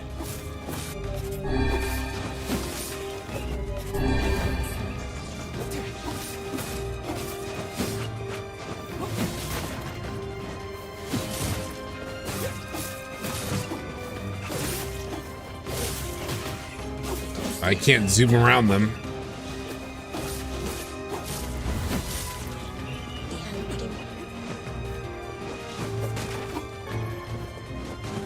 Definitely need orbs because I've been going through them.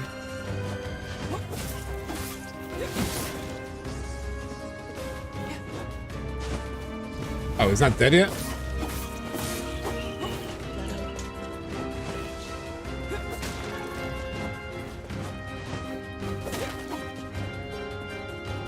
Okay. There's something up here, though? Or just more herbs and stuff? No. Okay.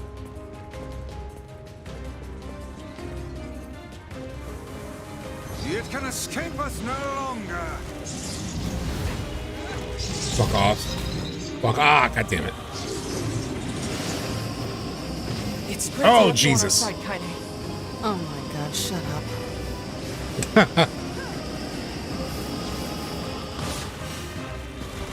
Look, just try and keep up, okay?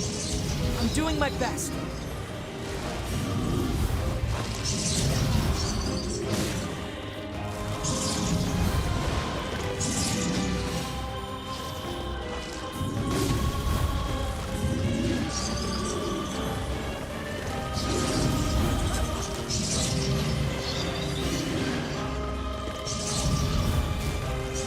Ah, shit. Damn it.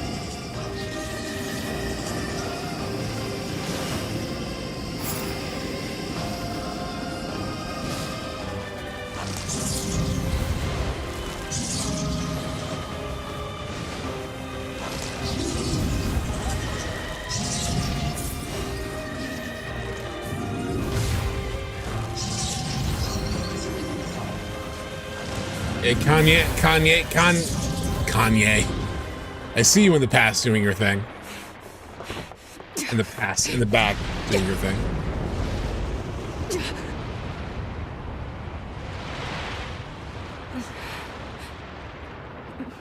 Kaine. I have to get used to that. I'm gonna keep saying Kanye by mistake.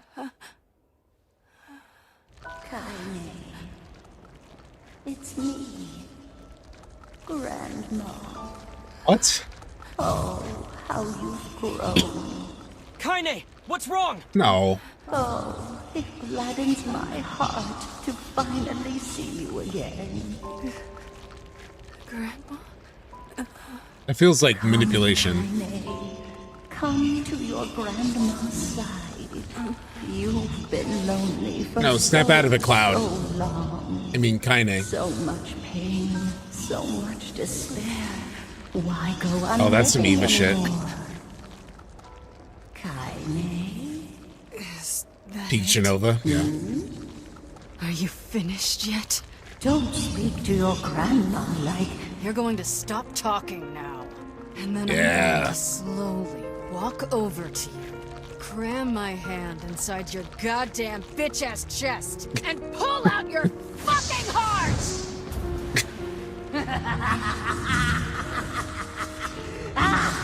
Pete Genova? Exactly.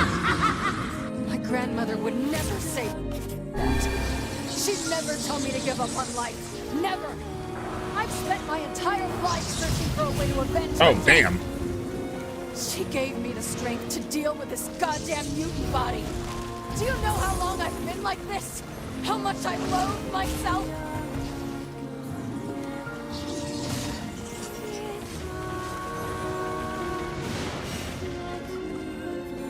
I'm taking the other foot now because I never attacked it.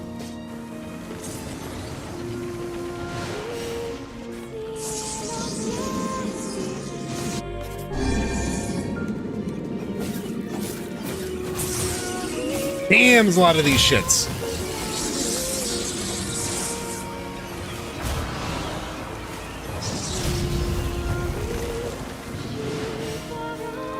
Mounting a last desperate offensive, I see. That attack's bad news.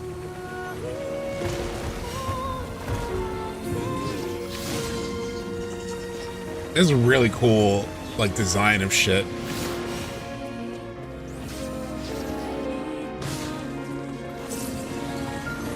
Can I do more damage at the top? I feel like I won't. Maybe I will, actually.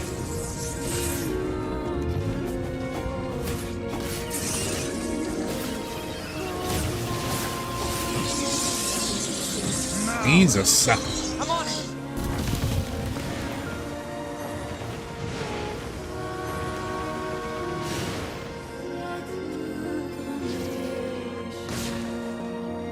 How can the beast still stand? Damn, it's still up. Oh, I regained some health too. Fuck.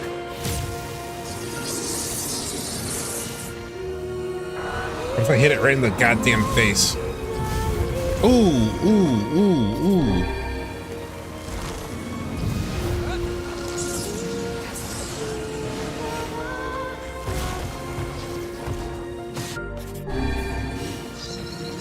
This is the first battle that's like really given me some reason to use my my medicinal herbs. I've been like doing it. I've been like handling all these fights pretty well for the most part. This is the first one that's kind of pushed me a little bit.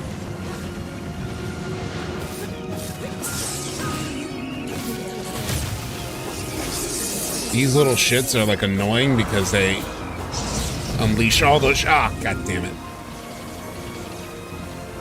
They unleash the orbs. Ah, come on.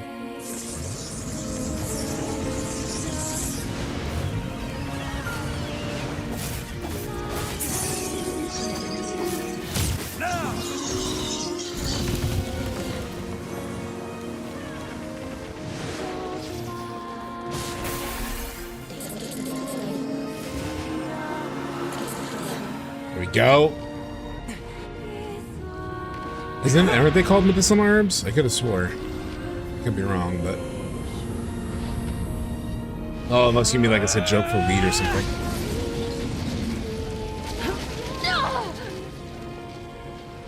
Oh shit.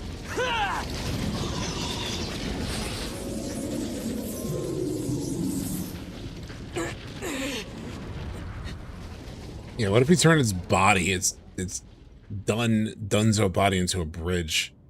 Because it just broke our bridge. Can we fly? Is that an ability I just unlocked? Oh shit. I think she intends to perish where she lies. And in truth, perhaps death is the greatest comfort we can offer her. That's not your decision. You don't get to decide who lives and who dies.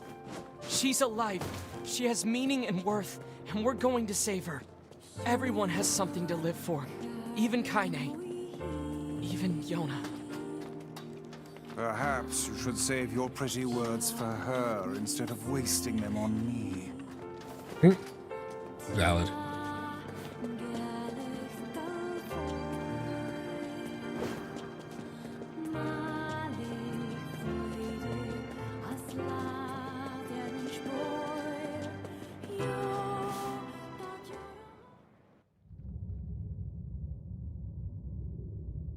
Oh shit. Okay. We're getting an FF15 cutscene. Grandma, can I rest now? I'm so tired. No. No. Even though you are dressed for bed, to be honest. Kaine, over here! Don't give up! You're stronger than that! Don't you dare give up now! This woman is more trouble than she's worth. Shut the fuck up, Grimoire. That's it. Come on! You're going to live, Kaine! Live. What for? What? I see the Eva stuff now. I had my revenge. And now it's over. Oh, now, see here. This is rich. Vice? We helped you in some mad quest for vengeance, and now you think to bid us adieu? How can a fighter so skilled be cursed with such a thick head? A true warrior would fight. They would give all in the service of their friends. Friends? That's right. He's right. Kaine, we're friends now. See here, that was hardly the point. Okay, then what is the point? Kaine, we need your help. Will you fight with us? Fool, you cannot simply ask her outright. There is a proper order to these matters. One must ease into the topic with carefully considered words before commencing Cram it, negotiations. Book? How dare you? I am Grimoire Vice, wielder of arcane... Vice, then. Do not abbreviate my name. You're an ass. But you're right. I can't just live for revenge. You mean... you're coming with us? Damn right she is. These swords of mine need a true home. But you'll do for now. I kept trying to picture that cutscene with the dad character of the protagonist. I can't even imagine it. Just like tonally, it feels better to have a younger protagonist with like who's filled with optimism. You know what I mean? Like it fits this character, which I know is the original Japanese. But in my head during that cutscene, I was trying to picture what it would look like with the older Papa NieR. Yeah, Papa NieR does not work in that scene. I would imagine that's what it was like. It's one of the goofiest in the games. Exactly. Like I just can't even picture it. If you have a link, Mr. Hipshot, I don't know if YouTube accepts links right now. I don't know if you're in the Discord. If you can post a link into YouTube, I don't know if you can or not. If you can, and you could find that cutscene with Papa NieR, I would be super intrigued to watch it. A 40-year-old dude saying, "We're friends, Kaine, friends." Yeah, yeah. That's exactly what was going through my head. Dark Phantasm, dispatch a magical doppelganger to attack nearby enemies. Charge to increase attack range. That's cool. So, Black Scroll got your sister, huh? Yeah, and we need the sealed verses to cure her. Gotcha. What is it? Well, I'm not sure if this will help, but I know a guy who has the same disease. He's a king, actually, and his kingdom has been trying to find a cure for a while. It's possible they may have something. You think they may have discovered a cure? Because we're about to go on an adventure. It's possible. I didn't say it happened. Anyway, the place is called Facade. It's deep within the desert. We should go check it out. If nothing else, we might be able to find some clues there. Indeed. And if this proves successful, it would certainly make our task a good deal easier. Alright, but first, Kaine, will you actually come with me to do some bullshit? Okay, Mr. Upshot. The link is pinned up at the top of the YouTube.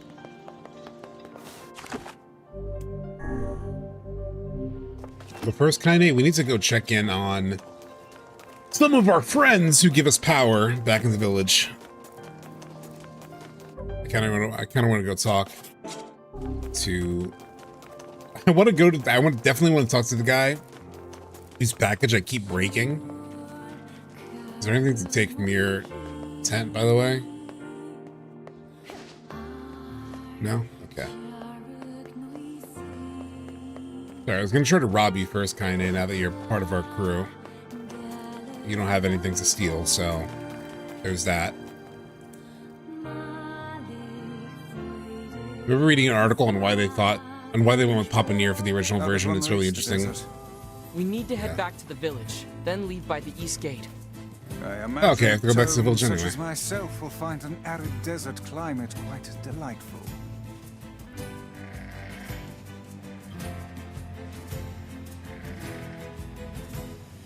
Well, from what I heard about the pop in NieR, I mean, I'm sure there's more detail in what you're talking about, but from what I heard, they did it because they thought it might land better with Western audiences. And again, it's just another example of like how that has almost never worked.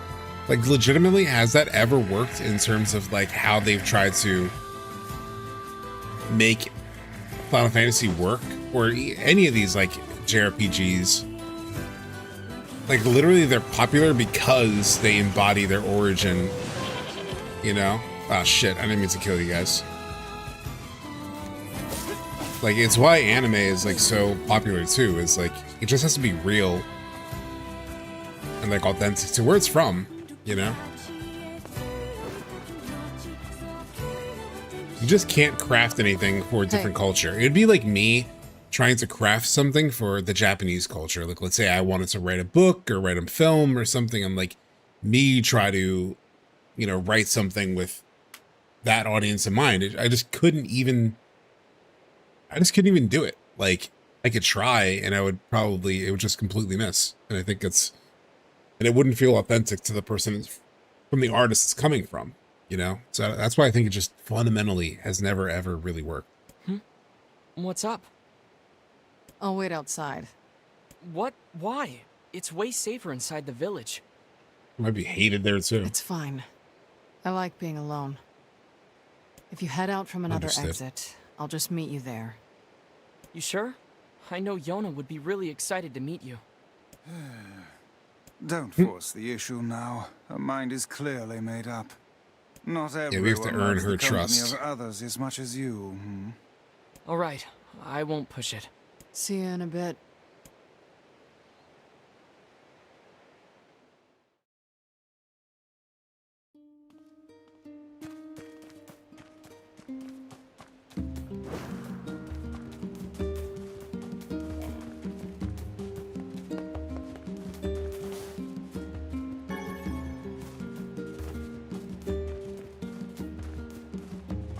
Oh, wait. First I want to talk to the guy at the gate, because he had the package that I ruined again.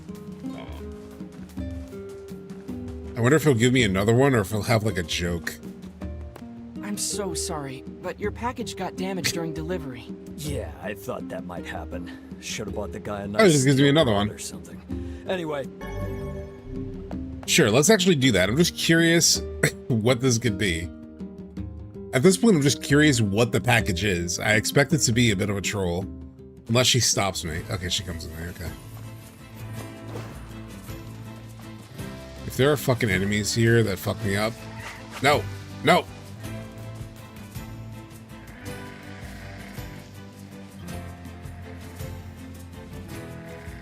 Maybe I should ask Cloud to deliver it. Yeah, Stripe delivery service, please.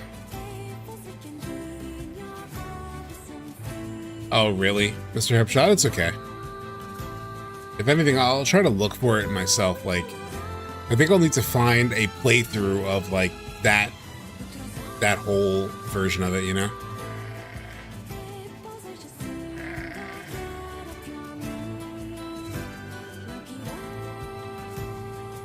But if one of you finds the clip and you have Twitch, you could definitely post links in Twitch. I don't know why it doesn't let you in YouTube. I guess I'll have to look up the permissions.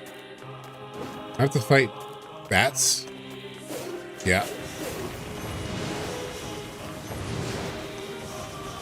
Fucking bats get in the way of me delivering this package. I'll be pissed. Get off me.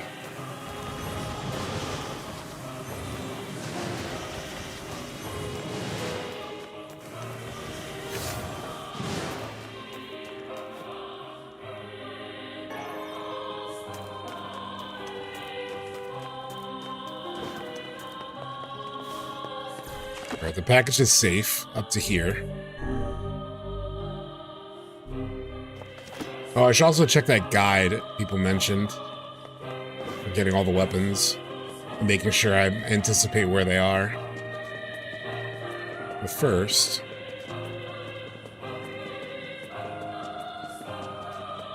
see if I can deliver this package. I don't know which building it would be to.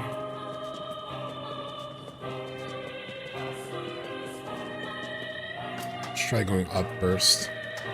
There's a bunch of living areas here. Oh, you found the interview? Yeah, if you could post that too. It's over. It's all over. Well, there's some good storytelling here too. Poor girl. I thought you all hated her. I saved the village. Okay, now you forgive her, I guess.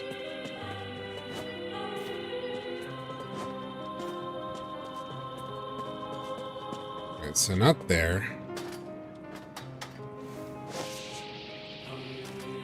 Okay, I could probably Google that later.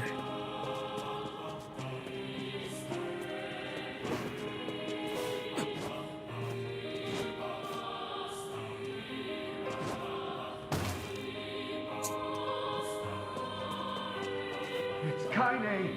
That fiend lured the shade here! If only we possessed half the courage that Kaine has shown.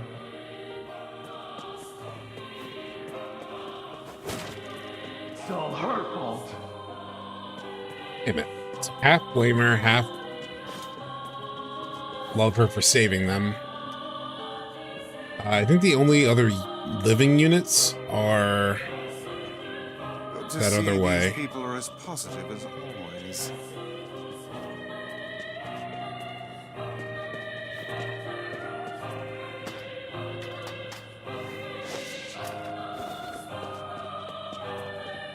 Fighting with the Los Angeles studio about the design of Boy NieR. Interesting.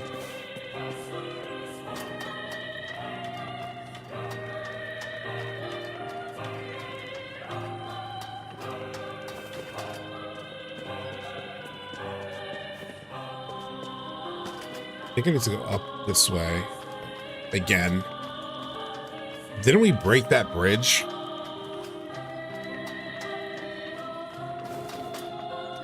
Oh, okay, cool. I'll check that out. It's in the Discord you posted it?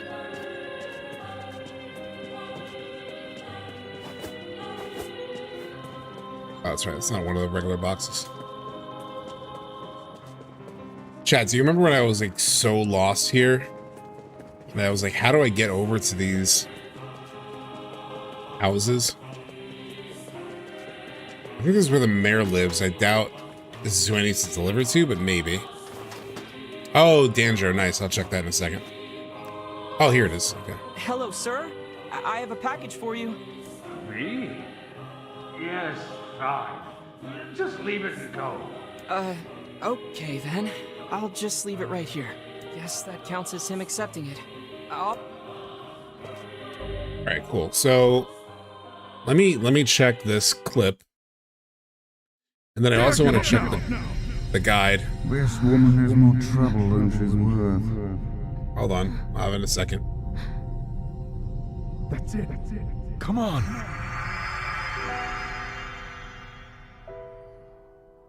You're going to live, Kaine. Me? Live? What for? What?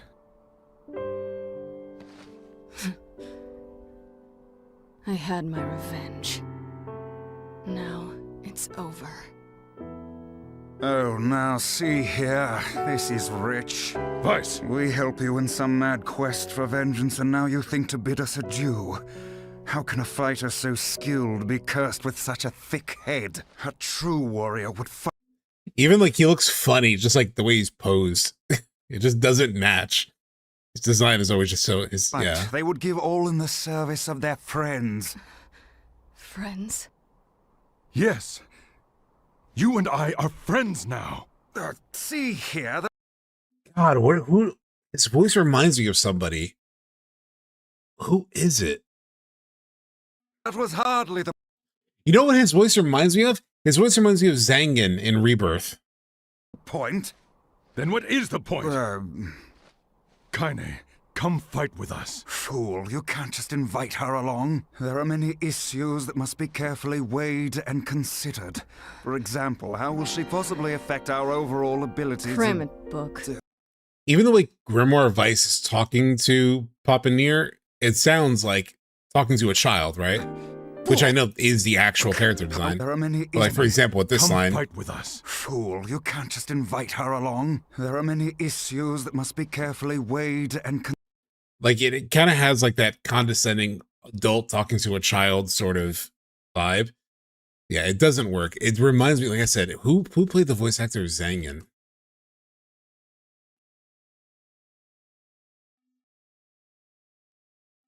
Final Fantasy VII. Because it sounds so similar.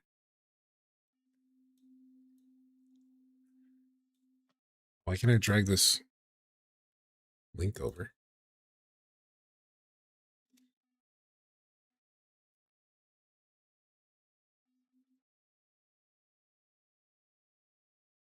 Let's see.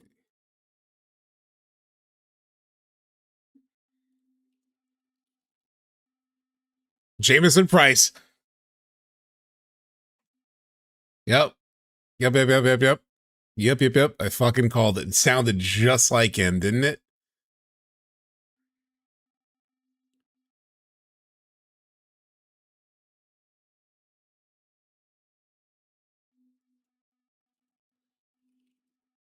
Because you know why? It reminded me of the scene where you hear Zangan. It's in the Gongaga scene. It reminded me of when Zangan is like, "You can't give up." Like it sounded just like that.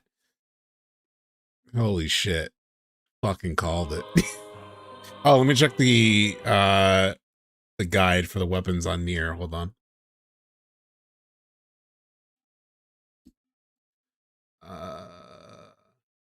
NieR.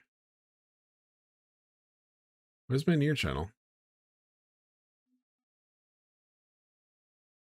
Oh, NieR stream tips. Here we go. Spoiler-free mini guide. Okay.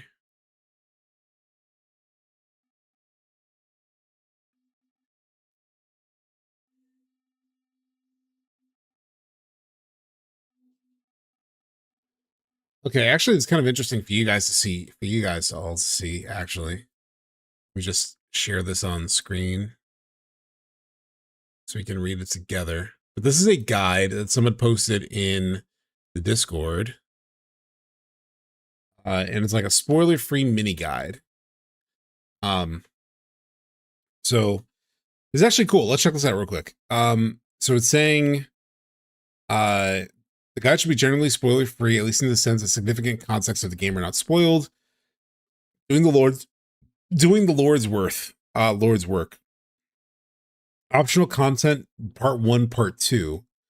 How to see the various endings. This is great. Okay, hold on. So general miscellaneous information. Let's read this all together, chat. This will be fun. This will be fun, he says, and people can be like, why is he reading Reddit to me? And they'll stop watching, but it's fine. Let's see. So general miscellaneous, should I play this game or NieR Automata first? Is it okay if I played Automata or Automata? I'm not sure exactly how to say it before Replicant. Overall, you should play this game first if you can. Automata has some smaller parts that assume you play the original game first. Those parts can hit in a big way. If you're familiar with the original, that's what I'm doing. However, Automata story as a whole mostly stands alone. Doesn't really require, okay.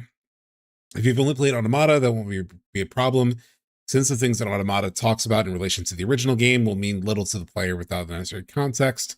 You could also make the argument that a certain aspect of the Automata story will actually have a greater impact on the player if they didn't play Replicant first. I'll play the original NieR as Replicant, worthwhile. The visuals performance significantly enhanced. Combat system has been various refinements. Yep. New story concept has been added. Okay. With the most notable inclusions, a new story segment called Episode Mermaid and a new ending. Okay. Character dialogue is now fully voiced, which is not the case in the original. For players coming from the version released in the West, the protagonist is Brother NieR, a teenager who is Yona's father instead of Father NieR, a middle-aged man who is Yona's father. This does not change the overall narrative, but it does change some subtext between the protagonists, the various characters he interacts with, and the world he inhabits. The game's overall structure is split into 2 parts. Part 1 is the first half of the game. Part 2 is the second half of the game, marked by a major story event. Much of this half of the game can be completed in a non-linear fashion. After you've completed part 2 for the first time, you can save your cleared game data and start a new playthrough to see additional endings. When you start a cleared save file, you will start from part way into part 2 of the game. Oh, okay. Interesting. After you completed part 2 and you start a new playthrough, when you start a cleared save file, you'll start from part way into part 2 of the game. Oh, so they kind of like speed you up a little bit. Cleared data will retain your levels, items, weapons, weapon upgrades, money, completed side quests, and any plants you planted in the garden. Regarding combat, this game does not have a good tutorial system at all, since many seems to drop at random. Exactly what I was talking about. I recommend watching this video to get a better understanding of some of the game's more interesting mechanics, rather than waiting for tutorials to drop in game. Okay, I might do that. This video does some additional mechanics as well, including some hidden mechanics on different magic attacks. Okay, that actually sounds kind of cool. When you gain the ability to quick switch to weapon types, although maybe I kind of want to learn the magic kind of as it comes a little bit. But yeah, we'll check the other one first though. When you gain the ability to quick switch your weapon types about halfway through the game, immediately go into the options menu, select the game, then scroll down to weapon quick switch and change it to tap. This makes quick switching much easier to use because you use the D-pad rather than holding it. You tap it. It's 10 minutes. Okay. Regarding weapons, there are 3 weapon types: one-handed, two-handed, and spears. In part 1, you will only have access to one-handed weapons, but you'll gain access to the other 2 weapon types during part 2. Each weapon has an attack stat and a magic modifier that increases the power of your magical attacks. It is in your best interest to collect every single weapon, as I will explain in the ending section. In Replicant, weapon weight makes no real difference in terms of attack speed, though it apparently does affect some minor factors in combat. For example, how quickly a weapon can break through an enemy's guard/armor. I wouldn't worry too much about weapon weight in Replicant. You generally do not need to worry too much about upgrading weapons in the main game. If you care about it, I would save the upgrading process for your ending B or CD playthroughs. Okay. When not upgraded, feel free to use whatever weapons in each class have the highest stats. The best weapons in each class when fully upgraded are Fool's Embrace, Cruel Oath, Virtuous Contract, Fool's Lament, Phoenix Spear, Fool's Accord, Virtuous Dignity. Regarding words are modifiers that can be equipped to weapons, magic, and martial arts that provide various buffs effects. They're a simpler plug-in chip system from NieR Automata if you played that. Each thing you can equip words to can have up to 2 words at a time. You can batch assign words to various categories to make assigning words to all weapons, magic, martial stats easier. For example, if you want to equip a set of words on all weapons, when in the word edit category, select weapons and edit the word set you want to all your weapons. Interesting. So you can do a batch assign. Okay. Words are randomly dropped from enemies, as I've noticed, but don't get too fussed about collecting them because unless you want the trophy. Okay. Regarding difficulty options, I do not recommend starting on hard. That's fine. I haven't. Your difficulty setting actually influences item drop rates. On hard, item drop rates are increased, so it may be worth playing on hard much later. Okay. I'm pretty sure I'm on normal. I'll double check though. You can change the difficulty in the titles option screen. Okay. What level should I be? On my first go around on normal, I was level 17 upon finishing part 1 and level 27 upon finishing part 2. I would not recommend actively grinding levels. For reference, I did all the side quests in part 1, but did not do all the side quests during part 2. The first go around, I did not grind for levels specifically, though I did grind for some materials a couple of times for side quests in each part, which I maybe gained 2 or 3 levels from total. Otherwise, I simply killed enemies I saw traversing the game world. It's pretty much how I'm playing. What items can I sell? Most items in the game are either tied to side quests or tied to weapon upgrades, so most items are not worth selling. But here's the ones that are safe to sell. Okay, I literally just picked up a Batwing. I have some of these actually, so this is good because I can like get rid of some of these. Especially because I realized in the last playthrough, the last time we streamed this, that there's like limited space in your inventory, which I didn't realize. Okay, how to see the various endings. Unlike in NieR Automata, where there are 5 canon endings and 21 endings that are glorified game over screens, there are 5 endings in NieR Replicant: A, B, C, D, and E. It's a really good guide. I'm really enjoying this, AJ. Like, this is the kind of guide that like I've kind of done some of this on, not as like a Reddit, not to this level, but I have seen people like ask questions on Reddit, and I've answered them before of like, oh, how should I play Remake or Rebirth, or like the combat stuff. And I've done like little paragraph, like bullet points, things like this, where I try to keep it spoiler free and give just general information. I mean, it's been a long time since I did it. I did it more like when Remake came out. Or like Rebirth, I've given like slight tips on Reddit, but like this is not as like a post, but as like reply. This is really good. How to see ending 1, complete the game once for to see ending 1. How to see ending B, complete a second playthrough on the same file, on the same save file to see ending B. Absolutely. Do not skip the cutscenes / dialogue during this playthrough. Anytime after starting your ending B playthrough, you can visit your house and examine the diary on the ground floor to enter the 15 Nightmares content. You are required to do this content to obtain the last 3 weapons needed for ending C and D. You should be able to pretty easily clear the first 2 doors when you first gain access to the library, but I would save the 3rd door for when you at least level 30. Okay, how to see endings C and D. Complete a 3rd playthrough on the same save file and defeat the final boss with all 33 weapons obtained to C, E, or D. So interesting. With all 33 weapons, you have to use all of them, or you just have to have them. This count includes the 3 weapons obtained from the 15 Nightmares content, but does not include the Yora DLC weapons. Isn't Yora? Isn't that like what's referenced in the 14 like 14 quest thing that's like related to NieR? I haven't played it, but that like this word looks familiar. I haven't played the 14 NieR stuff specifically because of this. Because I wanted to play this game first. The weapons do not need to be upgraded, only obtained. Some are obtained via the story, some are available to buy, and some are obtained by optional content. The weapons do not need to be upgraded, only obtained, some are obtained via the story. The game checks your weapon completion only when you enter the final boss room. If you missed any weapons in part 1, you'll be able to buy them from shops during part 2 of the story. Okay. There are a few small story bits that are exclusive to this playthrough, and the new bits will be pretty distinct for the most part, but the playthrough itself will be largely the same as the ending B playthrough. The supplemental links.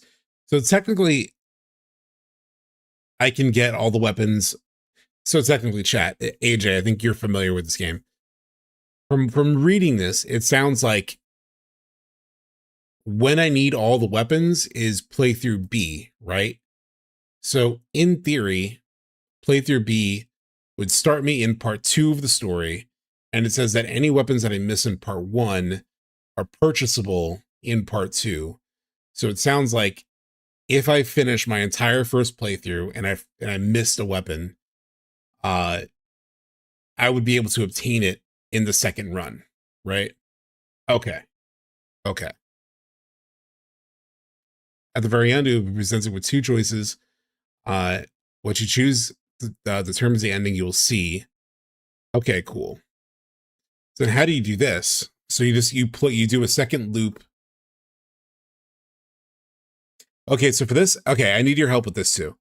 At the very end, you'll be presented with 2 choices. What you choose determines the ending you will see. Ending C, select the first, top choice. If you want to see this ending and save time, you do this ending first and put your clear data in a separate slot, then reload your other save so you do not have to do another playthrough to see ending D. So this is what I'm assuming. So you finish ending B, you start your 3rd playthrough, you aim for ending C, you finish it, you take that clear, put it in a separate save file, then you reload from the like ending of B clear. So you go back to the save from before you started ending C.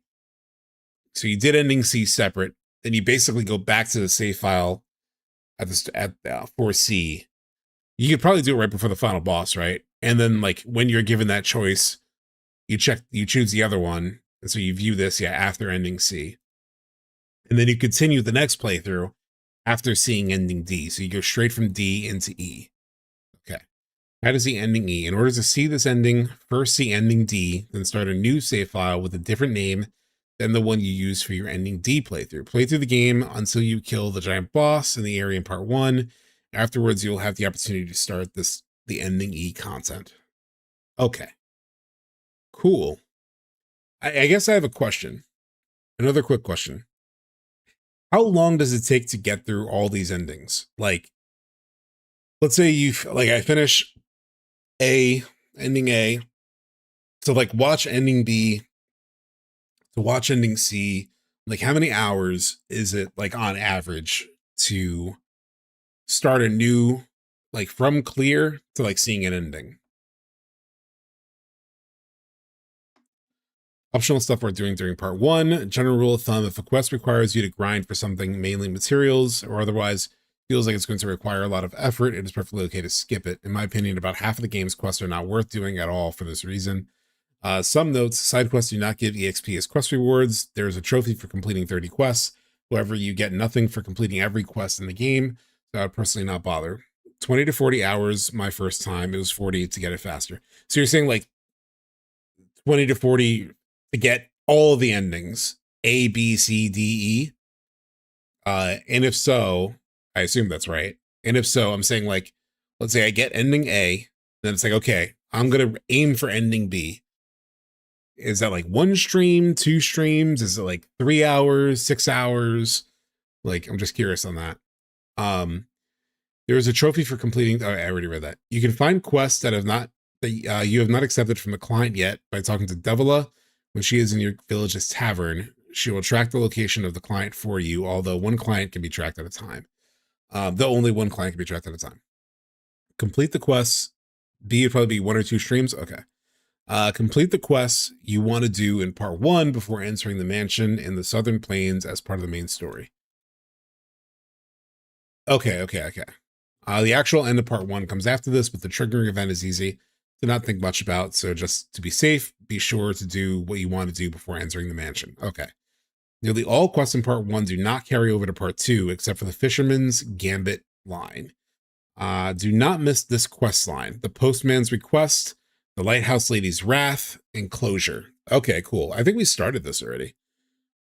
We definitely did the Postman's Request. I don't know if we did the Lighthouse. I know I did something with the Lighthouse Lady. I don't know if it was I don't know if it was this one. But I'll check. I'll definitely check. This is hands down the best quest line in the entire game, so be sure to do it. Note that all of these quests need to be first tracked by speaking to Devila in the tavern. These quests are, in my opinion, worth doing. Boar Hunt. I did this one, right? Because this is the one that lets you... However, this quest is a bit tough to do in the early game. We found that out, didn't we, chat? We found that out. But we did do it. We did do it. A Dog Astray, I did that one. The Runaway Son, I don't know if I've gotten that one yet. This quest requires a small amount of materials at one point, but they're easy to acquire and you will likely already have them. The Ballad of the Twins, this quest eventually requires a small number of materials, but they're easy to acquire. These quests might be worth doing if you have the time, need money, or are seeking a trophy achievement. Yona's Cooking, Yona's Gift. I think I did both of the, I think I did Yona's Cooking actually already. Each quest requires a small number of items, but they are not hard to get. Yeah. The Pride of a Lover, I don't think I did that. The Tangled Message, The Littlest Hero, The Missing Girl, Shopping List, A Return to Shopping. I think I'm in this one so far. This quest line unlocks gardening and fertilizer, which is required for a trophy that is extremely difficult to obtain. Gardening can also be unlocked in part 2. Okay. We've already seen how I handle gardens, chat. I keep fucking getting crushed. Old-fashioned home cooking. This quest is only worth doing if you're going for the trophy that you get for killing 100 sheep. It is repeatable. Okay. This is an optional task, not a quest, but you can perform in the Forest of the Myth during the main story that rewards you with a weapon. If you do this task, you'll need to buy said weapon from the shop during part 2. Optional stuff worth doing in part 2. Some notes. You can find quests you have not accepted from the client yet by talking to Devila when she is in your village's tavern. In part 2, completed quests will carry over to subsequent playthroughs, but progress for unfinished quests will be reset upon starting a new playthrough. So eventually you do pretty much all the quests, I would assume. It's kind of nice that they do carry through though. Most quests in part 2 can be saved for near the end of your playthrough. Though one can be missing, though one can be missed in a playthrough, which I will mention. Okay. Complete the quests you want to do in part 2 on whatever playthrough you choose to do them on before going to the final area of the game. If you attempt to proceed to the final area, the game will inform you that you cannot return once you proceed and ask for confirmation. Okay. These quests are required for ending C and D since they're rewarded with weapons. Okay. Okay. Good to know. These quests are, in my opinion, worth doing. The Promised Gift, Despicable Man, Tale of Study. Okay, cool. These quests might be worth doing. Okay, okay. Slight spoilers, but okay. Wow, this post has so much chat. Holy shit. I see that Notorious in YouTube chat is like still on the panel that we were watching.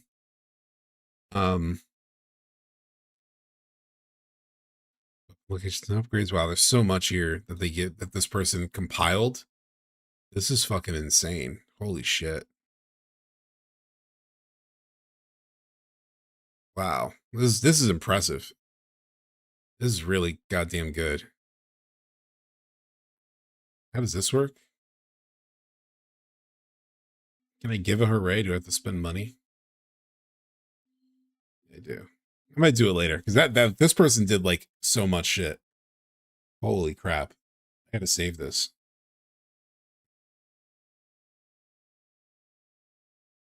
Save.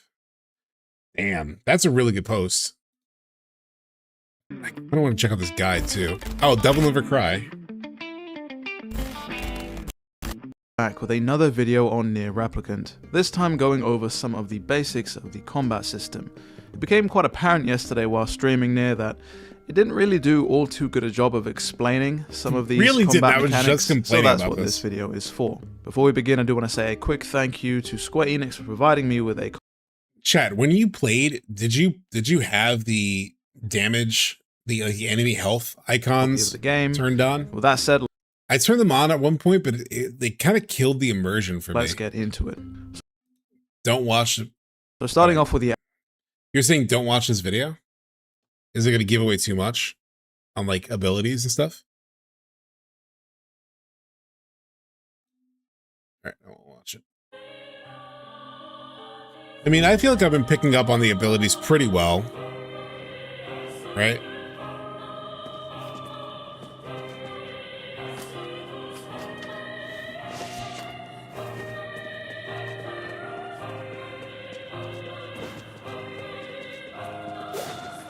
Kaine's a good person, once you get through all the weirdness.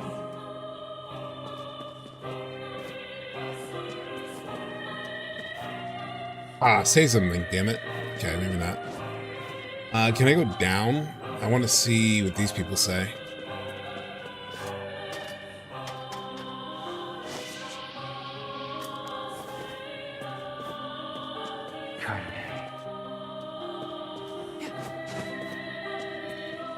We're powerless on our own. Kaine could have led a normal life if not for those terrible shades.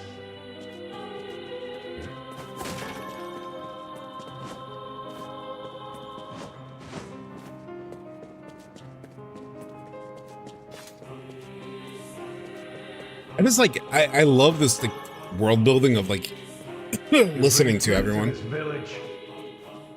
I know there's not much. I know a lot of them aren't saying too much, but from what played, it's not required to learn hidden. Hold on. Where's the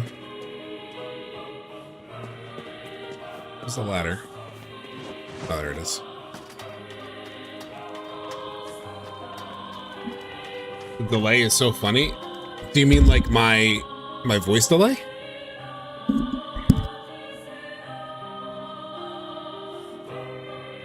Because my voice delayed? It might be because I've noticed that does happen when I play games. Because it's like GPU or whatever. Not on Switch? Okay.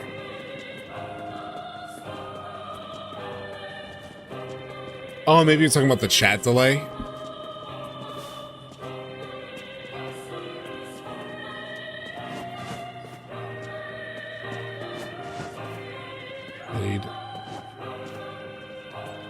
Wait, how the fuck do I get back now?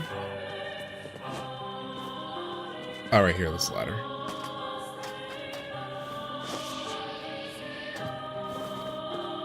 Oh, this music chat. Holy.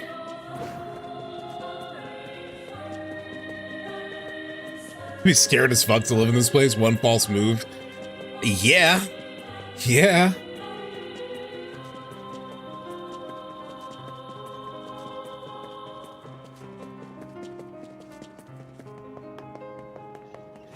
Music's incredible. All right, so I feel better about, so AJ or anyone else, currently I feel better about, it's like, okay, even if I miss some stuff, I can always get it in a second playthrough, because I was having anxiety for a second, but it seems like the way the game is structured is there's like a safety net that even if I miss stuff, I can always get it in the second playthrough. It's not like I screw myself by missing something in the first playthrough.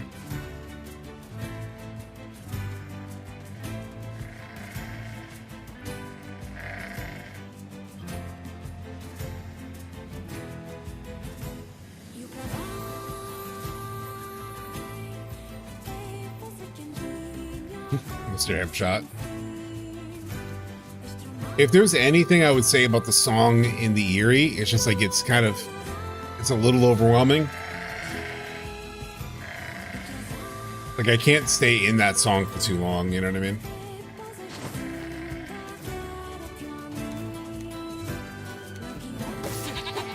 One of the quests I'm supposed to get, like, you want to take care of them, Kaine? Because that would be helpful if you killed them for me. That would be nice. Mutton. Yeah, there's like a quest where it's like they need mutton.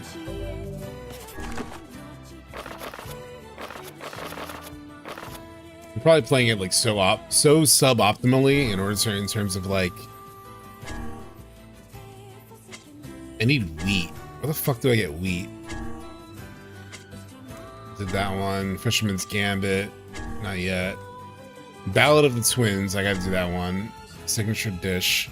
Did I already do the completed quests? Oh, I just did it.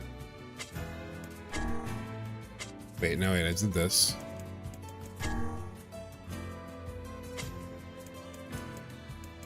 Oh, I already got her goddamn mutton, but she like was still asking me when I was in town if I could bring her mutton.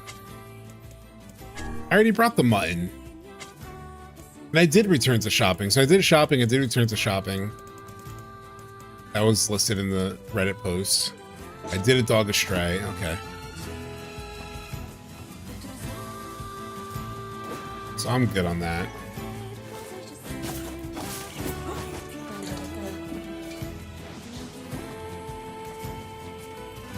Oh, it's repeatable for money. Got it.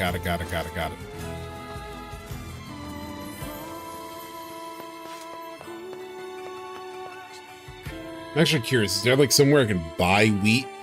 That's what I did yesterday. I was like, where can I buy wheat NieR Replicant? Because otherwise I've done that quest. I just need wheat. I could buy it from a grocer in the main village. Okay. Oh, let me talk to this dude now that I did the We're all quest. set with your delivery. Appreciate it. Hope everything went smooth. He can be a little weird to strangers, but he's a good guy at heart. Anyway, I've got a little something for you. What you got for me? Seems gold. Oh, I was kind of hoping to know what it was. Yeah, I know that. I want to know what that delivery was. I guess I'll never know.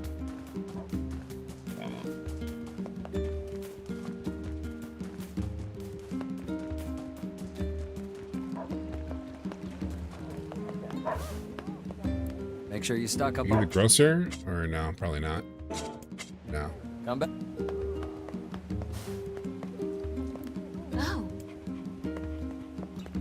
Who's the grocer? We've got some nice material. Thanks.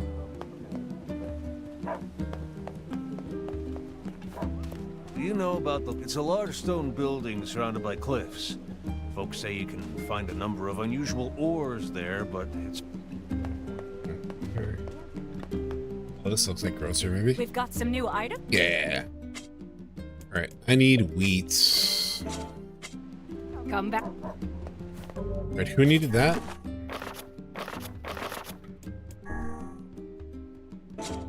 Or actually, it might be in completed quest now. Maybe not. Alright, I collected... That's for Yona's cooking. Who is making the stew again?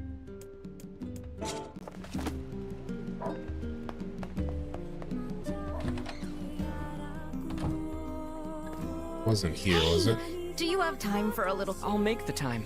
I was hoping you could go to the Aerie and get an eagle egg. Oh, for god me. damn it. Oh ho. It sounds as if someone is brewing up another batch of medicine for an ailing relation. I sure am. You're pretty smart. Vice? The Aerie is full of shades, so you're the only ones I can ask. Damn it. Could have gotten this one already. Come on, Vicey. Let's get moving.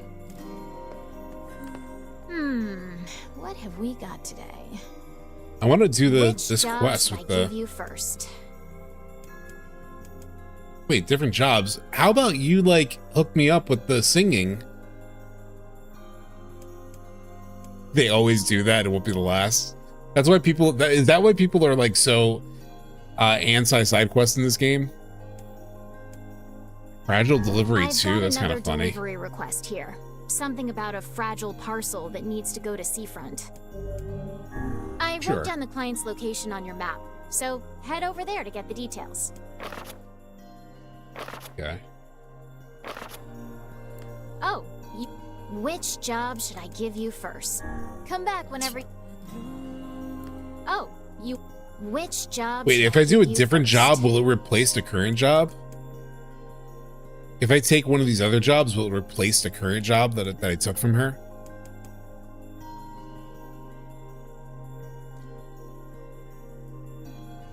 Yoko Taro trolls you with running back and forth. Yeah, I've gotten that vibe.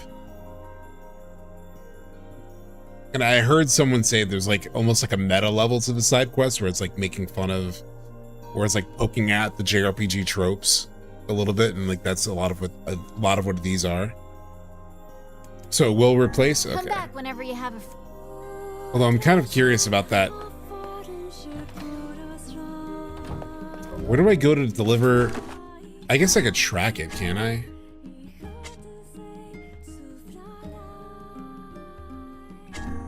Where do I go for Yona's cooking?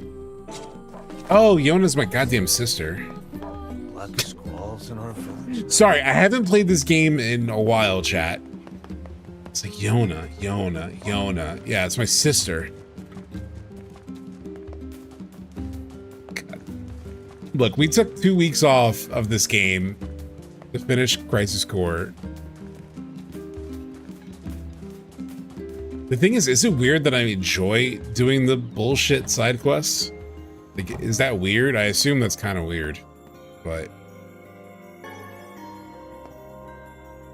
Like, even though I'm aware they're kind of bullshit, I'm kind of waiting for the troll. Like, I'm waiting for the... how it's gonna flip it on me, just like it did with the old guy who, like, I went to find his dog and then he ended up dying. Yona, I got your ingredients. Yay! Okay, hold on. I'm gonna get started right now. Yona, wait. Remind her not to boil it too long. Remind her to cut the piece into small pieces. Ah, fuck. What does she need to know more? Probably boiling it too long is probably worse. I could deal with like a big piece of meat. That sounds so wrong. I could deal with like, you know, not portioned well. You know, I got a fork and knife. I could figure it out. But if you boil it too long, pause. That was a hard pause. Be careful not to boil it too long. But boiling it too long would probably be the wrong thing. Here's the problem. She's not going to boil it too long, and then she's going to fuck it up. It's going to be, like, cold. Come on, I never forget that.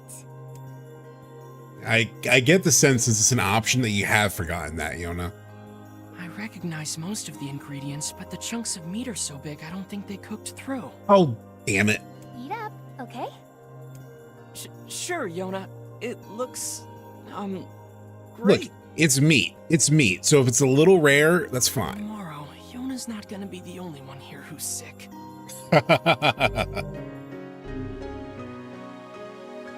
Well, does my character actually get sick? That'd be funny.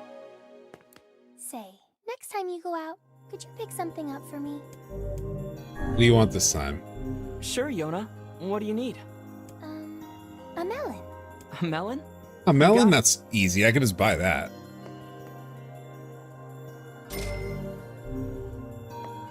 Actually got a little money for me. Strength drop. Sub will be broken and put together in one piece after we finish the game. Really? I'm looking forward to it. I've like heard so much about this game and like how good it is. I know Automata is probably a little more beloved, but at least that's the vibe that I've gotten. But I'm enjoying it in general so far. So we got NieR Replicant. Where is it by Melon? I'm totally. I assume it's in the I could just buy it from the grocer again. Okay. I like doing the quests because, like, I feel like I get, not only is there the meta element of how humorous it is, but I feel like I get extra little character interactions. Like that one, right? Like, Automata mainstream the series, yeah. That's the sense that I got. I personally like this game more than Automata, but both are pretty incredible. Probably more trolling in this game, though. Which is fine. Alright, I gotta go to the grocer. We've got some new... You got a melon? Oh, you don't have a melon. You bitch. Okay. Come back. Somebody probably has a melon somewhere. The sheep on Maybe I have to go to the shore anyway. I have to go to the shore anyway. Welcome. This looks like a weapon guy. Yeah. Oh, hold on. There's a weapon here. And I need all the weapons, right? Eventually. A lot of nice banter and chemistry for the characters and all the side quests. Kofi! Thank you for the $5 super chat. Missed a lot of your content. Busy with siblings visiting in Nick's game. Wanted to hear more about Ever Crisis, but missed it. What's up? So yeah, you could find that. It's toward the beginning of the stream that we talked about the Ever Crisis stuff.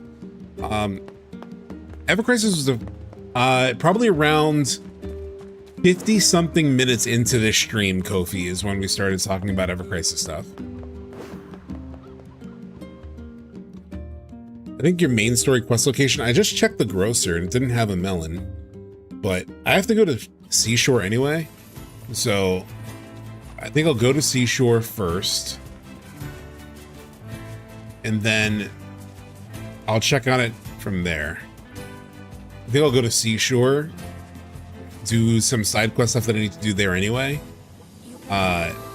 See if they sell melon there, and if not, I'll come back and search the other stores. Because I'm pretty sure the grocer would have to be the one who has it. Oh, you're saying my main story quest location? Do you mean like the next main story location that I have to go to as a melon? Is that what you mean? As in the desert or whatever I need to go to?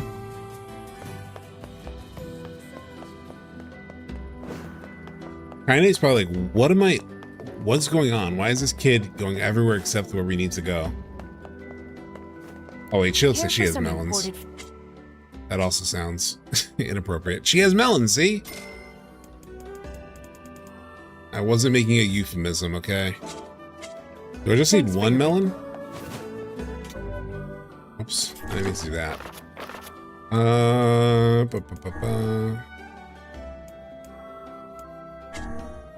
Yona's gift. Okay, I got the melon.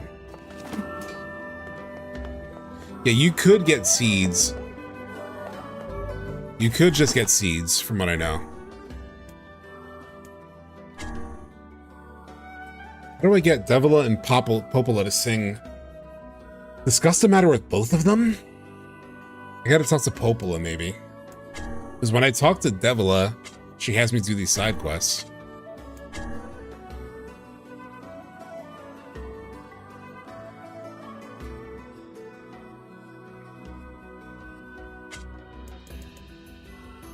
What else did I come down here for? I feel like I came down here for something else.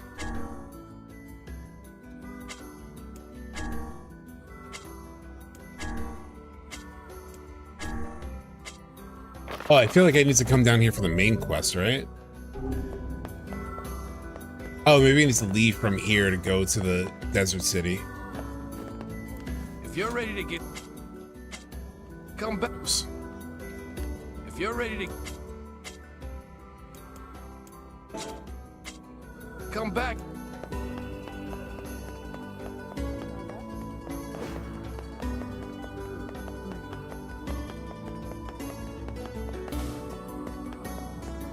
So I needed to... Okay. First I gotta do a couple things back in the main area. Back in the main village. I gotta go see my sister. Bring her the melon. Talk to Popola. Which is probably smart because I kind of need to talk to Popola anyway. I haven't talked to her in a while. I believe Popola is the girl in the library, right? Because again, I haven't played this game in over 2 weeks.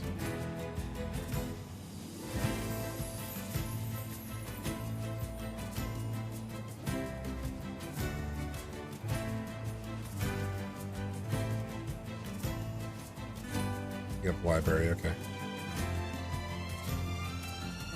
Oh, that's what I was thinking of. I was like, where's the, don't I have like a delivery? Oh, the fragile, wait. Yeah, where is the fragile delivery? Where is fragile delivery 2? Wait, where the fuck is fragile delivery 2? Because I could have swore I accepted fragile delivery 2. And then I talked to her again, but I didn't take the other quests.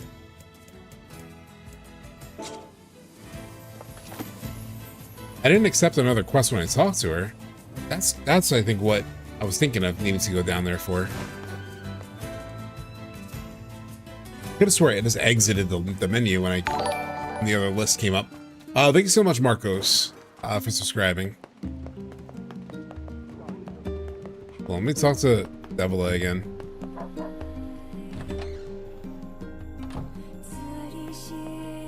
Oh, you want a different... Which job No, should I I give you first? I had the job. I've got Fine. a job from the postman in Seafront. I wrote down Sure. the client's location. It's so weird. Does that one come up in my quest log? It doesn't show up in my quest log. Oh shit. Her ones don't show up in the quest log.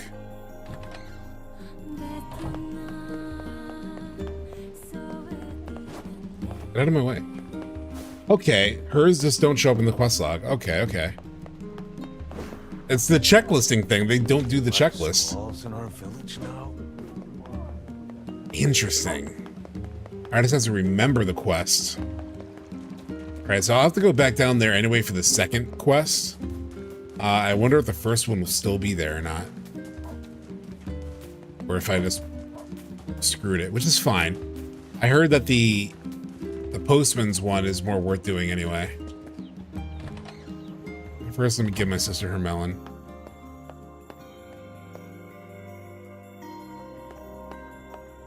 I got your melon, Yona. Thanks. If there's anything else you want, just let me know. Well, since you offered, would you mind getting me a watermelon?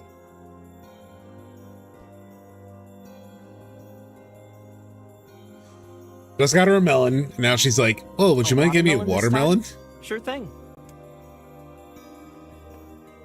I'll be waiting for Fucking Yoko Taro. Son of a bitch. Just fucking with me. All he's doing is fucking with me. Fine. Let me also talk to Popola. It's been a while.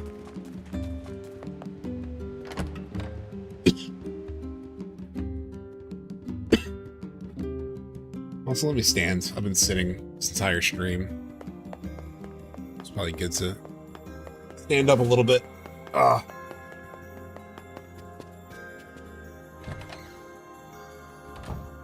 Those girls don't really know what we want. You can change rapidly. Exactly. So what do you want to eat? Melon? How about watermelon? Favorite, Popola? Sure. What is it? I heard you and Devila used to sing together at the tavern, and I was wondering... She's gonna say no. Well, yes, it's true we used to sing there, but I haven't done that in some time. Too busy? That's part of it. But also, I need a certain drink before I can sing in public. I'm a little shy, if you know what I mean. Okay. You don't really come off as too shy, but... Well, that should be no problem, right? It's a tavern after all. Actually, the stuff I like to drink is pretty rare. Still, they used to order it from the tavern in Seafront from time to time, so you could try asking there. Oh, perfect. I need to go to Seafront anyway. Have you tracked down... No, I haven't.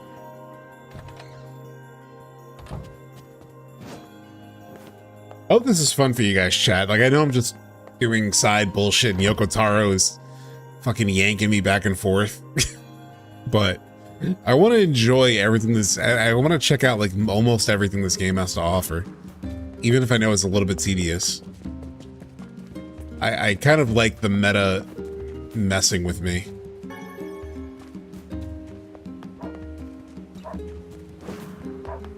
NSC for Popola, yeah. Like, here's the thing, we were talking about this earlier, right? With, like, side quests and it's up to the player. Like, right now, I'm not feeling burnout on the side quests. And I know people can feel that way. And I've been warned not to do all the side quests in this game because it's sort of like, it's just heavy. As you could tell from even just this, where I'm just going back and forth, back and forth, back and forth. And that could be annoying, but I'm also kind of like intrigued by it. If I were annoyed, I would just stop. You know? Which the first batch of side quests, I kind of felt that way a bit. If you start fucking with me, I got a friend to fuck you up. If you ever come to play Drakengard 1 and 3, you know real madness. Interesting.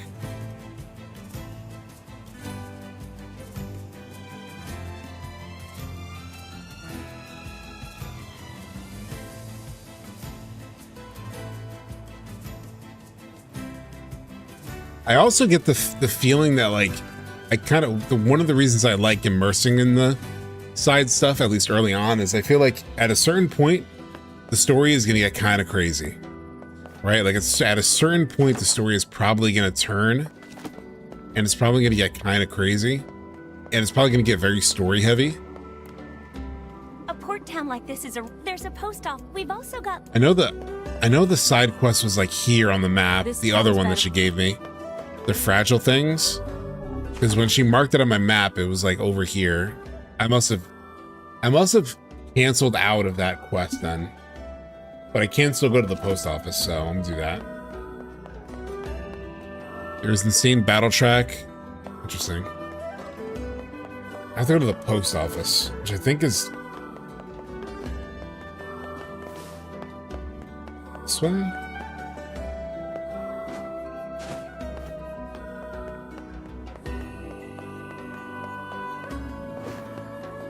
This guy's design is interesting. What, this? This is the post office. Okay. Doing the side quest before main story bosses means you can one-shot them. Okay, well that helps. Ah, just the kid I was looking for. What's up? I know. I've got a letter for the lighthouse lady, and I was hoping you could deliver it. The other postmen, well, they don't really want to deal with her. You don't say. I'd do it myself, but with my bad leg and all. Anyway, sorry to keep bugging you, but can you help? For sure. Sure thing. The lady hardly ever leaves that lighthouse, so you should start there. Oh, and Thank you. All right. Is there anything else to grab back here again? Or no? No, it's the same. All right.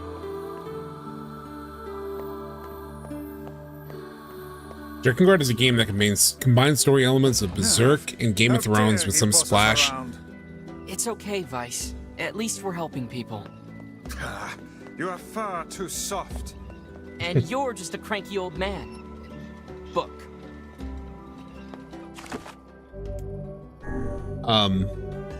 How invested are you going to be with the side quests? Do you want to do them all? I don't know if I want to do them all, but I'm intrigued enough. I'm intrigued enough. You seem to be in good spirits. Oh, I am. My new flower shop is already far more successful than I ever dreamed. Really? Well, great. I was in trouble before, but I think I've got a good foundation here. In fact, I want to ask my girlfriend and Aerie to come live with me here. It's the least I can do after all I have to go back to the Aerie anyway for the only problem is I don't really have the time egg. to go all the way over there. So I was thinking of sending a letter instead. Sure. Sounds like it's time sensitive. Want me to deliver it for you? Oh, really? Are you sure? Oh, he is sure. This lad loves nothing more than meddling in other people's affairs. Excellent. Well, my girlfriend lives near the chief's house. Give her this Phrygia with the letter, okay? All right. I really sure, why want to not? give her a lunar tear. Fuck, I'm probably gonna As I'm break sure that you know, thing, aren't I? The reason they call them legendary is that they're so hard to cultivate. But I did manage to cultivate a Phrygia. She's always liked Phrygias, so I guess things turned out for the best. Cultivating lunar tears must require a remarkable amount of work. Yeah, even so. It's nice that guy works so hard to be able to invite his girlfriend out to join him.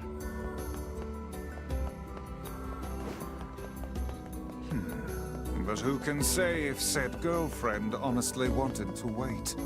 What do you mean? Surely the woman desired to live with him, did she not? Well, probably, yeah. But he wasn't able to make it happen.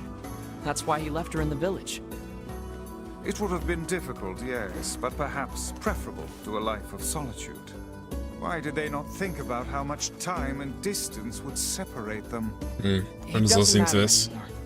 They'll be able to see each other just fine soon enough. Let us hope this is the case. Aerie. Yeah, that is Aerie. I gotta go talk to this lady again.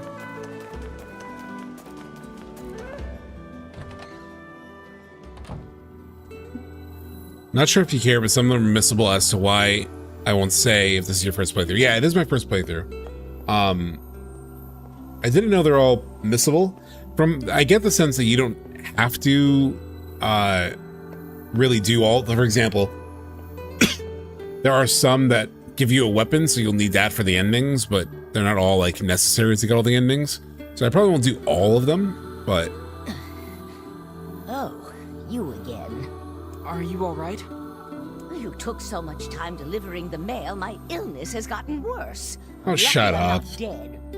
Yeah, you're dramatic. Staggering creature. Well, since you're here, I guess I should give you a little something. Whoa, I can't accept this much. Yes, you can. It's fine, just take it. Take it and go. But bring the mail quicker next time. And I want to see a smile. This is fucking, I think we talked about this before, but this is, what's her face from Remake? This is Marl, right? Like, that's totally Marl. Is there no end to this madness?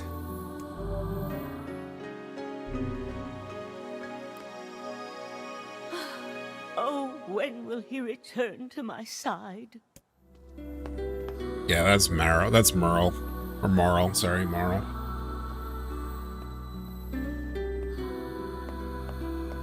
We're just recognizing all of VAs today, chat.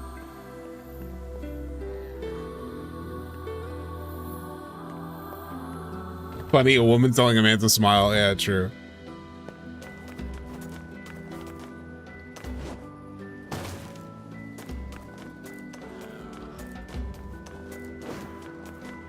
I thought she was gonna give me a quest because there's like something about a quest for her. Best way to upset a woman? Yeah, I've heard that. I've never told the woman to smile, but I've heard that complaint about guys telling them to smile.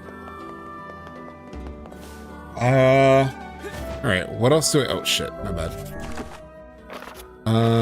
Quests... Letter to a Lover, so that's in the Aerie, as is the Wings of Eagles. Fisherman's Gambit. I don't know, I'll definitely do that one, maybe off stream, because I need to, like, basically I need to catch 10 sardines, and that sounds like a little bit of a pain. Oh, I need to go to the tavern, that's right. Tavern is down this way. I'll hear a VA that I didn't expect to hear. I'll check it out. I gave my... Excuse me, do you know Popola? I'm trying to find a drink she likes. It's gonna tell me I have to find ingredients. Watch, I know chat. Popola, and I know the drink too. Sadly, I don't have the ingredients on hand. It's a bit of a special brew. Oh, that's too bad. But if you wanted to fetch me those ingredients, I'd be happy to whip some up for you, on the house. Great. What do you need? That's 5 lizard tails and 5 mouse tails. 5 lizard tails, 5 mouse tails. I mean, what do you need for the drink? Yeah, I know it sounds crazy, but those are the ingredients. What the fuck? If you say so. How are we, Sub? I'm enjoying Replicant so far. I'm enjoying it so far. I'm doing a lot of side stuff. We just did do a very cool quest with, well, we had a cool story moment with Kaine, where we saved the Aerie from something, and then she joined us, and we also brought her back to life, which was pretty sick. But yeah, so now I'm just like in side quest grind, even though it's not really grind. I just want to do some of this stuff. So yeah. What the hell is Popola drinking? I know. Wait, what was... Oh, okay, I did the one for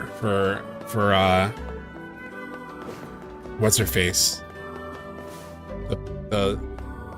Wait, did I do the one for her?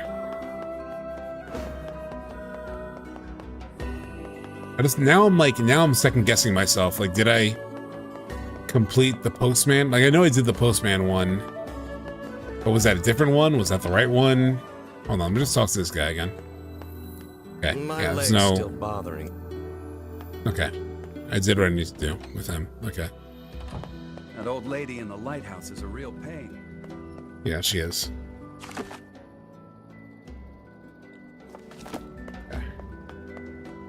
I think I did what I need to do for, what's her face? The singer? Devila?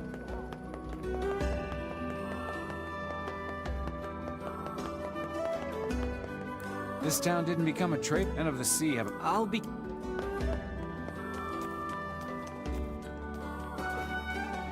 Music is also top tier? Yeah. We've been talking about the music a lot, especially when we reached the Aerie for the first time. It was like, holy shit, this is so good. I'm waiting for Kaine to be like, what is going on? Why are you, like, doing all this bullshit? Does she follow me while I'm on this thing? She does. Holy shit. I feel so rude. I feel rude as hell. Like, riding this thing while she's running behind me. Watermelon? Ah, shit. You're right. Thank you. Thank you for calling that out. You're right. It probably was at that shop.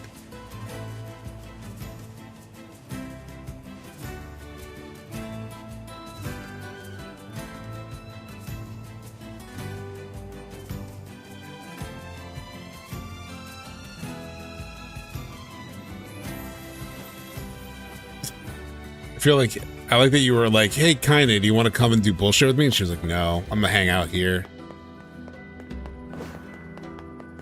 So real and so true. It's like me when I was a kid and my mom would take me to the mall. And like her and my sister and my grandmother would shop and I would just be like, not for it. Does she even have watermelon? She doesn't. I would assume I could grow a watermelon, but it's like... Shit. Thanks for your business. Where can I even buy a watermelon? Where to buy watermelon? NieR Replicant. The grocery store in Facade, which is the next plot that I need to go to anyway. Okay. Okay.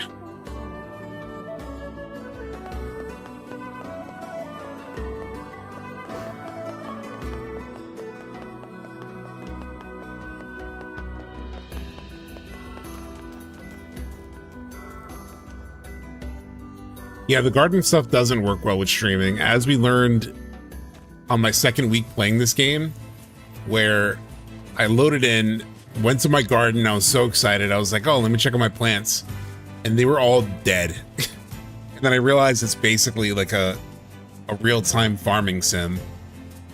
And I was like, well, if I ever do that again, I would just have to literally water them off stream, which I would definitely probably forget to do.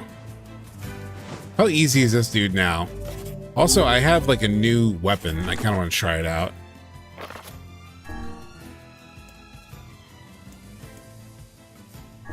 It's a little stronger. Although I'll probably use mostly...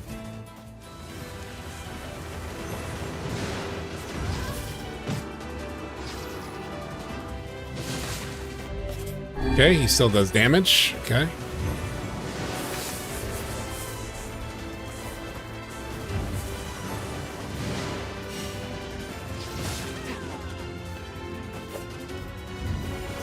R2 is dodge, okay. Remember how long it took me to beat this dude last time, chat?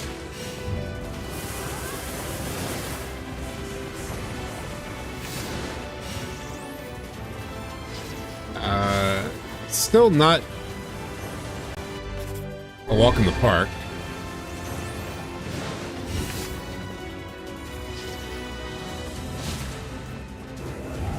I mean, I'm definitely doing way more damage this time than last time.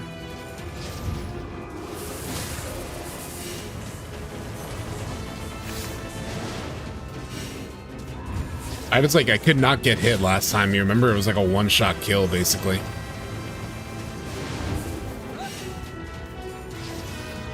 I kind of expect Kaine to do more damage than she's doing. Can I hit him? Ah, shit. Ooh, that did a lot of damage. Did a lot of damage.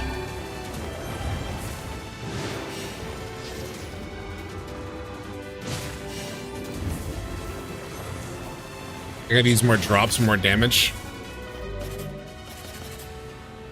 Does it only last 30 seconds? Since I'm using magic, I'll do a magic drop.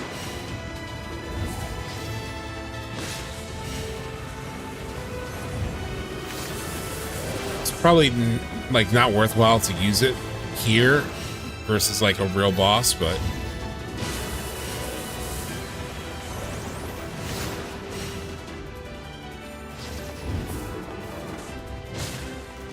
it's just nice that I'm actually, if you remember, chat, I fought this thing for like 10 minutes last time. It took so long, and now I have a party member.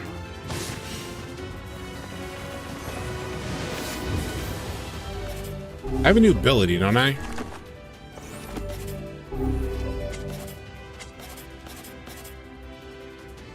Dispatch a magical doppelganger to attack nearby enemies. Let's try that out. Ow! Oh, shit! Oh, shit. It's fine. I just saved recently. Wait, did it just reset me?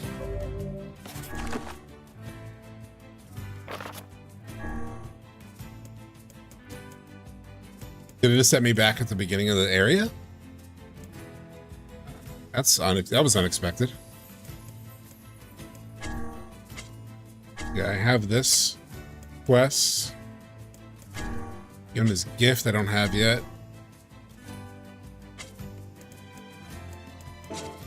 Interesting. Anybody in chat, can you tell me where do I get the tails and stuff? I can't save them. Problem I usually have is that even at bosses I forget to pop them. Oh, okay. I can see that.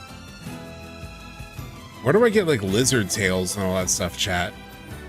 I know I've like randomly gotten them. Like I've gotten a couple of them, obviously. I already have a couple in my inventory. But I know they kind of like scurry around and you can kind of like get them. But if there's like a set location where it's like best to get them. Lizards run around on the ground and you press a button. Yeah, that's how I've seen them, I think. But is there like an area where there's a lot of them, or just needs to keep an eye out?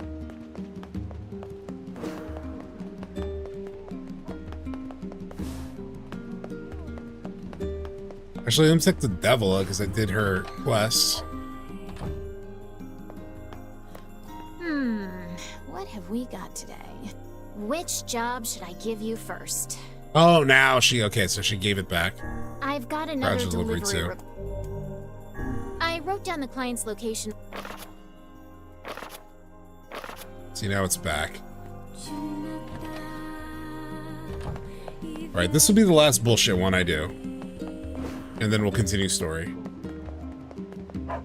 It's only because it's Devila, and she's kind of cool, and I need her to sing for me later.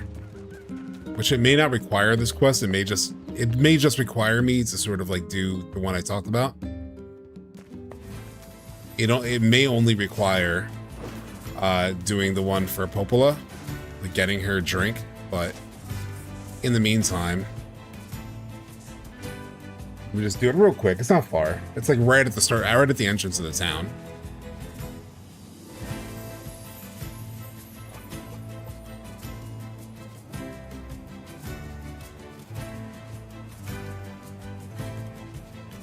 Just like the backtracking that it forces you to do.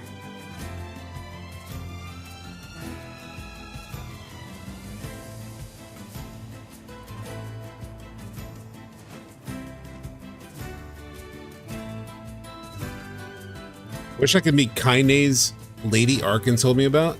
Oh shit. So she's already writing journal entries. You better watch yourself. This town This didn't guy? become a trade hub and of the sea. I'll be. She marked it on the map, but it looked like it was like right there.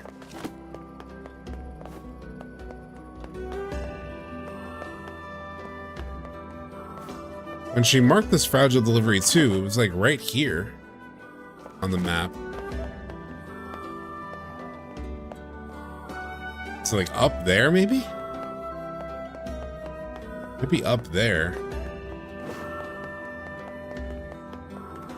Uh-huh, maybe up here.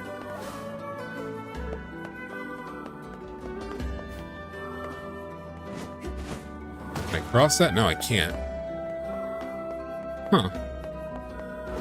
I could have swore it was right up here.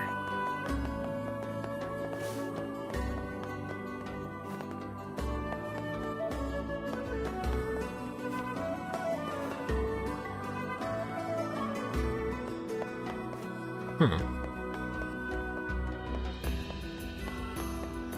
This gate is too.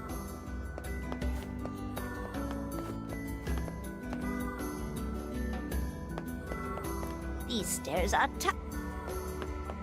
Where the hell is it then?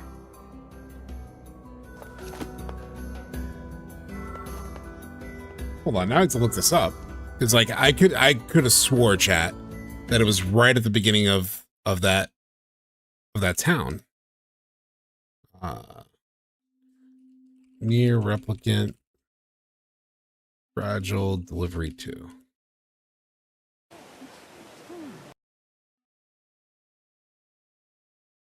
I think we broke something.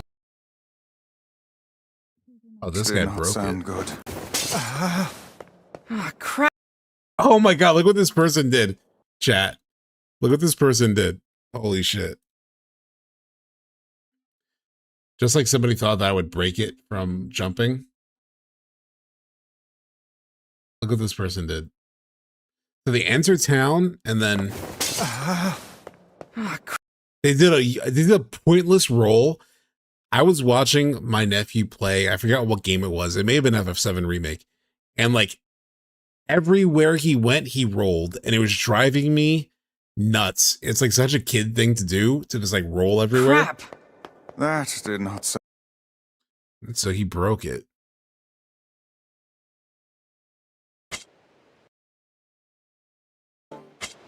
Thanks for. What the fuck? How do you actually do it, man?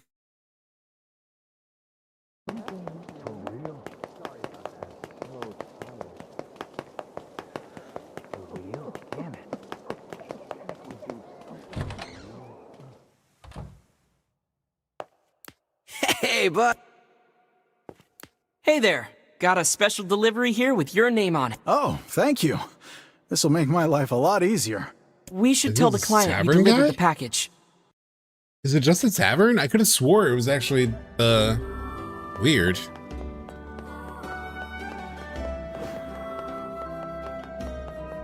I could swear, chat, that it was like a side house right at the front of town. Was what was marked.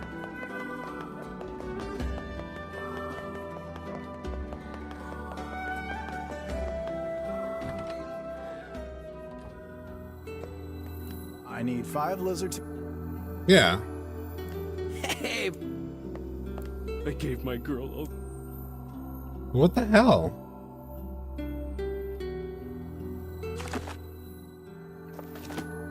The thing is, she did mark on my map, but like I'm not seeing it on my map.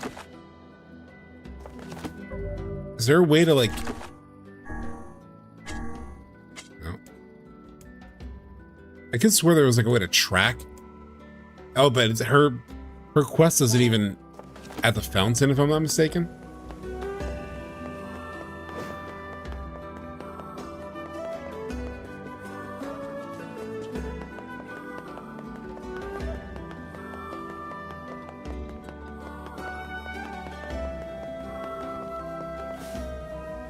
Nobody has the side quest icon over them. Oh wait, this is like adding up to the guys that got cheated on. Every day with his work buddies.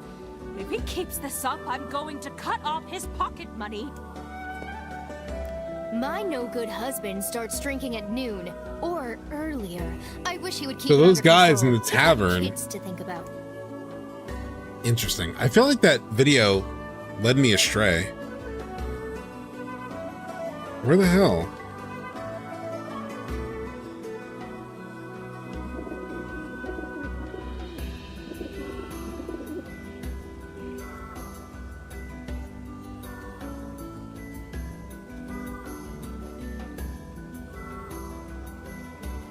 But they also went to the tavern. Maybe it's because I have an active quest with the tavern guy that I can't deliver it?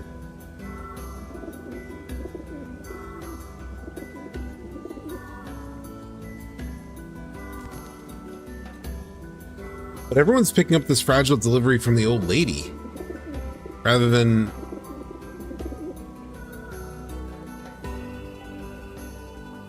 Didn't they talk to the bar lady twice? Once for the drink dialogue and then the delivery dialogue?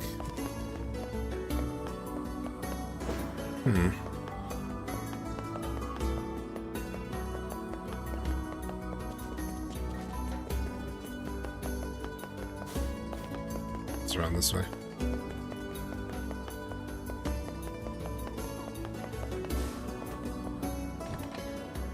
Tavern is who you deliver to, but who do you accept it from? Well, I could have swore I got it from I need 5. I got it from Devila. Tavern is who you deliver to, but who do you accept it from? I could have swore I got it from the tavern. I thought I got it from Devila, but are you saying, because everyone does get it from the lady at the fountain, so I need to... I talked to Devila, but then because she said seafront, so I just went to seafront. Maybe I didn't listen to her instruction completely. You're right, I probably need to talk to the lady at the fountain. So literally, Devila was just a middleman, like, telling me, oh, go over there.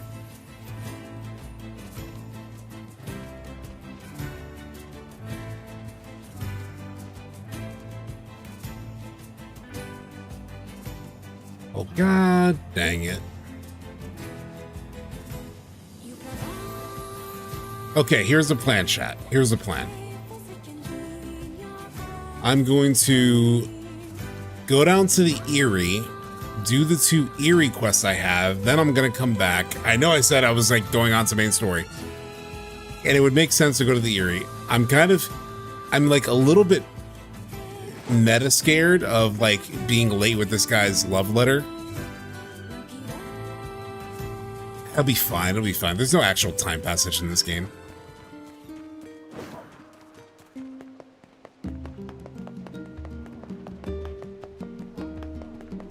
Because we said it was time sensitive for the love letter. Son of a... Excuse me, but can you help me deliver a large serving tray to the town of Seafront? I'd be happy to. Wonderful. Just take it to the tavern, okay? Oh, and make sure not to jump around or fall.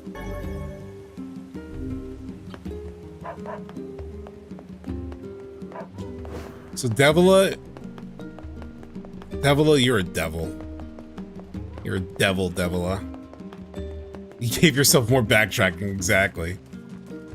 Fine, I'm not gonna go to the Aerie first. I'm gonna go do this stupid shit real quick. Ah! Oh no, not this task again. It'll be fine. We just need to go slow and take it easy. Grimoire is all of you. Grimoire is all of you. But those are 2 that escape me. Well, I'm sure not gonna let Kaine handle it. Indeed, the hussy's foul language would reduce our precious. Oh my god, the hussy's foul language? Yep, fucking yep. Get moving already. See? Okay. These side quests? Come on, how can you tell people not to do side quests?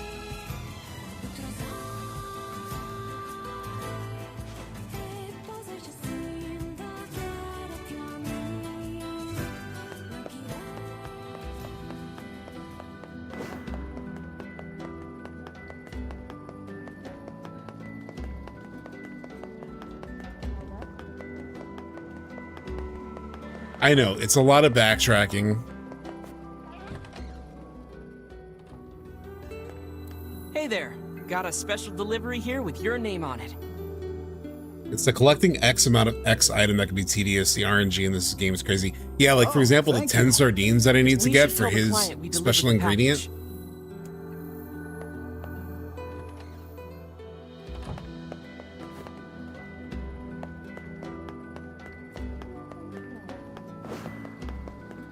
At least I didn't have my delivery get like broken 2 times like the other delivery.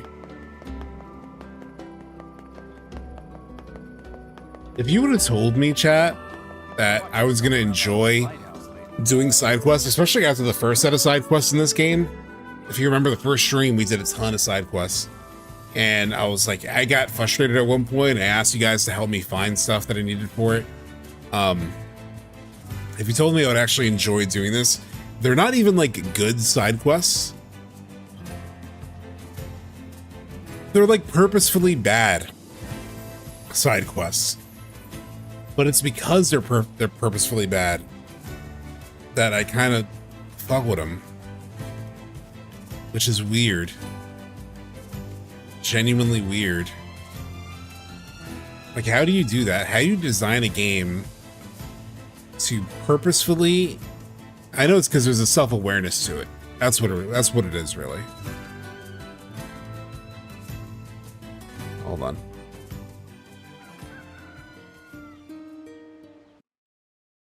Oh, hold on, sorry. It's not... Sorry. It's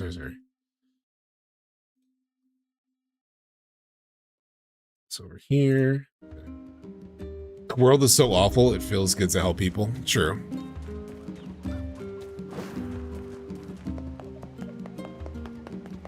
Sometimes it's soothing to do. That's a good way to put it.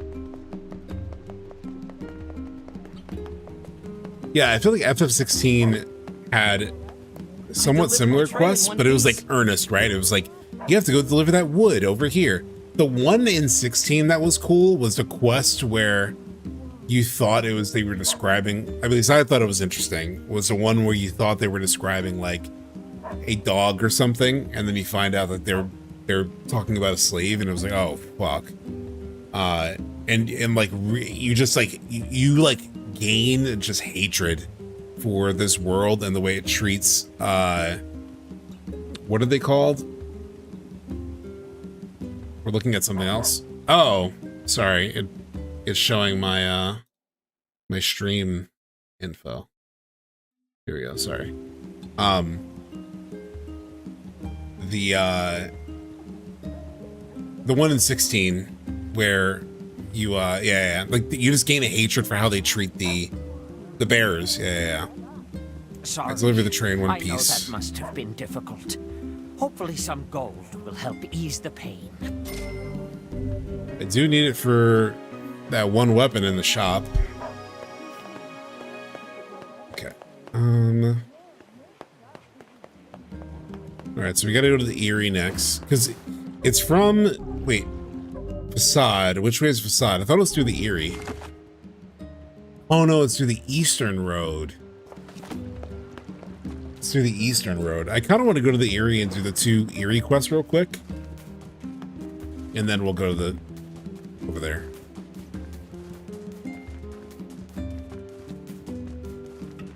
We'll just do the quest. I'm not gonna bring the quest back because I have to go all the way to Seafront to return the quests to mark them as complete. But what I'll do is so instead what I'm gonna do is I'm just gonna go to the Aerie, get the stuff for it, and then we'll go straight to the next story area. And then whenever we come back to the main village, which we will eventually, we'll do it. We'll like bring it back then. Oh yeah, I can catch lizards here, right? Or maybe in the desert, I can catch some lizards probably. Get out of my way! I have to save Yona! Calm down. You cannot prevail if you are blinded with rage. These things are really following me.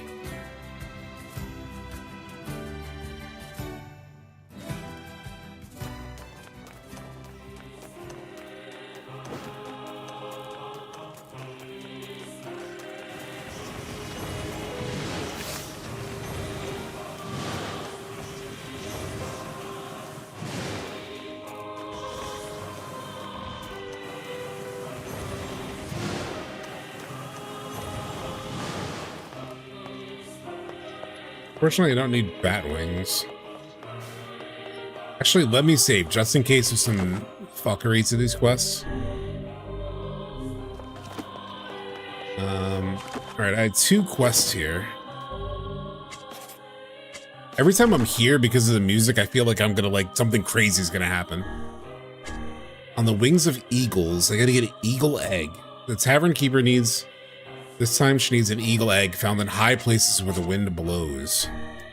And the other thing was the lover's note, which was near the village chief. Okay.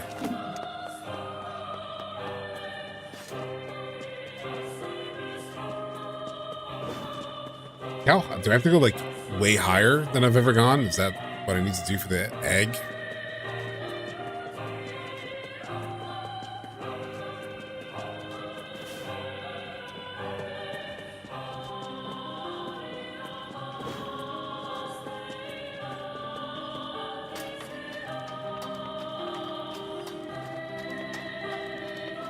This is easy enough. I gotta just go over to where the chief is, which is this way. It's over. It's all over. That poor I feel like the egg might be like way up somehow.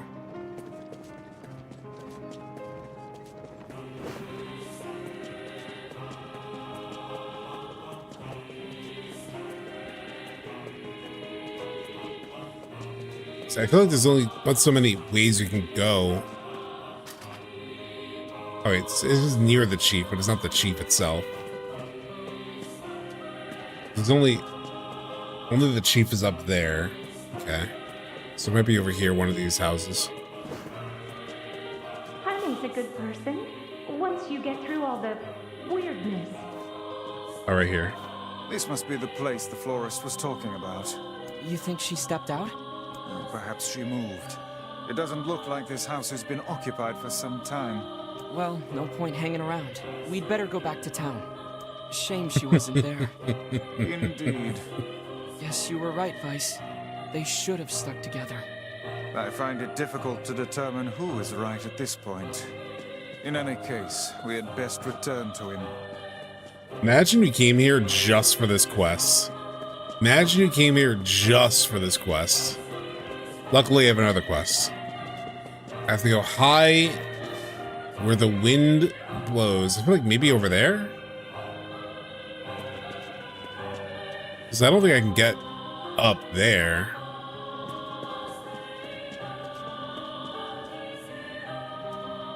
Can I? Is there a ladder over there at all?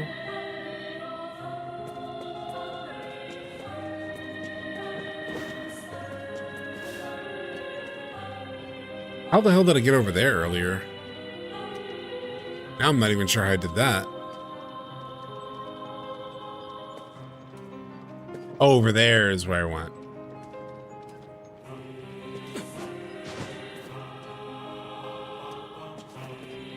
The egg quest, it's not where you think it is. Is it worth stumbling around like an idiot? Or should I look it up?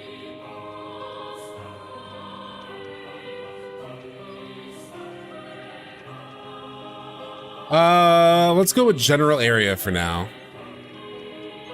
It's not worth bumbling around. All right, where do I go? Where do I go? Is it in like Kaine's area?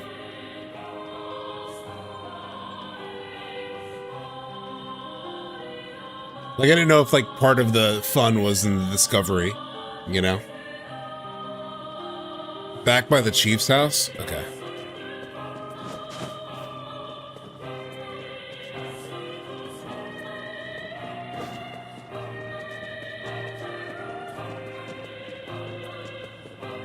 Oh, I see it. I see it.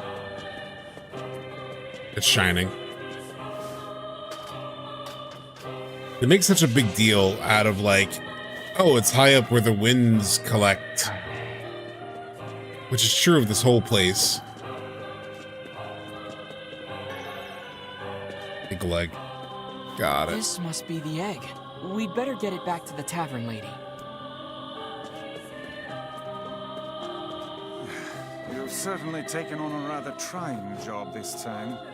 Come on, Vice. Quit moaning, would you? I imagine this egg would fetch a princely sum if you sold it to the highest bidder. You know we can't do that. The tavern lady's waiting for it. Perhaps we should place our own financial situation ahead of the concerns of an elderly woman, Did you forget about the whole quit moaning thing?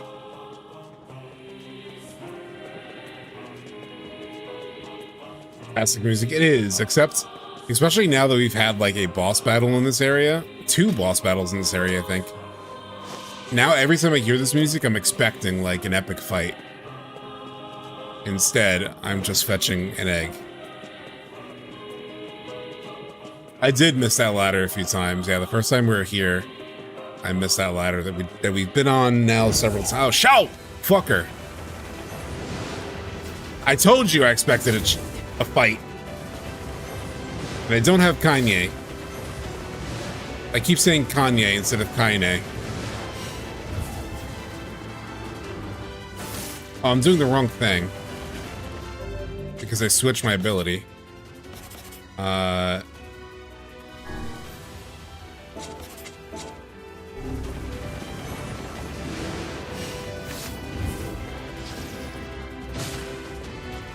It's a weaker version of what we fought in the open area, though.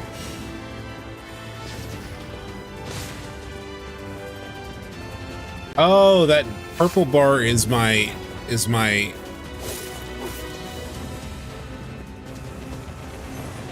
my magic. I never put that together. I was always wondering, why do I not always get something off? Or why does it wait to build up? It's because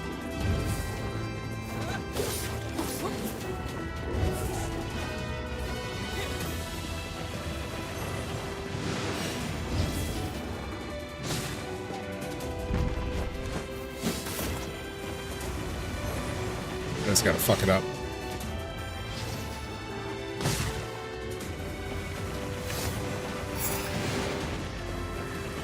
Damn it. It gained some of its back.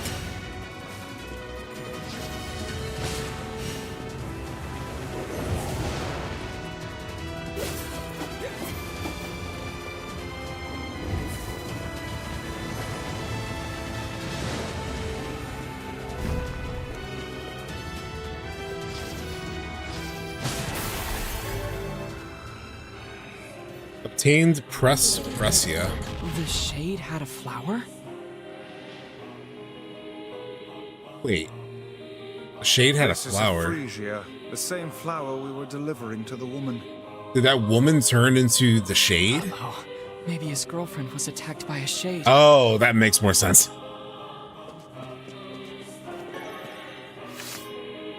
Complex machine. It's like, did the lady turn into a shade?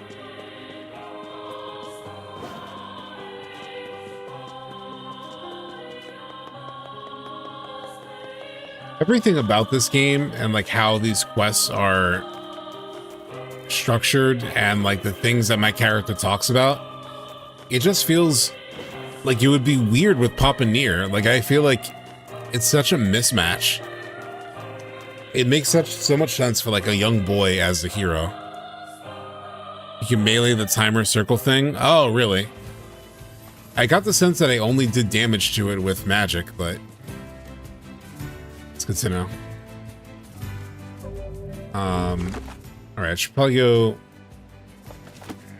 I'll have to head back the other way anyway.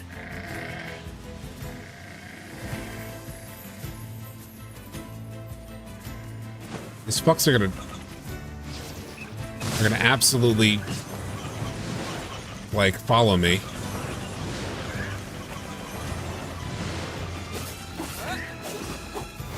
How are there so many of these dudes? So annoying. Ordering allies tutorial. Ooh, what?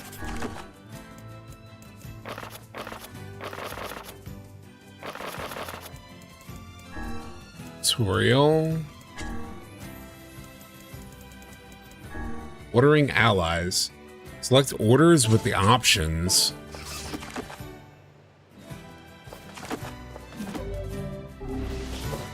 Oh, here. Kaine.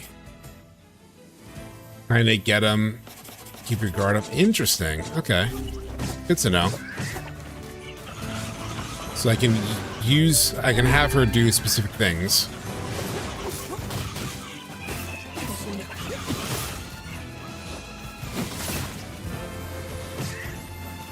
Fuck you.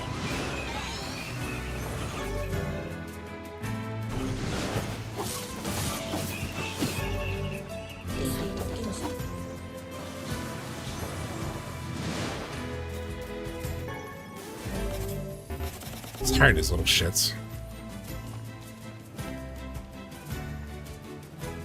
Pop in your design. I think he looks rugged and strong, but the personality is so childish it throws it off. Exactly. I think on paper the story works well with Papa, but they probably should have changed it a bit more. Yeah. I just completed the Papa NieR version in January this year. The story still hits pretty hard, but I played this new version, so I have a preference. I mean, this is not even like technically the new version, right? This is the original Japanese intention, you know?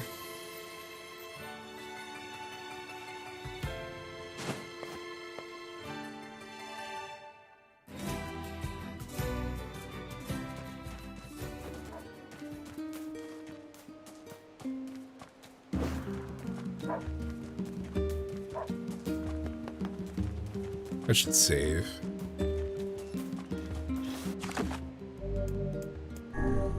I've been streaming for so long, but I don't want to stop.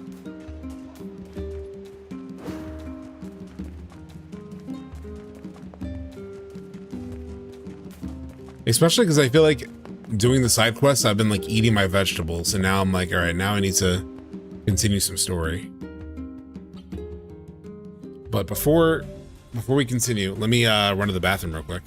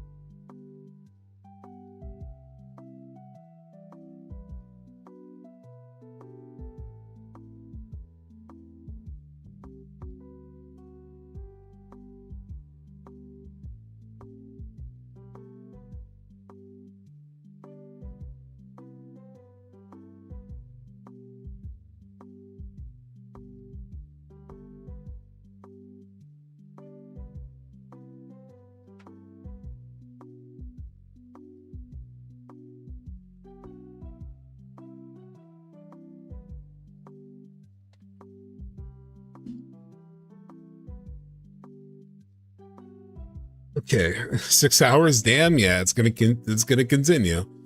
We are not done. We are not done. Because I'm not quite done playing this today. Is she with me? She is. Okay.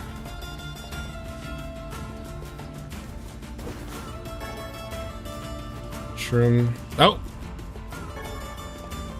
Lizard. Got ourselves a gizzard, which we need. We need gizzards, lizards, all kinds of shit. What else do we need for that quest? There was like 2 different things I needed. I just want to know if when I get them. It was for Ballad of the Twins. 5 lizard tails, 5 mouse tails. Okay. Oh, I have to go this way? Okay. Pretty sure. Yeah.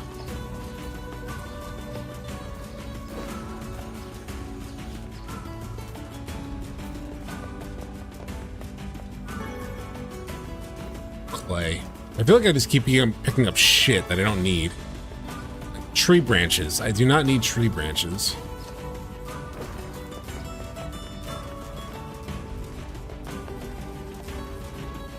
Oh, really? So I could farm them like that? I'm so dry? That's good to know. That's actually super important. Today, Popola sent me a new book about a great big tree. I really hope it has a happy ending. There's nothing worse than a sad tree. So, what's Facade like? It's strange. Let's just leave it at that. Stranger than a boorish young woman who battles monsters in her undergarments. Let's go. At least the game's self-aware. Oh, no map. Okay. What's over here? What is this? A fountain? A fountain of sand? It's weird.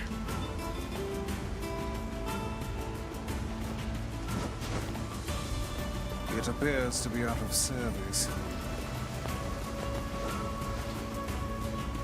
I assume this has some world implications, like it should be water, but it's actually sand. Oh.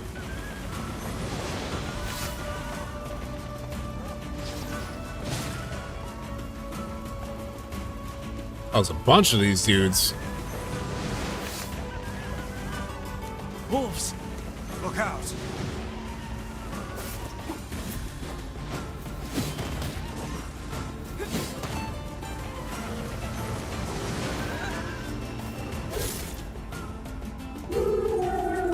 Oh, shit. Wait, they're leaving. That one appears to be the pack leader.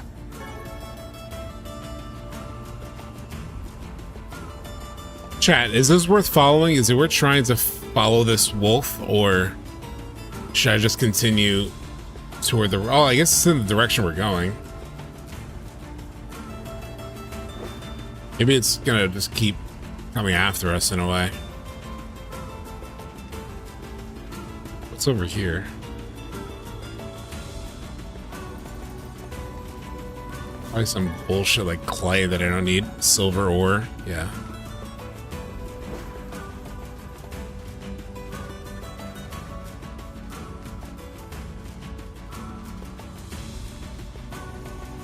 Just to be more ore, I'm sure.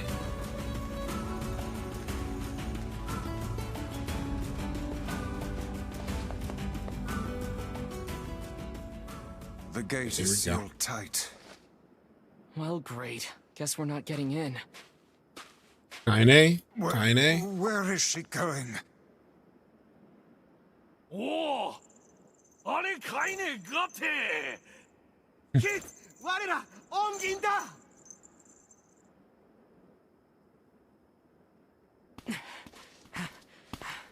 You know these guys, Kaine? Hi, I'm Zangan. I'm with Kaine. I'm just gonna fill in the Papa NieR lines.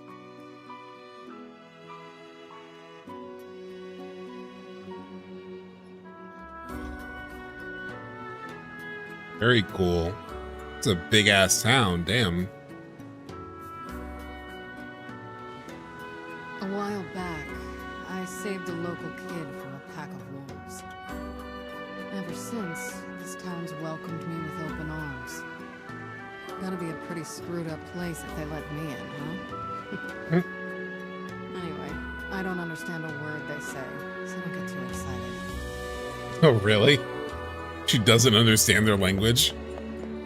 Is Grimoire by any chance? The king lives in the big building. Figure out the rest for yourself. Okay. She's like, so Kaine is basically Vincent Valentine. That's what I'm picking up. It's basically like having Vincent in the party. That's what having Kaine is like, right? By the way, not to jinx it, chat, but so far, on my frame counter, like my stream counter, I have 0 dropped frames for this entire stream. 1.3 million frames have been pushed onto stream. I have dropped 0. Total data output is 22 gigs. What about you? Fuck you, Streamlabs. If I were still on Streamlabs, it would have crashed 6 times by now. I'll stay here. I hate crap like this. Even worse, I was paying for multi-streaming through Streamlabs because it did it, you know, on its own. What a waste that was. I don't know whether to thank you or wish you ill. More like Cloud than Vincent? Okay. About town is in order. Yeah, let's The explore. language they use here is pretty crazy. So, good luck with that. Well, I got an old-ass book with me. Does that understand anything they're saying? Whoa. What are they saying? Fascinating. They speak a language I have never. Alright, even he doesn't know. Why do they look like pyramid heads? It's like a town of pyramid heads. I feel bad that I can't understand them. You could speak 1,000 tongues and still fail if you lack knowledge of another's culture.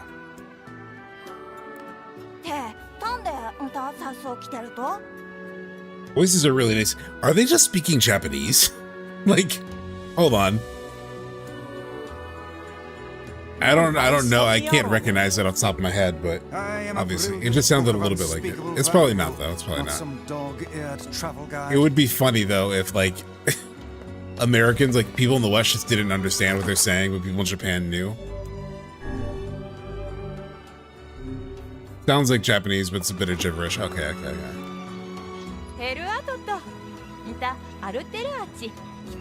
Yeah, it does sound like a lot like it, but yeah, it must be gibberish.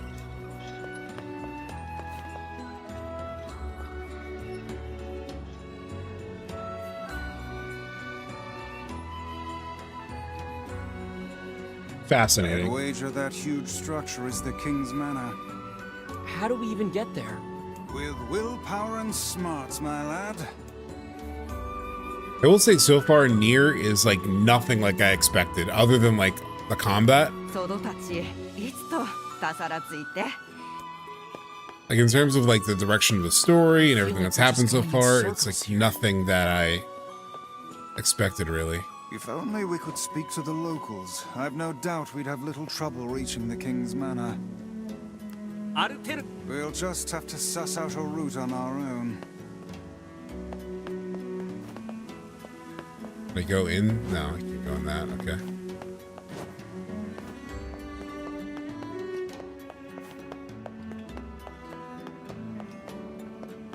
I really love the design of this place, though. It's very cool.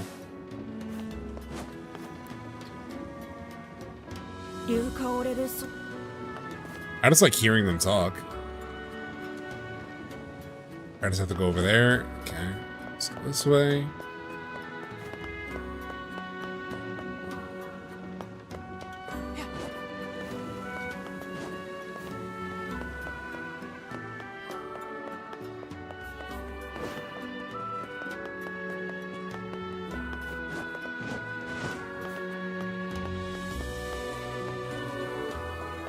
Alright, simple enough. By the way, NieR has a better story than NieR Automata. You mean NieR Replicant? And after we finally made it all this way... It wasn't that hard. Let us go back.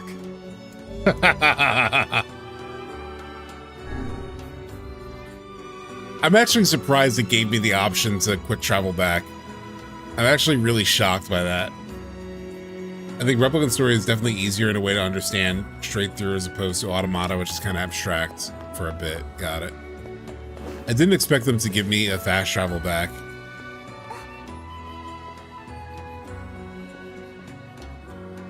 All right, let's help them. Let's help the child.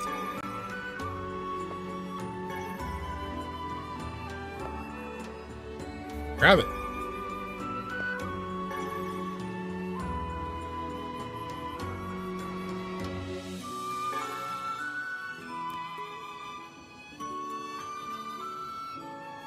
They said he's done enough backtracking. Ho ho, look. This one lacks the power of speech. Perhaps she can communicate through gesture. Let me see. You can't gesture, you're a book. You. Oh, he's reading what she's saying. I am Fira.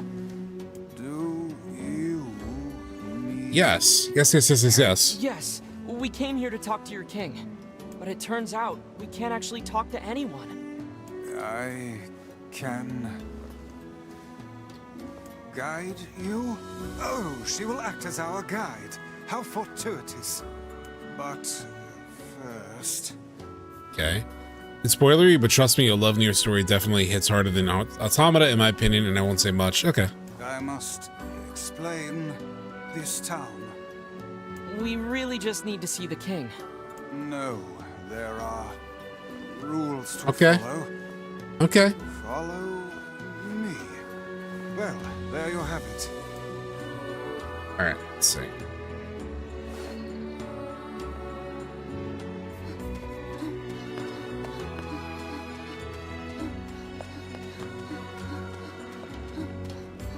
It's your little, like, pantsing.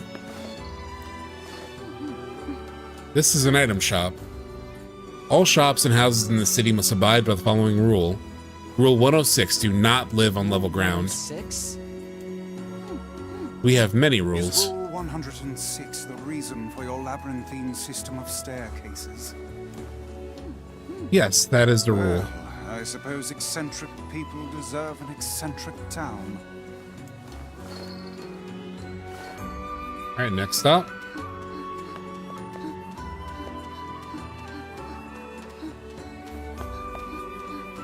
She's so cute. She's like adorable.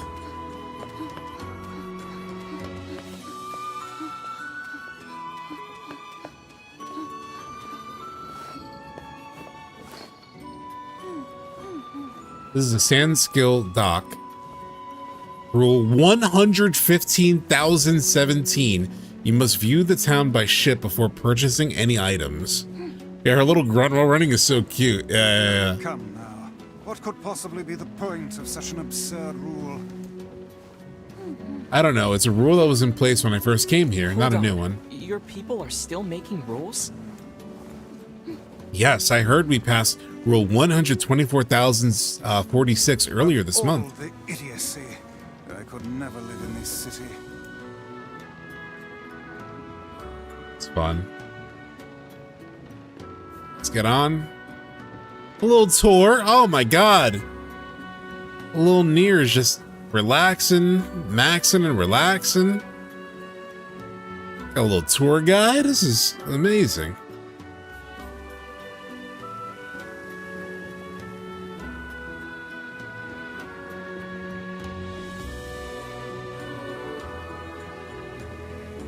I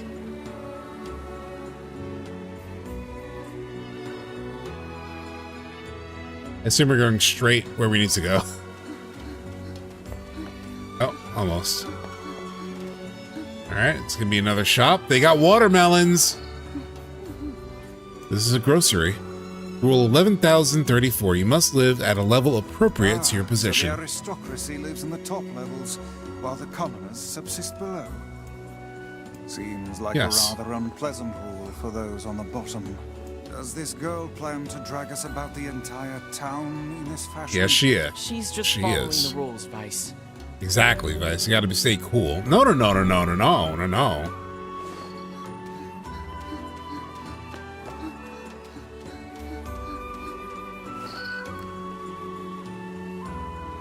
Skip the tour. I might regret that. I might regret not skipping the tour, but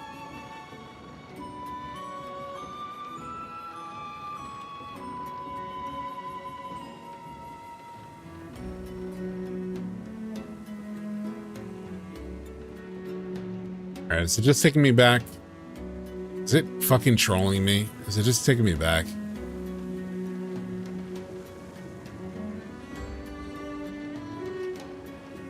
So what's happening? We're ending up back where we started, it feels like.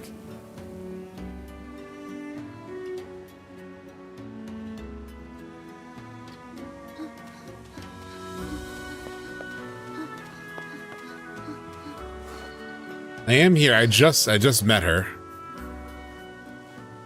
This is a strange things store. Thing store? Yes, a store that sells strange things. I don't know. The things are so strange, no one is sure what they do. Literal, like, fucking stop signs and no parking signs. Yeah, that is pretty strange. It would seem we are impeding progress. Sorry.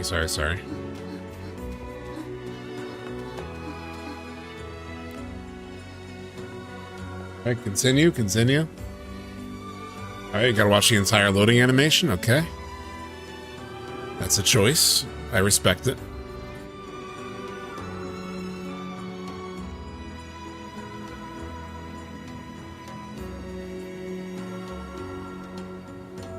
Okay, not there. Okay. Seems like we're going in circles. Even though we stopped at something new, it feels like a pretty inefficient way to get around this town.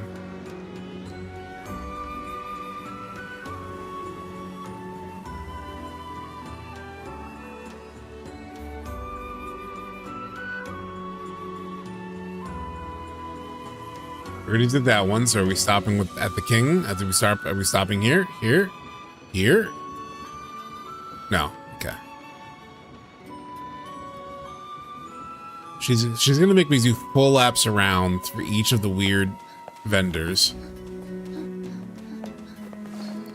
Ah, damn it. I didn't mean to talk to her. This is a store that sells raw materials. We use these materials to make masks. Rule 12, do not neglect your mask. If you want to live here, you must have a mask on at all times. Hi, thank you so much, Elias Holmgren, for the follow. Yes, I was beginning to suspect that. Alright, where to next? So fucking stupid. She's gonna make me around again. I guarantee you.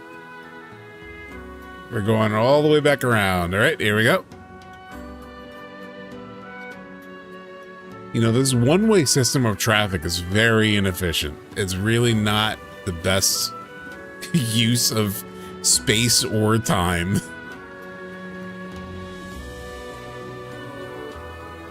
But I am indeed touching, you say touch grass, I am touching sand and appreciating the moment, Jake Lloyd. I am touching sand. They gave me the option to skip the tour, and I said, I can't skip the tour. I mean, look at my little guide. Little cutie patootie. All right, got a weapon guy. This is a weapon shop. This concludes the tour of the city.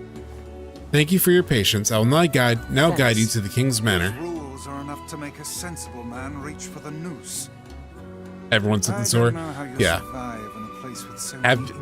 Have you ever seen anybody not take the tour? And do people rip them to shreds for not taking the tour? I feel like if you skipped Freya's tour, you're a monster.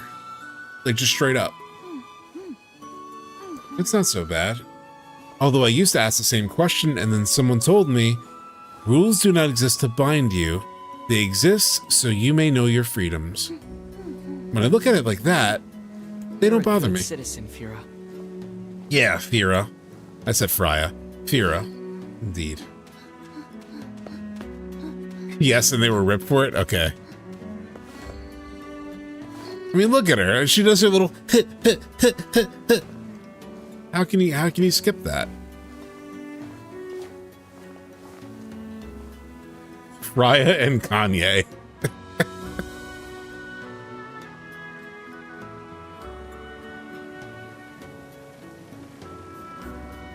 It's like when I did my tactics review and I called the Marquis the Marquis, and then people in the comments were killing me. But if you play the game, they literally say Marquis, because that's apparently the more like the British pronunciation of Marquis. Marquis is like the French pronunciation. So I always knew it as Marquis, but I said Marquis because I just followed what the game did. But people were in my comments for that review like, you fucking idiot, it's Marquis. And I'm like, well, the game says Marquis, so what do you want me to do?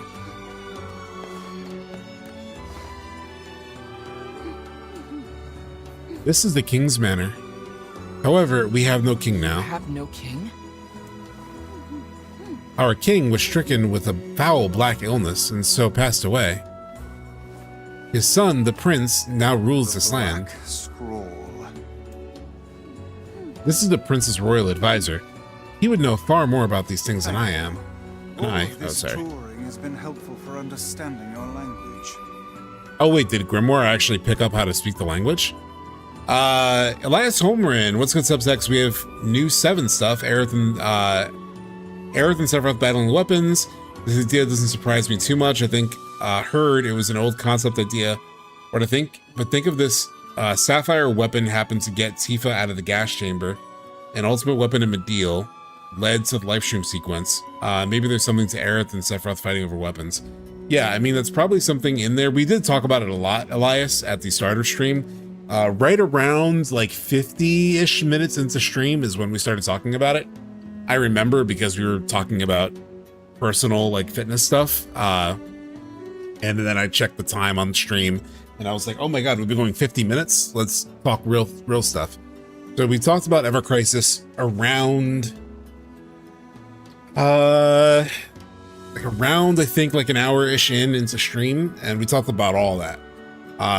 Yeah, I also think, yeah, Tifa was like, I think that weapon purposefully took Tifa in Gongaga, in order to show her, like, I think what happened in Gongaga in 7, by the way, in Rebirth, was I think Sephiroth had continually went after breaking the bond between Tifa and Cloud. And he was literally getting Cloud to attack her. And I think that weapon adds like a counter force then takes Tifa to see all that stuff in the live stream, because technically she's not supposed to have seen some of that stuff yet, because then after that fact you then get the Tifa Cloud scene in Gongaga where they sort of like reconnect over the past. So they have like, basically it was like the weapon as like Sephiroth tries to continually break bonds and like further the meta aspect of the story and like disconnect Tifa and Cloud in a way that didn't happen in the original. It's almost like the planet acted in kind and like as a counter to that move by Sephiroth, then showed her those memories so that there's a little bit more of a solid grounding, so that it doesn't completely become untethered. But I don't know, that was just like one thought that I had. Yeah, it really counted hard. Yeah, that's what it feels like, because like she lands in the thing in the Mako, and like it specifically comes after, it goes for her, but then brings her back. You know, it feels like a specific action to protect what the planet wants, and it's the White Whispers guiding it. So it's interesting. I guess we'll find out. We'll find out in part 3. All right, so he picked up on the language. That's cool. Oh, that's brilliant. This could be a setup for part 3 when Sephiroth breaks Cloud and Tifa's bond with the truth. Yeah, exactly. We need to talk to the prince. I'm afraid the prince is not taking outside visitors at present. I'd appreciate it if you can come back another day. Patience for this kind of thing has long ago evaporated.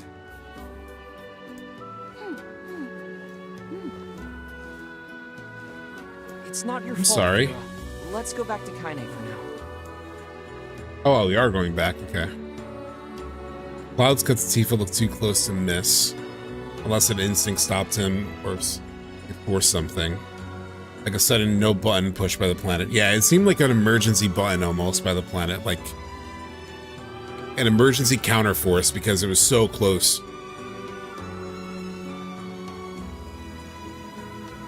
And it was such a... I don't think it would have ever really like shattered Tifa's connection to him. I don't think that could ever really happen, but at least she understood a little bit more, you know, what she got like a little bit of sense of the meta that's happening. A little bit.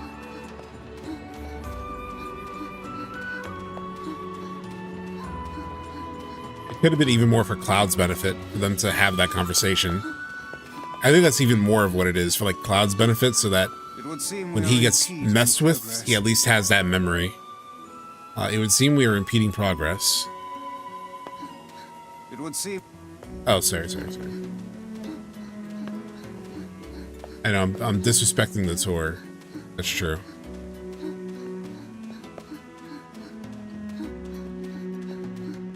See, I could run past this little girl and just get to Kaine. But no, that's not gonna happen.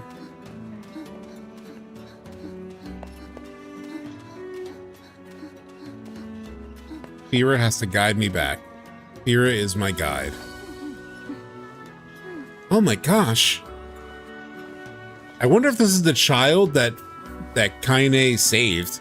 Because Kaine said like she saved some child from wolves, and they've loved her ever since. I can barely. The person who saved I called it. Yeah. Don't mean Kaine. Kaine helps you. This foul-mouthed hussy. Hey, Grimoire. Piss off, book. You guys done or what? Hey, did you hear the news? Prince is missing. What? Then we're in violation of Rule 83,348. What's going on?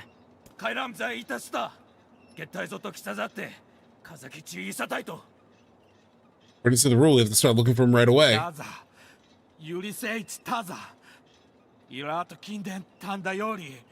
Oh, not the Barren Temple. Only nobility may enter the temple. That means we can't go look for him. Well, luckily. I do not live by the rules of this place. What about rule 83,348? What about rule 50,527? Why'd they make a bunch of rules that contradict each other? This is their way and their system of laws. As outsiders, we have no say in the matter. Now come. So funny. We should be off. Hold on, first let's look at Kaine. Alright, of course she's very Vincent. I'm going to save the prince. No, you're not. Can't. You've forgotten about rule 50,527? Oh, screw the rules. Hell yeah, Fira. That rule only forbids your people from entering the temple, right? Exactly. I got it. So why not ask an outsider to save your prince? Interesting to hear Laura Bailey's voice have a similar but slightly harder edge than Visigal. Just played Dispatch for the first time. Oh, yeah. How'd you like it, by the way? If we saw a layout of the memory sequence like a Gaga, they'll make the real thing. Oh, it's going to be crazy, yeah. We just happen to have an outsider who can't stop meddling in the affairs of others right here. God damn right. Only those who can enter the temple I'm are. going to. Fira told me about Rule 1024. You know that one, right? What is that? Rule 1024. You must honor the request of any outsider owed a debt. That's how it goes, right, Fira? Why did I ever agree to travel with such a pack of do-gooders? Let's move.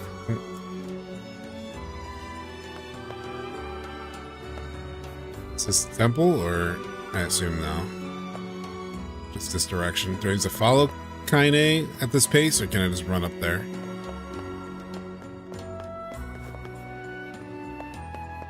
Come on, Kaine. Come on. Let's move. I was waiting for you. Got a letter from Arkin today. He's in a faraway town where you can see the ocean. I hope I can see the ocean someday, but it's huge. Let me show you the way. You'll need my guidance to get through the sandstorm. Oh boy. Oh boy. Trailing quest chat. It's like Bow Wow Wow all over again. We're probably gonna get attacked.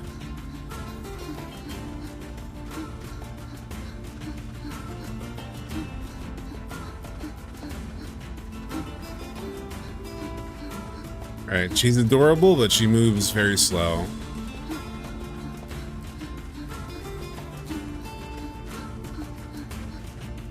An old Telltale head, and I feel like they finally executed on the premise by ditching the walk-around adventure. Yeah. And just made it fully an interactive TV show. Uneven writing but high highs. I agree. I totally agree. I was gonna make a video about it around the time of its release. I don't think I will anymore. I did consider it more for like the Telltale aspect. I was really interested in I found a bunch of stuff related to like Telltale closing down, and then, you know, kind of the smart pivot that this developer took that you're kind of talking about, but I just didn't get around to it on time, and just feels a bit like it doesn't need to be said. I forget, I think you can run ahead of her, but you just can't lose sight of her. Don't let me troll. Okay. Yeah, I'm just gonna wait, especially because like I don't know where to go, because she's literally the X on the map.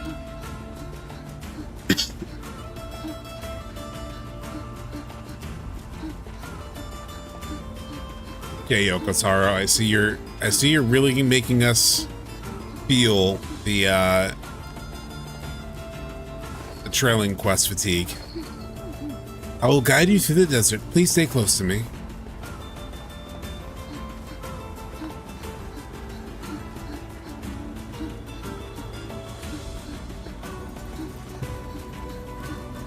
Fucking hell.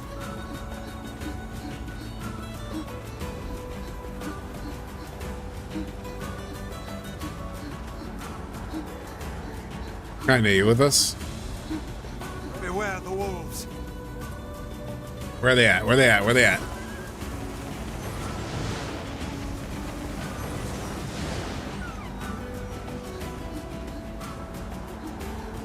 The sand is too much. I can barely open my eyes. That's why you need a mask. The moment I open my mouth, the sand rushes inside. You're a book. I know you have a mouth, but... How does Vera deal with this? Perhaps there is some manner of filter inside that mask of hers. Yeah, that makes sense. You guys could have offered us a mask, by the way.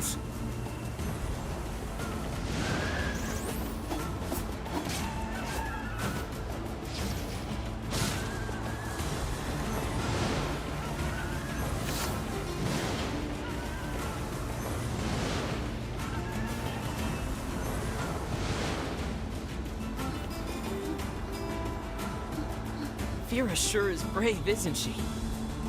For such a minuscule body, she seems to possess almost boundless stores of energy. Kids be like that. Kids be like that, and they wear you the hell out. I don't have children, but I have had young nieces and nephews, and let me tell you.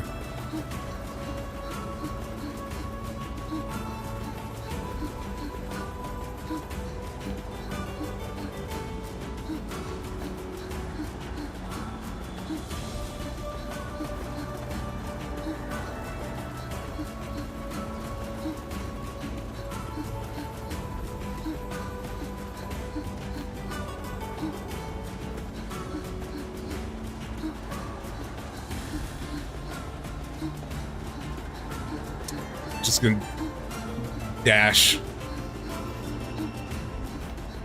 Something just off screen, locked in a shed, exactly. Wolves! Look out!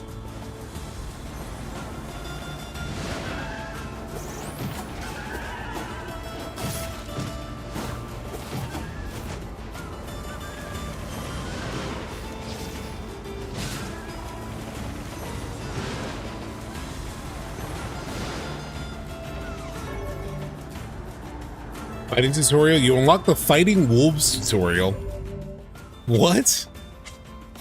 What could possibly be so specific to the Fighting Wolves tutorial? I feel like he's just fucking with me with these tutorials.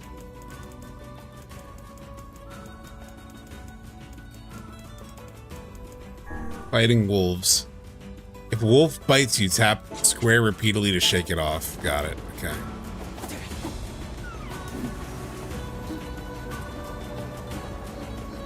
This girl must possess extreme patriotism. Look how she gives all for the sake of her prince.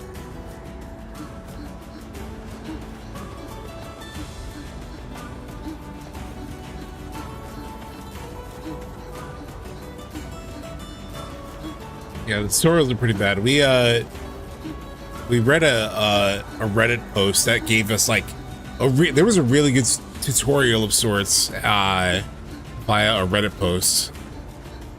Count on a rule 32,425. If a wolf bites you, shake it off. Pretty good rule. Pretty important rule. What if they had a rule that was like, if a wolf bites you, you can't shake it off? The Barren Temple is just ahead. Oh, and one more thing. Barren Temple map. Okay.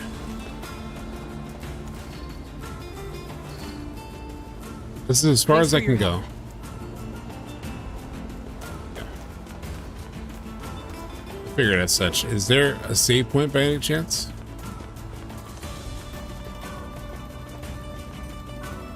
Nope. Okay, we continue. I believe it's an endangered species. Okay. Check this shit out, chat. I'm curious. I don't know if there's gonna be a save point, but like, how long is this temple, do you think?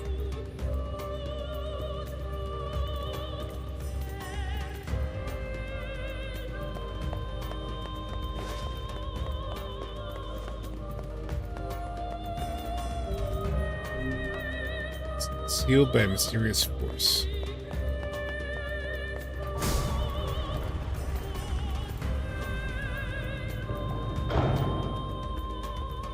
Okay, we got a forced walk. Okay, we're locked in. We're locked in. Kind of long, if I recall. Okay. The following actions are prohibited in this room. Leaping rabbit? What was that supposed to mean? Fuck is leaping rabbit? What is leaping rabbit?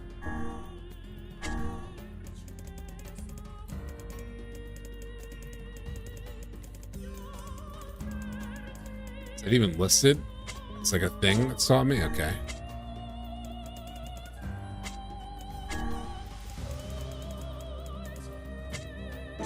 Great. I'm prohibited from doing something that I don't know what it is, which is one way to do it.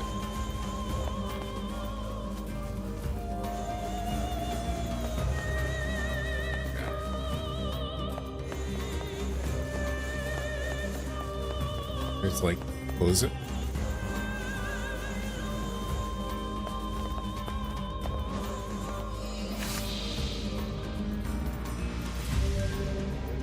Sorry, what now?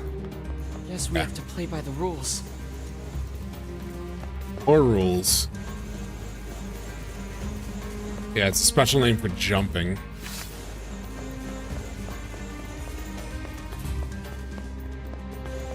Well, where the hell?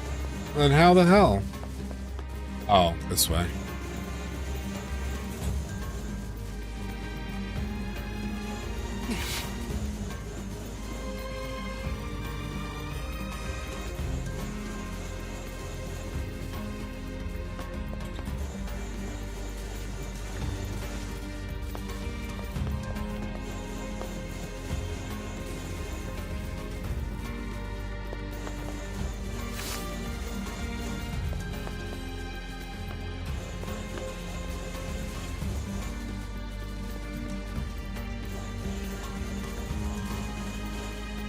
Wait a minute. Now I'm confused. Oh, I can break it. Okay.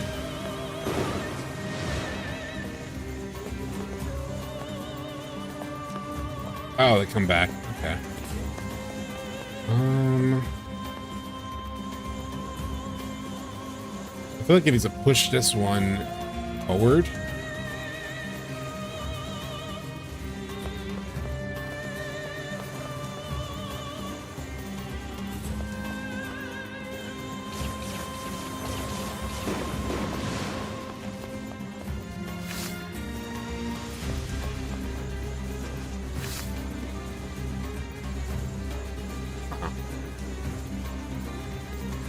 I can't move that farther. I need to move it over to the left, if anything, but I can't.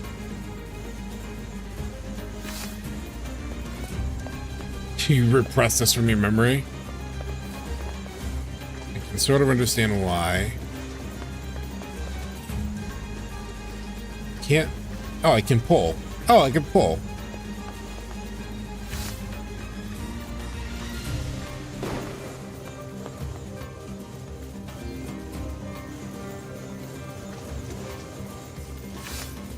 Kaine.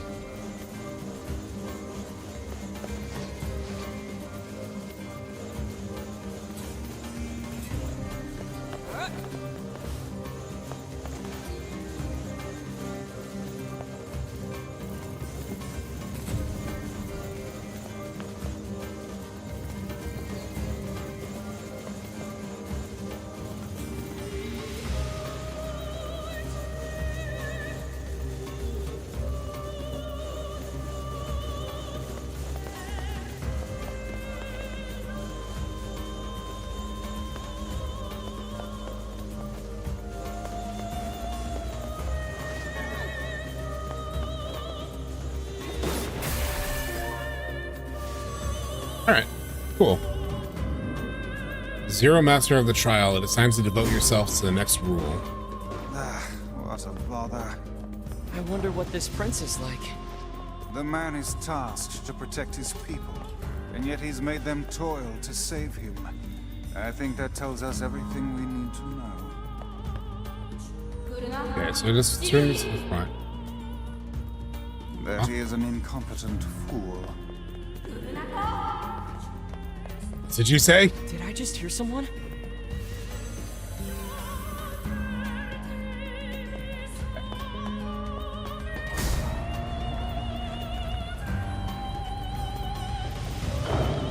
All right, next rule. Oh. Is this the prince by any chance? Where did you come from, boy?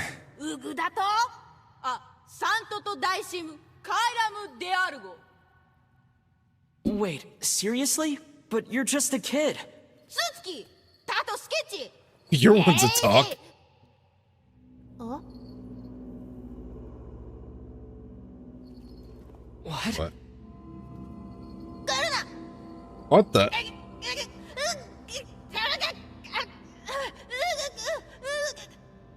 That's... So he clearly doesn't know what the fuck he's doing in this temple. Alright, give me another rule, I'm sure.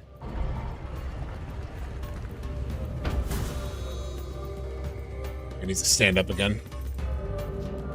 Sitting for a while. Alright, I can't leaping rabbit and I can't stationary owl? What the fuck is stationary owl? Standing still? Well, that was unusual. Come on, we have to help him. Or we could simply pretend we didn't see him instead.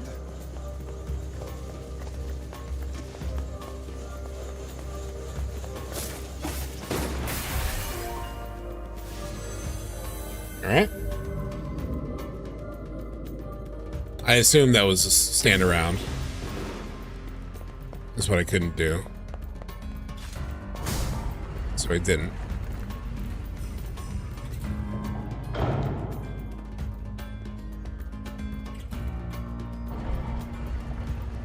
Kaine! Did she...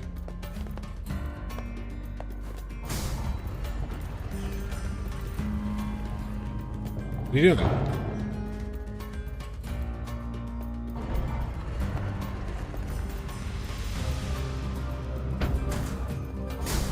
Dang it.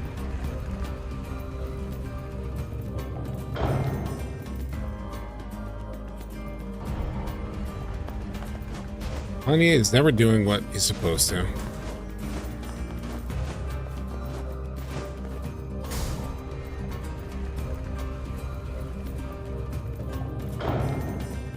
Is Kaine stuck back there?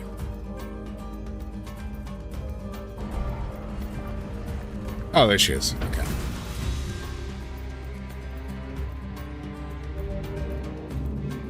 No racing wolf, no evasive mouse, no magic spewing bat, no magic spewing bat.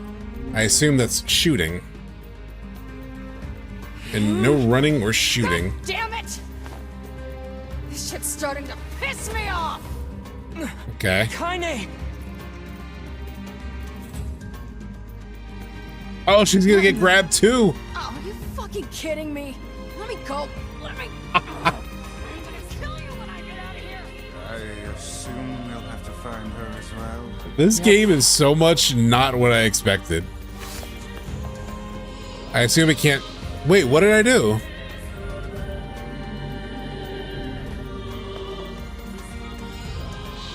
Wait. I just need a slow walk? Is that...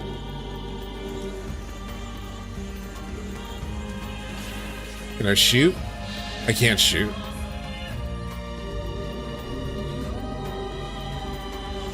I need slow walk. Only. What would be the best slow walk option? Probably furthest away from the balls of death.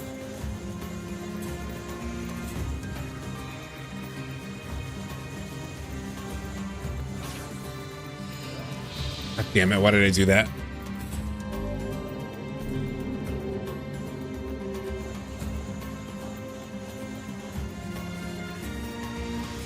This is brutal, Yokotaro. This is brutal. You're a mean, mean man.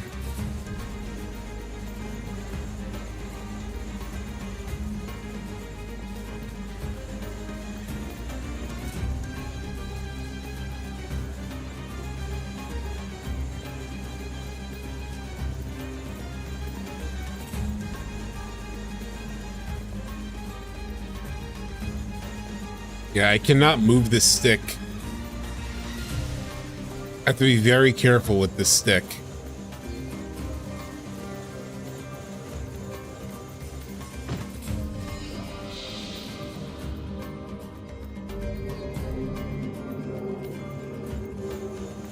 Alright, this is borderline stupid. This is borderline stupid.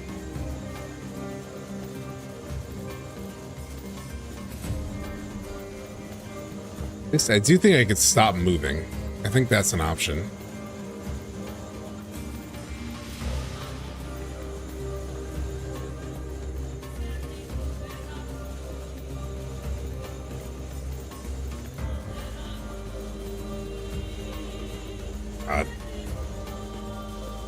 This plan might be even stupid that I have.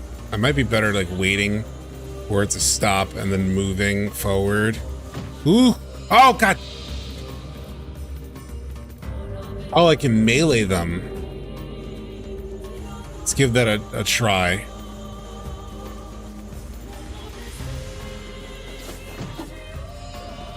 Oh, that... Yeah, it's just that I can't... I can maybe melee them directly ahead of me. Fuck, I ran. This is turning me into Kaine, exactly. At least I think I can attack them. It might be like a bailout that I need to do at some point.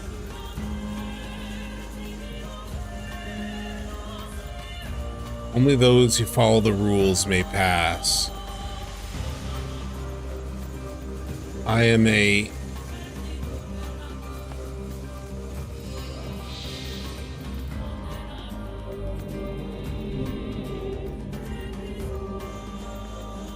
I barely moved the stick and it ran. This almost feels like a mouse and keyboard section. Damn, it makes run if you use melee? Oh.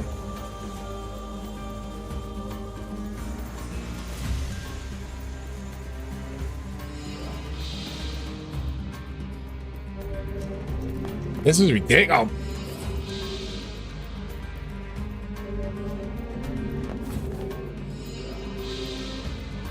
No, rolling is evasive mouse, I think. Yeah. No rolling.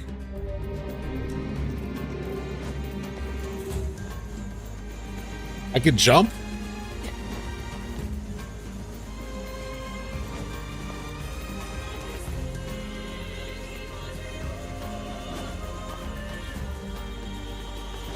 Interesting.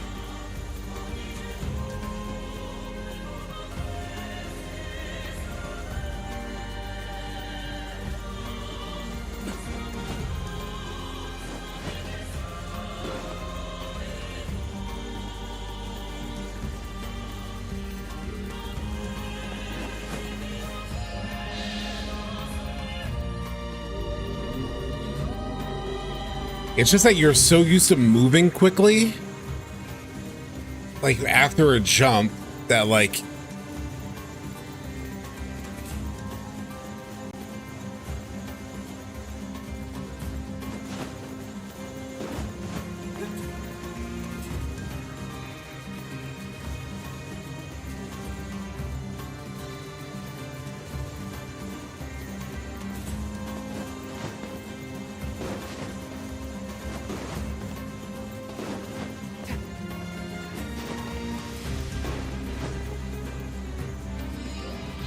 What? What?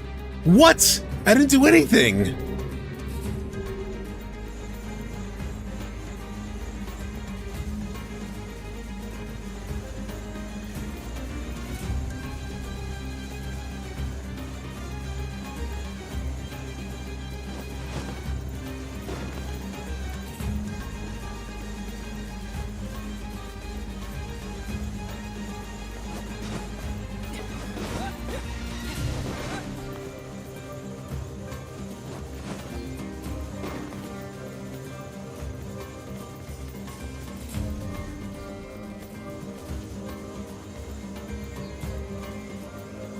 I know, if it punished me for jumping, that would be ridiculous. Okay. My God.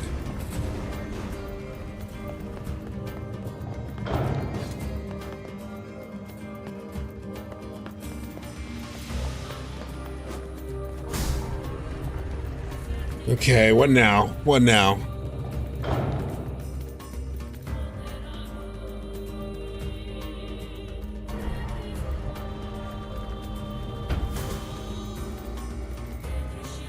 I also like that I'm like literally locked in. No protected turtle, no magic spewing bat. You can run.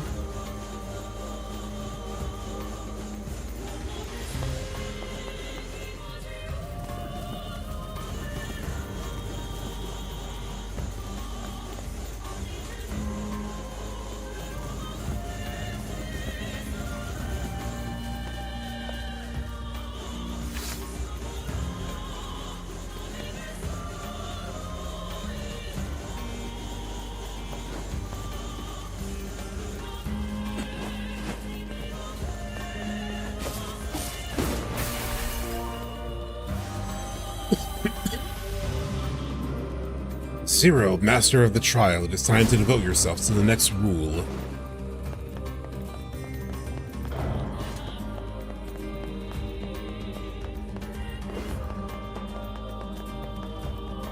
What's next? Over here?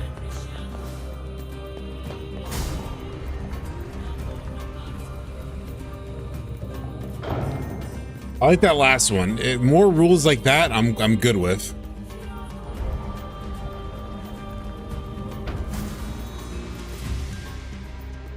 Hold on, just want to check one thing real quick. Okay. No evasive mouse, no magic. Okay, that's fine. I can. Fuck you. Ah, shit.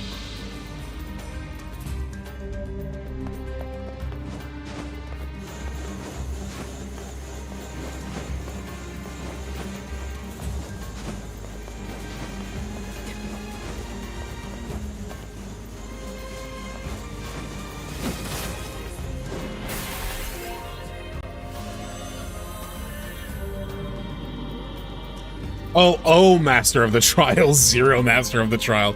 I was confused. I was like, I'm making no progress? Okay. Oh, master of the trial, it is time to devote yourself to the next rule. To be fair, it looked a little bit like a zero, okay?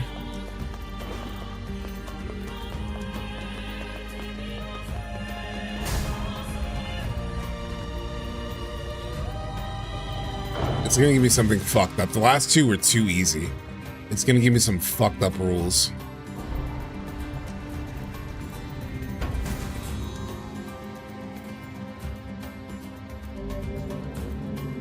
No blade-wielding tiger?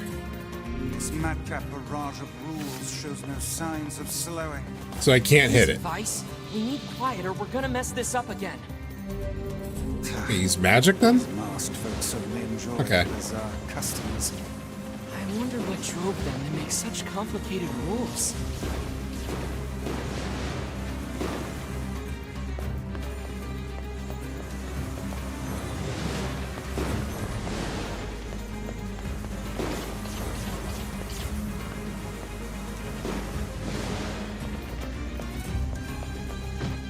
Oh, God.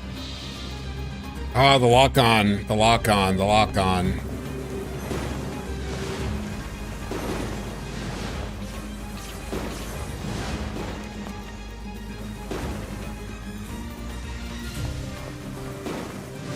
Alright, at least there's no time limit for, like, breaking all these boxes, it seems like.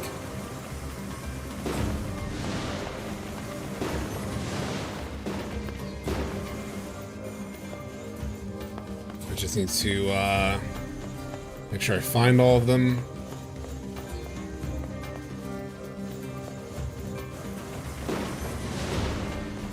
Okay. There's another one. There's another one over that way.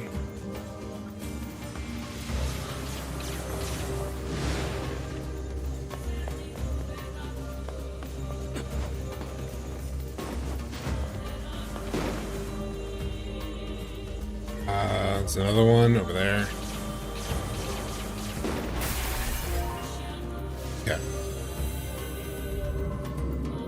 Oh, master of the trial, it is time to devote yourself to the next rule.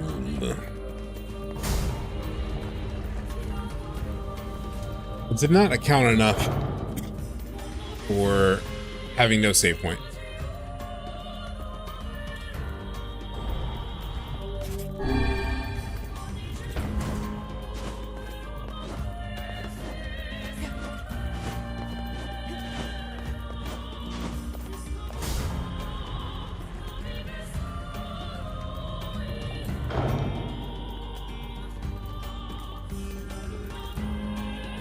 Come on now.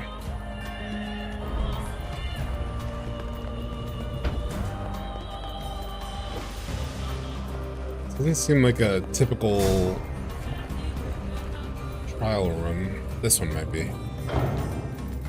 Yeah, this looks like a trial room of sorts.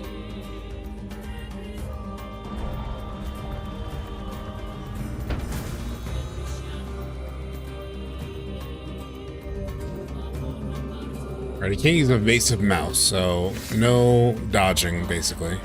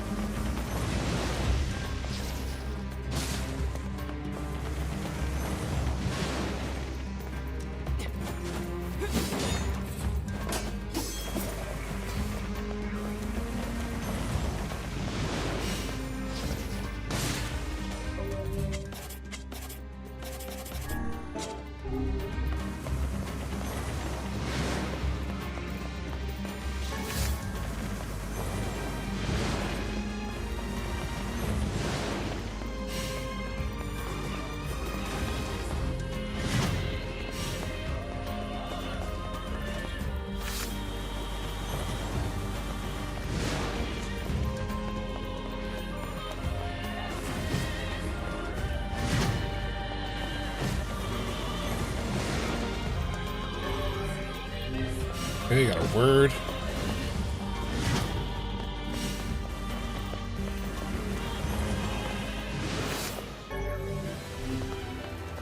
Oh, boss.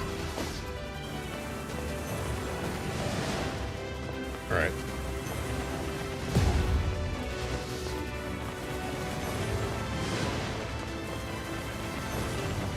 All right, it's kind of a weak one, though.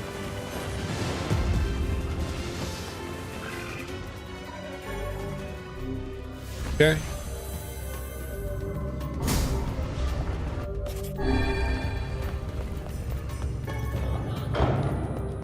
Elaborate machine.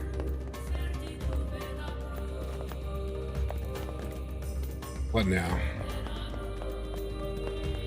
This way?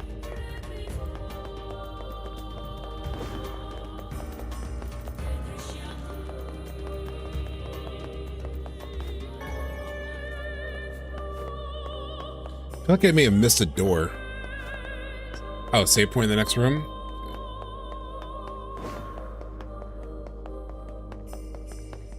Which is fine. At this point, like, if this is, like, before a boss, I might as well. Is there anything I missed in this area, Jake? Like, I saw another door at one point that I thought might be a side room or something. I don't know if it, like, would have some kind of, like, side thing that would be good to get or something. It looked like an extra door that I never went through. Alright, well, too late, I guess. Today's Arkin's birthday, but he's not here, so I just had a party by myself. Save point. You were correct. Is there something that I missed? I feel like I may have missed something. What is this place called? I'm good? Okay, Barren Temple. Let me just Google real quick. Anything missable? Barren Temple. Here.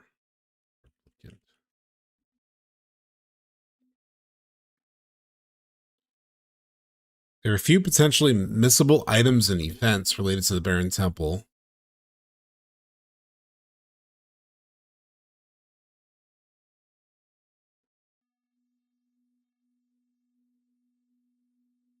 Doesn't seem like anything big.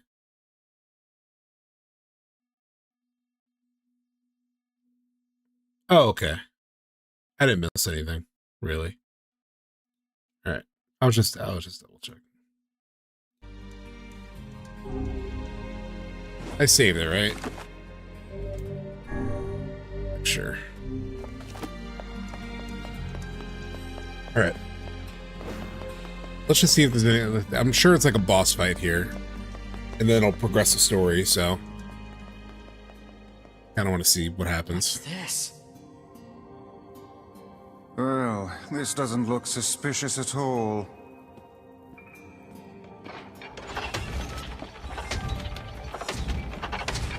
I did save. Yeah, safety first. Always double check. Hey, look! Oh my god, the music's going.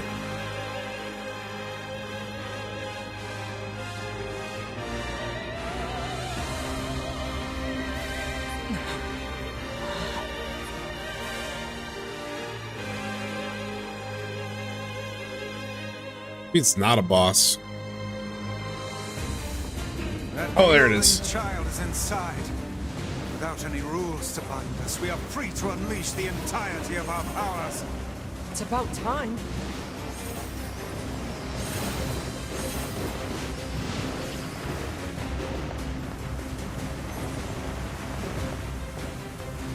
What is this thing?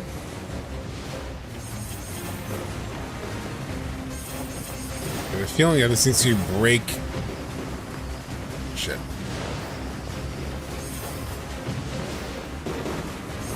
I detect magic within the glowing cubes.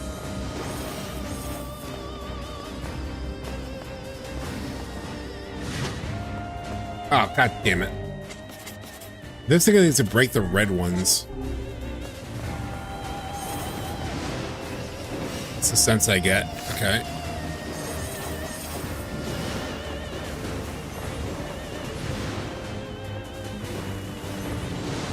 It's a new red one. And now this one's a red one. Okay, next one. Drop down. Got you. Got you.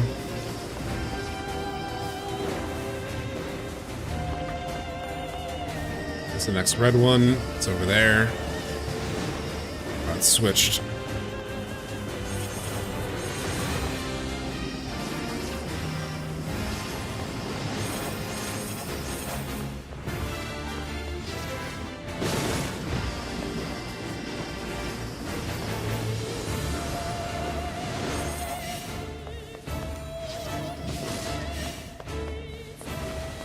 Alright, that rose down. Shit! Give me the red one, give me the red one.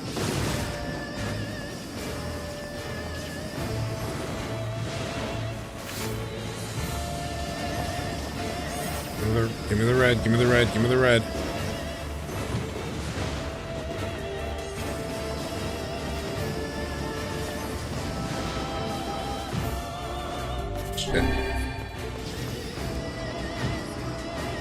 Shit. Ah.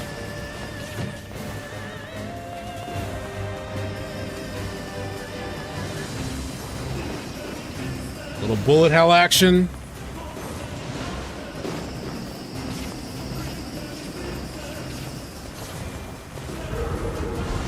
Oh, mindless. The one that's OSC? Yeah. Alright, what now?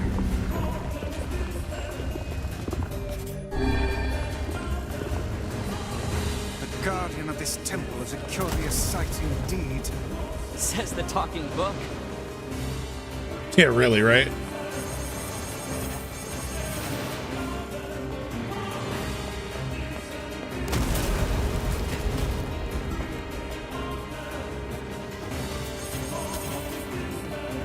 Ow.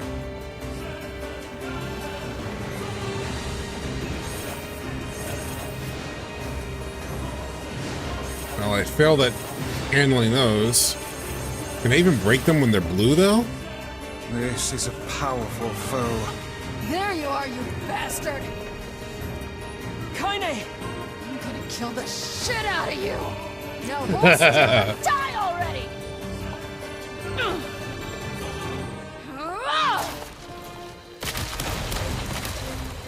Oh my god, Kaine.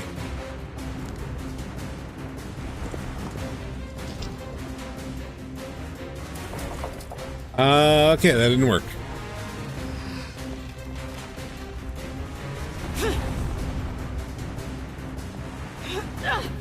We're barely in rare form. Yeah.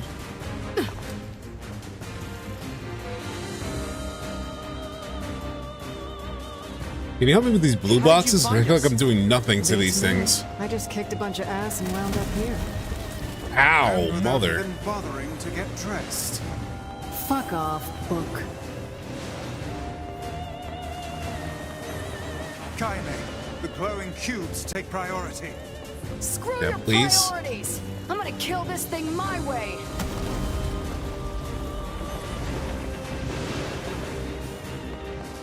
Okay.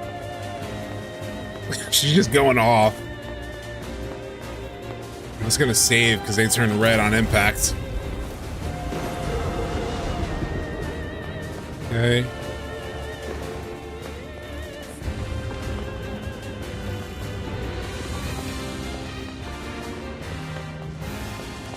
It's epic as shit. This should prove interesting.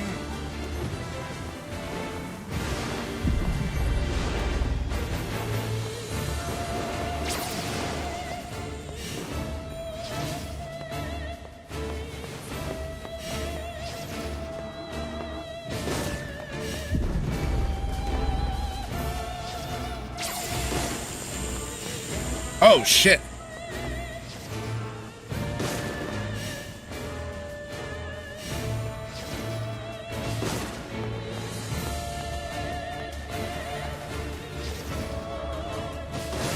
This is so cool.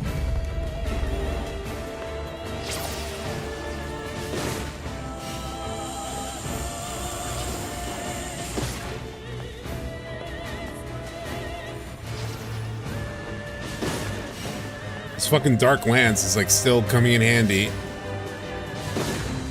I've been playing this game for a while. It is like the spell though for me. It's kind of how we want Sid to swear. It's probably a little more than Sid ever swore. I think people overestimate how much Sid swore. Nice.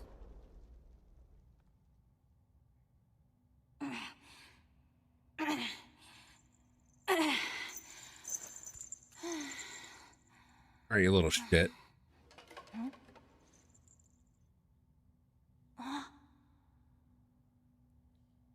Is it a mask?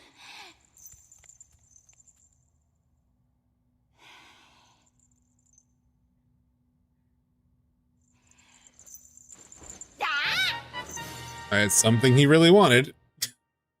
It looks like a mask, though. Alright, fast travel back. I appreciate that. Prince! My liege, have you any idea of the trouble we've... Ah, the royal mask. Very Zelda coded, yeah. Our people have suffered from the king since the king's death. I was too young to bridge the gap between our people and other civilizations. Trade has come to a halt. We lack food and water, and the people to spare for it. This mask is an emblem of the king. With it, I can project a strong image to other lands, and our people can be prosperous once more. Okay, he's actually not a little shit. He's like quite mature. My prince. Rules do not exist to bind you, they exist so you may know your freedoms. Those are the words of the previous king, my father. And now I have this. I have his mask. I believe I can ascend to the throne. Is this correct? Of course. Hail! All hail the new king.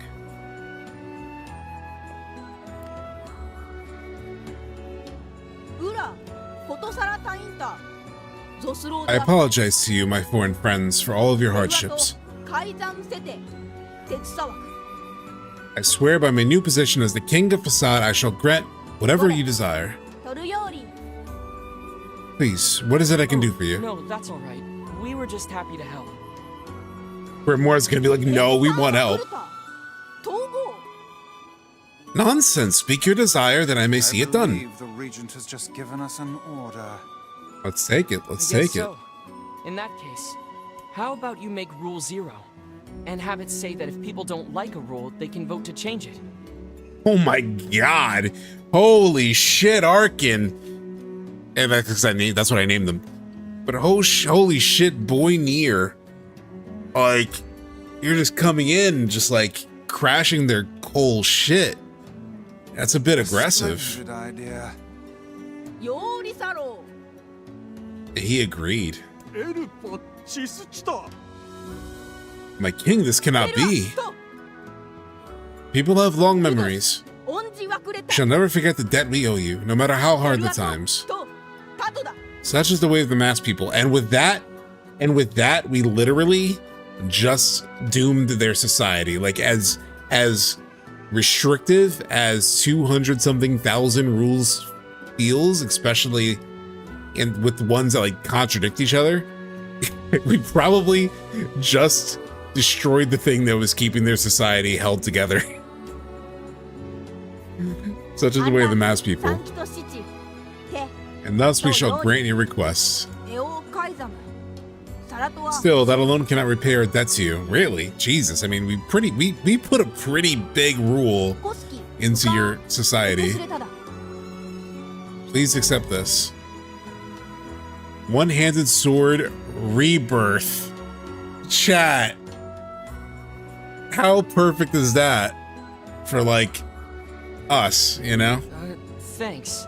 But I think most of your praise belongs to someone else.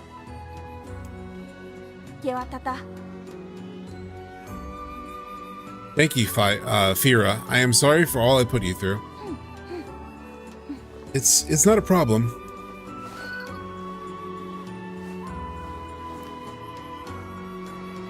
Do you know how to cure the Black Scrawl?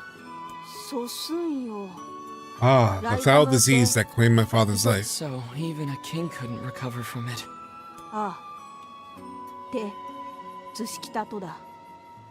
Here, everything we tried ended in failure. Even the voice acting on the fake language is quite good. No way around it. We'll have to collect the sealed verses after all.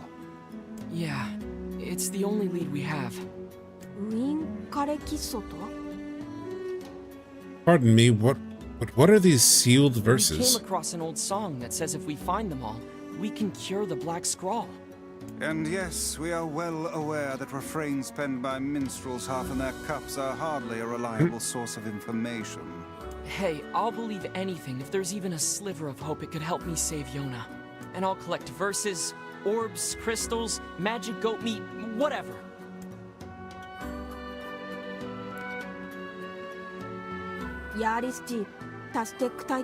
Sorry we couldn't be of more help. I can't talk to Kyrie? I don't know why I forgot her name. One moment, please. Can I ask you to visit us again? Fira. That's right. To return as friends? Just try not to get yourself kidnapped. And the book's title, Loveless. Yeah.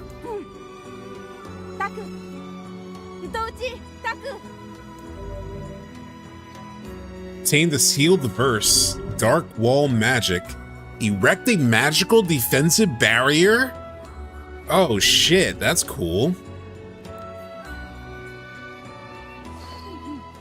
Come visit us? Okay. Let's go see. First, let's get the watermelon. Let's go back. Yeah, let's get the watermelon. Which I'm pretty sure was over here, wasn't it? I don't want to take the boat. Alright, here.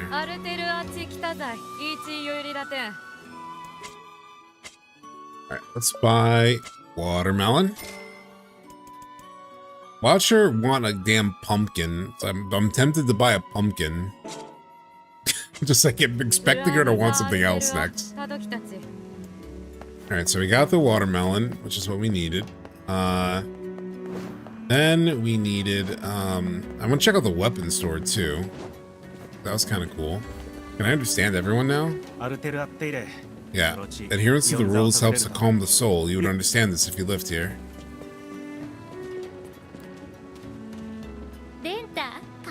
Everyone's saying that he's useless, or at least whispering it. You can't say bad things about the prince.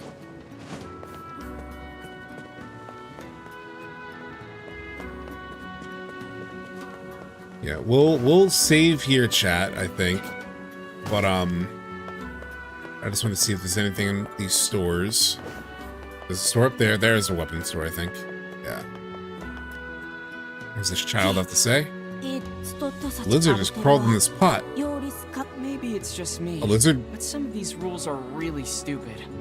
A lizard went in there? Can I get it? Damn it. I need that lizard. Okay, what do you got? Oh, it does show me the stats. This one's pretty good, but I would be broke. But I could sell stuff. I can sell stuff. What is the stuff I'm free to sell? Hold on, that Reddit post showed everything I could sell. Hold on. Saved. All right, the stuff I could sell. I could definitely sell that bat bullshit. I don't know how much it would go for.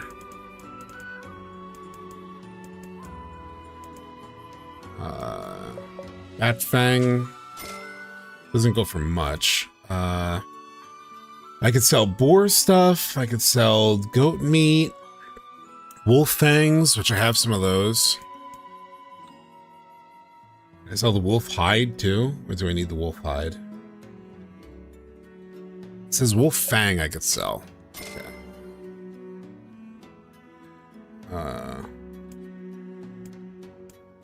Dented metal board? I'm pretty sure I could sell dented metal boards, right? It's not listed in this list. Chat, I gotta be able to sell dented metal boards, right?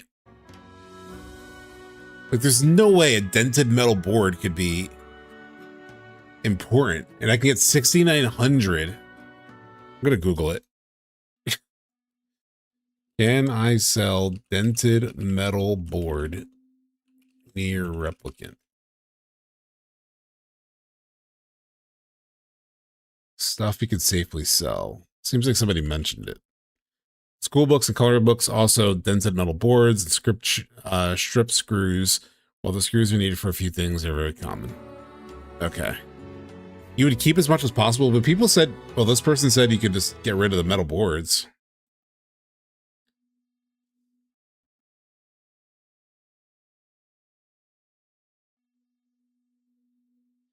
Some materials you need, some you don't. I would advise against selling most drops, as some of them are a pain to grind, and there's nothing more facepalm than realizing you need. Yeah,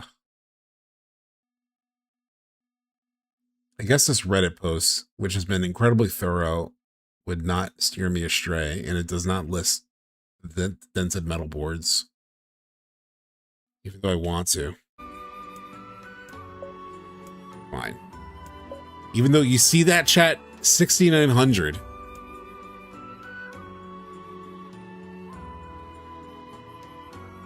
Well, the Reddit post doesn't mention the dented metal board, so I think I'll hold on to it for now. You can get those pretty easily from crates. Oh, that makes sense. Like, that's probably where I get them from, right? It's like, all right, I'll sell, like, in the offhand chance I need metal boards, I still have 26, which sounds like more than enough.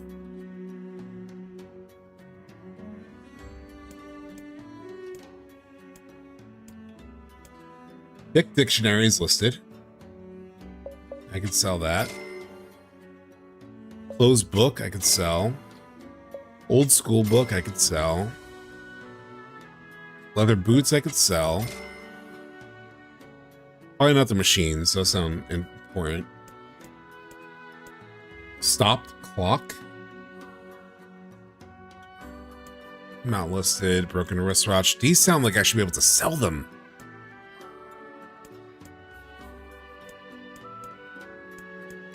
Mouse tail. I do have a couple mouse tails apparently.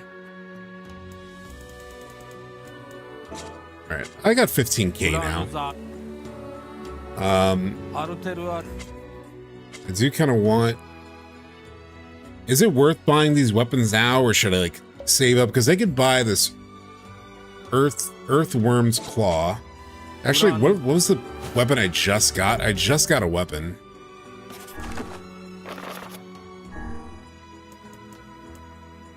Rebirth. It's only 115, very lightweight. 109.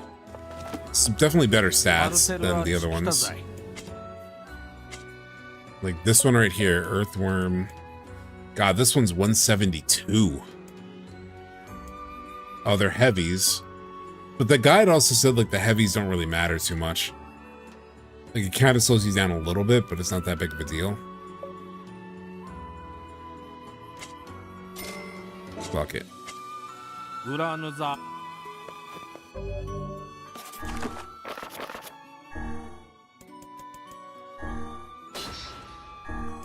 I'll check the story on these, I forgot. New story. An elderly scholar sits in the dim reference room of a moldy museum. Before him lies a single box which has long been sealed away. It is an article of museum's previous curator made abundantly clear should be never opened. I think there's a quest for dense metal boards. If you have done that, then you are good. I did not do that. We should be okay. The Rebirth weapon story. That's right. This here is the weapon that'll be ending your life. Don't sweat it. There's nothing to worry about. It'll be a pain the likes of which you've never felt before. In fact, you won't even feel pain at first. It'll be more like the water sliding across your skin. Honestly, for most folks, it ain't the pain that makes them scream. It's the sight of their own blood flowing out of them. Moonrise. There is a legend of long ago that speaks of a nation threatened by a great inferno. This nation, however, was saved from eternal hellfire by a sword with the power to freeze anything. Around this sword stood thousands upon thousands of human ice sculptures. That's sick. It's probably 10 though? Okay. I kept 20, like 26 is what I currently have. This sword looks funky as hell. Alright.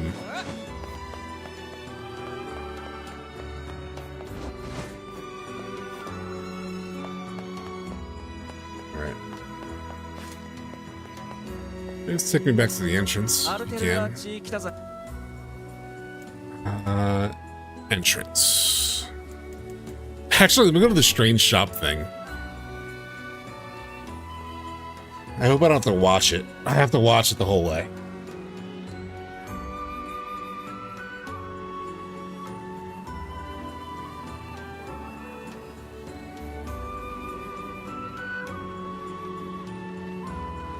Just to see what's in the dumb shop.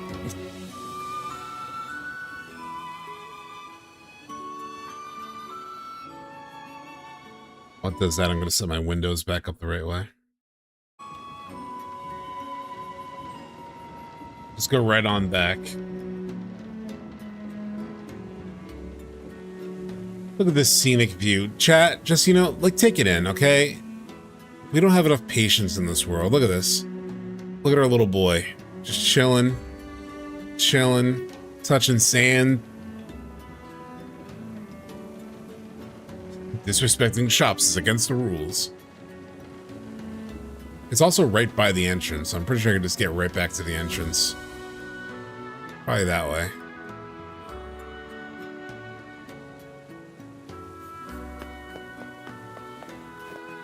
What do you have, my brother? Wait. I'm responsible for trading strange and unusual goods. When I actually have some on hand. They're literally right there. I see them. I see them. Like, who needs a stop sign? That's strange and unusual. Who needs no parking? That's strange. I want a no parking sign, chat. That's a valuable good. I could probably use that to craft a new weapon.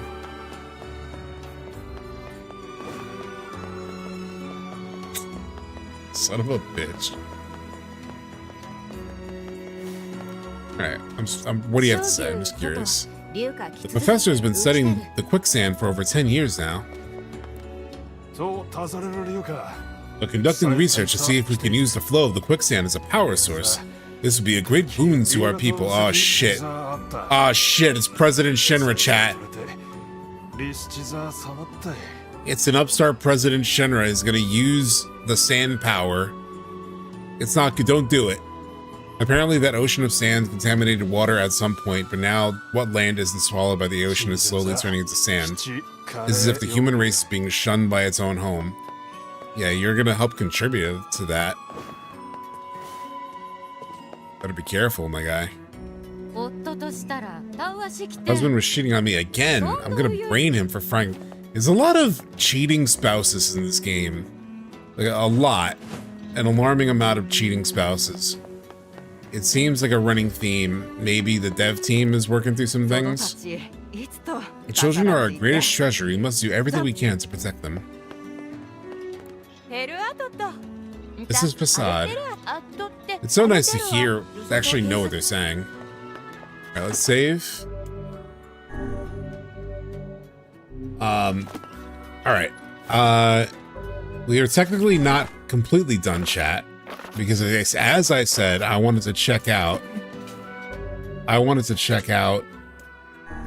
Rebirth now that I reinstalled it. But of course, I just need to double check. So we're 10 hours into this.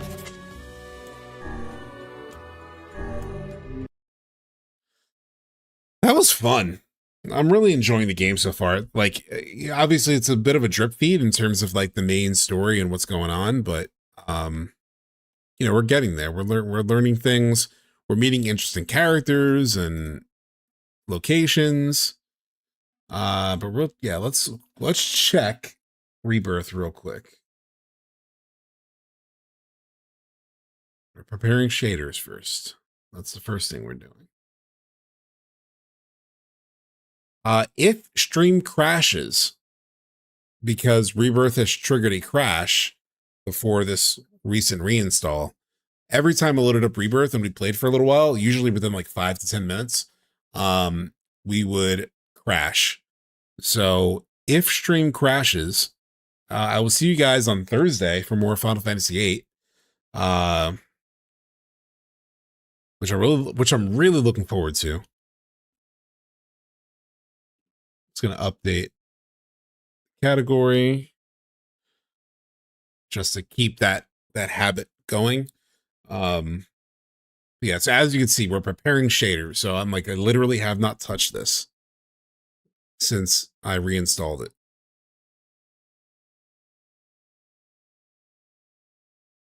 But I wanted to see if I can get it running, because obviously there's stuff still to do in Rebirth, and we will eventually. Like, I do want to go back. I want to do like all the extra fight stuff, all the unfinished world stuff. We could try for a platinum maybe at some point. I'm definitely trying to like enjoy playing some other games with you guys, but obviously Rebirth will always be around and available for the vibes and to eventually go back to. Like, I'm sure after we get like trailers and stuff for part 3, I'm gonna have the itch to go and play some Rebirth stuff. So let's see if it runs. Let's see how it runs, which is also important. It's gonna take a while. There's gonna be some like rebuilding stuff. It's gonna like stutter and shit. Another thing I noticed is that it may have set my, yeah, it did. It set my thing to 4K, and I don't want it to be 4K.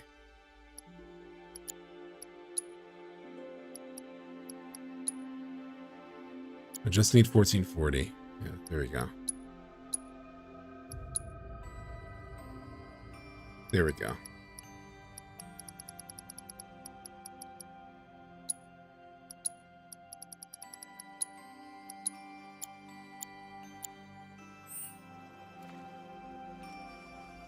Grinding in real life to get a PS5 Pro.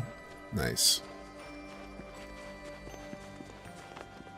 I mean, it's already way less stuttery than the last time we played. Oh, there goes some stutter.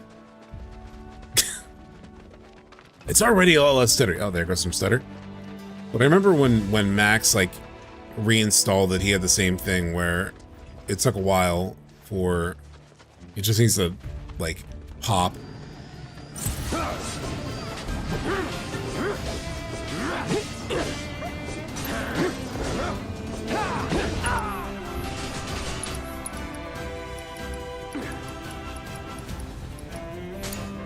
I'll take care of them.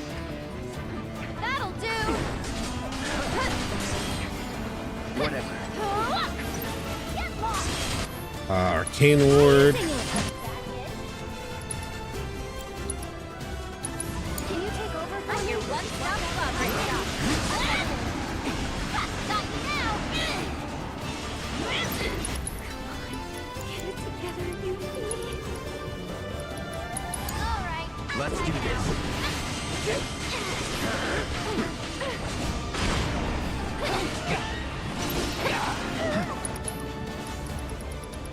Hey.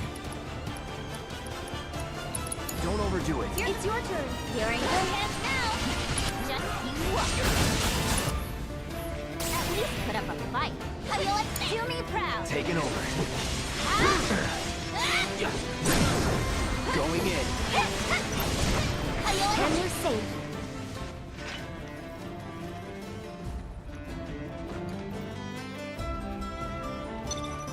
Can I not switch party members? Like party... Oh, there we go.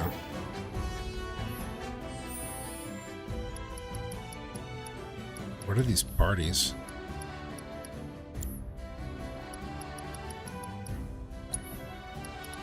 Here we go. Party 1. I was really overloading Yuffie, wasn't I? Here we go, here we go. Let's get some Tifa action. That could be cool too. It's already been 2 years. I know, I know.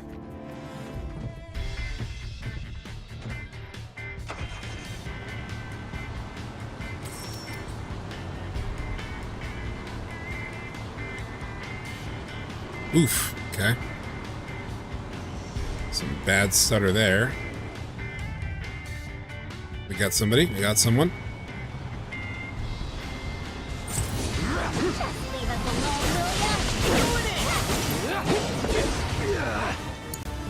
Don't let me down. Leave it to me. Not now. Here goes. Gotcha.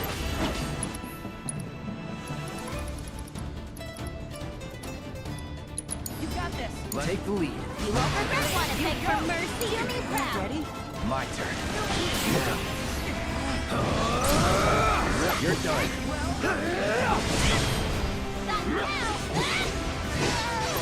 Come on. It's on you. It's all right. You're up. Tear into him. Go for it. Take the lead. Do me proud. Taking over. Finish it. This one's mine. Let's do this. Sick of it. My turn. Come on. All right. Nice. Sloppy. Try this. Now's our chance. Just gotta stay the course. On a silver platter. Fun. God, this game is still so much fun, dude.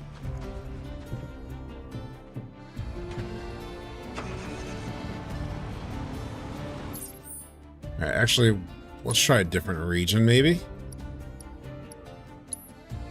Let's check out the grasslands. Let's do some old school shit. Yeah. I just beat FF8 Disc 1, and no spoilers, but story-wise, it's up there with the best of them so far. Really, 95 Dragon. Like I said, I'm still way early in that game. But I'm hopeful. I'm hopeful. Like, I do think the story, it just comes down to the fact that I was so young when I played it. I just don't think it really... I don't even think I was in a place where I could understand maybe what that story was going for. That story always felt like it was the developers growing up a little bit and wanting to explore something a little more adult. That's how it always felt to me.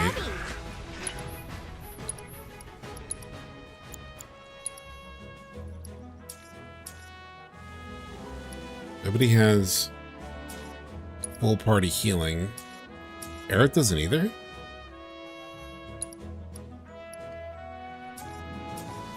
Nobody has healing magnify all, or does somebody must? Does Tifa? Really?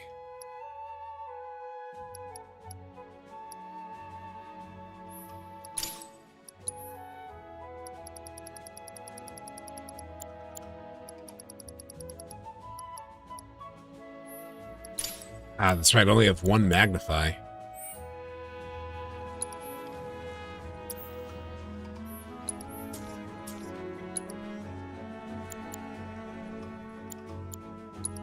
Well, actually, only Cloud needs it anyway. Oh my god, this did fucking nothing.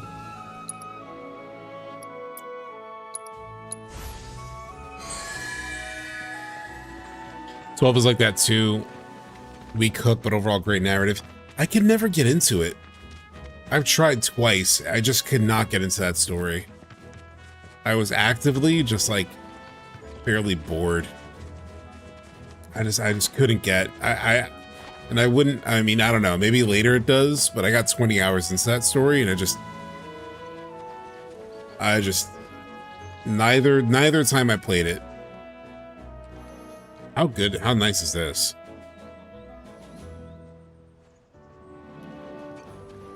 This is one of my favorite places to like check like visually. Shit. Just because you have like the flowers here. And then like the rock face over there.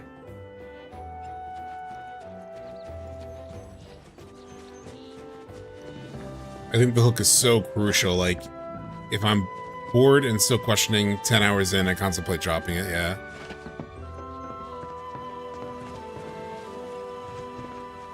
Yeah, I don't know what they can add to the combat system. I mean, obviously, like it would be, I still think it would be cool if you could swap party members.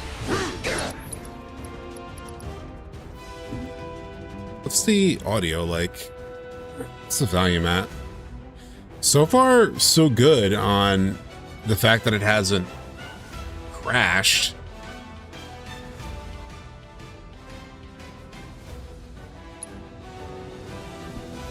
Materia stacking. What do you mean by stacking exactly?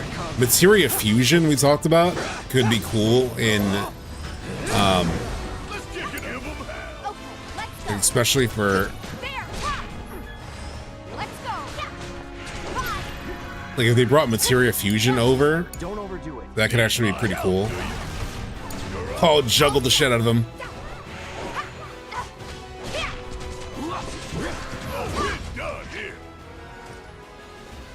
I think you guys are talking about FF17.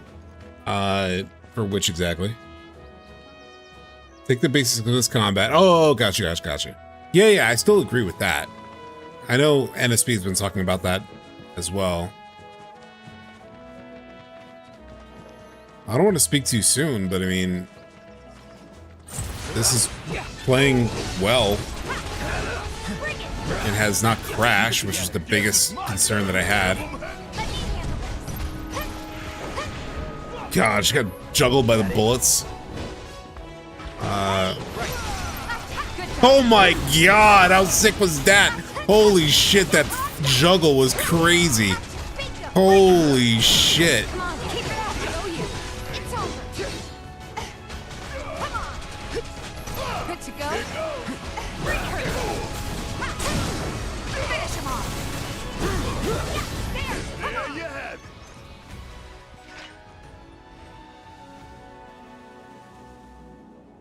Oh my god. People don't want this combat moving forward. People want to go back to turn-based? What? What? Turn-based can be fun, obviously. We had Expedition 33. FF10 is a good example. The older Final Fantasy games have their fun, but my god, dude. My god, dude. Holy shit. Let's get some yellow paint action for old time's sake. This is arguably the worst part of Rebirth Traversal.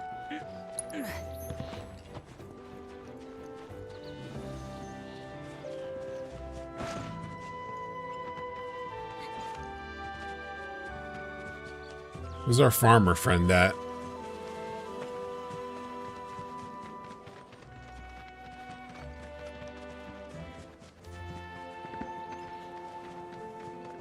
It wasn't here. I mean, this was the farm, but where's the dude at?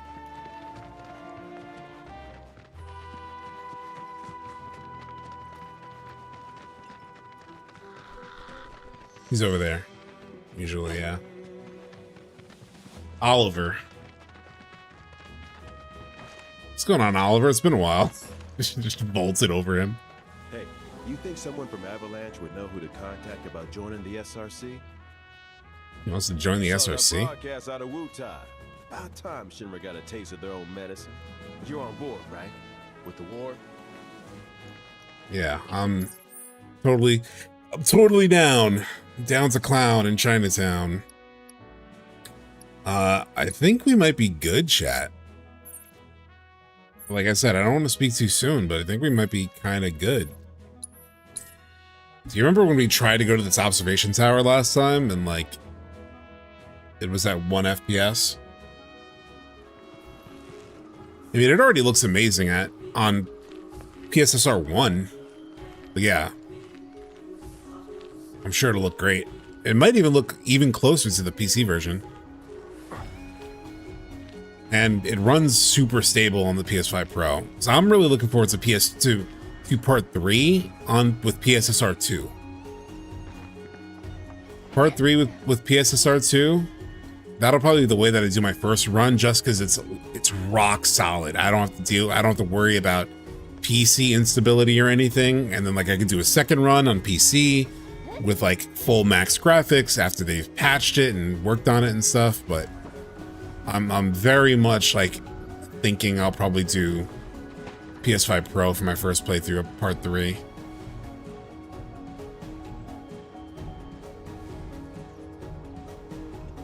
Looks good. Oh yeah, for GTA 6 also. Let's check on Cisne.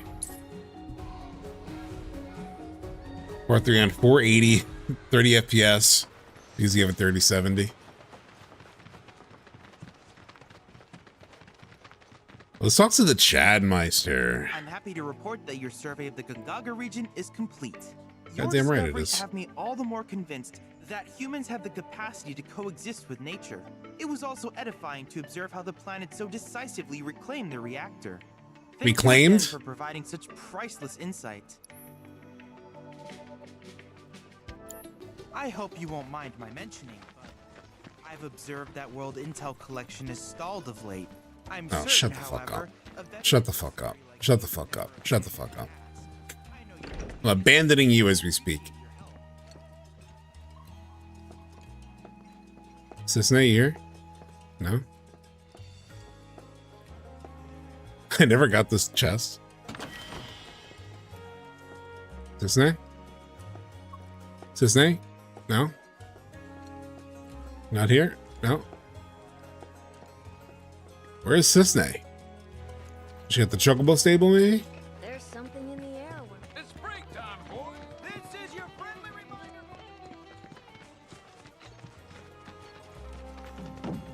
Cisne, we just came back from Crisis Core.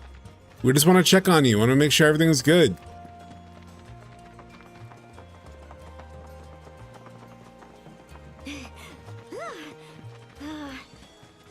Oh, but there is this side quest. Look at Gongaga Kyrie. I've died and gone to heaven. That's gonna cost you $2 grand. 2 grand? Although, for a visage of such pulchritude, Pulchritude? if I had the money, I'd pay your price in a heartbeat. But alas. I'll pay you if you rein it in. Don't think I caught your name. Oh, my sincerest apologies. Pulchritude.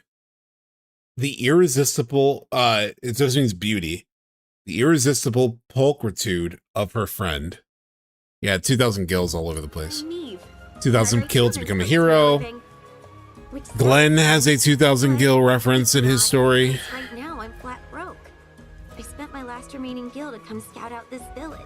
I was hoping to use something here in my next book, but... the specter of failure stalks me, looming from behind every corner. Will my creative instincts ever return? Or am I doomed to chase them like a rat in a life-size maze? Wait, what did you say? That sounded a lot like... I'm a rat trapped in a life-size maze. Sorry, but I just gotta ask. You're Meave Mabel, aren't you? Author of Life in the Endless Maze. That's my daughter's favorite book in the whole world. I'm such a sucker for this shit. Wait, actually, can I shake your hand? John Eric Bentley would do this too if he met like a children's book author that one of his kids I loves. always assumed I didn't have any, but it's an incredible honor to finally meet an aficionado of my work. Oh, you said you were scouting this village for book ideas. Yeah, the Rebirth side quests are better. There's a lot of them. They're like, gameplay wise, they're a bit better. They're not like mind-blowingly good, but they're good. You are perfect. It's hard for me to say compared to like really good side quests, like a God of War game or something, which I think has like really interesting quests. But they're fun. They're just Yakuza side quests, a bunch of random stuff to break up the serious story stuff. Basically, yeah. There's some like decent story character stuff here and there, but they really just try to make you like have fun with the characters, you know, like that was really the purpose. To build the bonds and to get to know the characters and have positive feelings toward them. Resolve. We keep getting words, chat. We got Reclaim from Chadley. We got Resolve from her. We just got to catch them all. We got to catch all the rewords. Come on, let's hit it up. I can't wait to see your photos. They're sure to help me write a story like no other.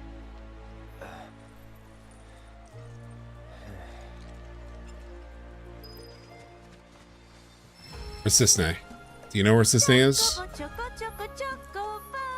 You know. Aerie, do you want to awkwardly talk to Zach's parents again? You down?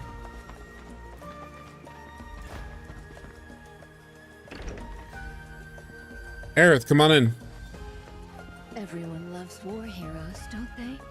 If Zach makes a name for himself, I'm sure. Oh my god, I think everybody actually did come in. Oh, Aerie is not in my party.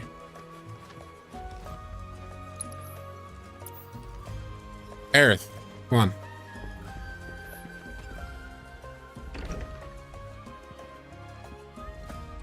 You gotta say hi. Come on. It's okay. Oh, hello again. Still no word from Zach, I'm afraid. No, we saw him in Ever Crisis. He was good. Aerie can fill you in. Where the fuck is Cisne? Is she up on the mountain, maybe?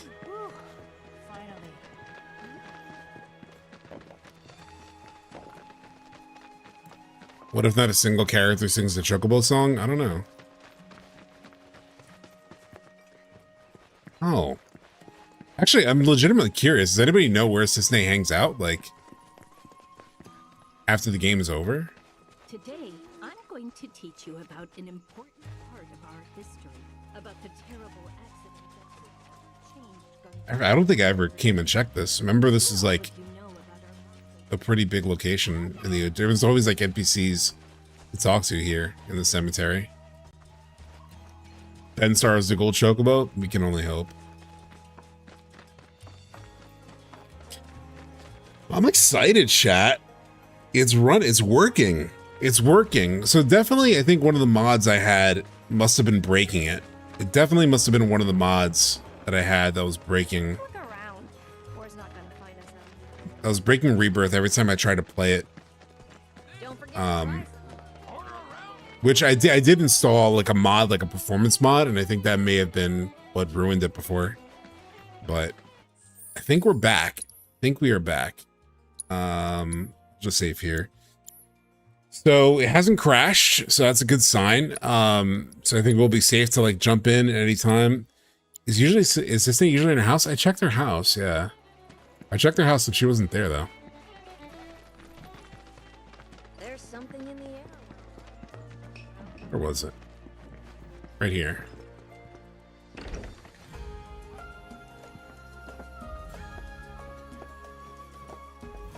She's not here.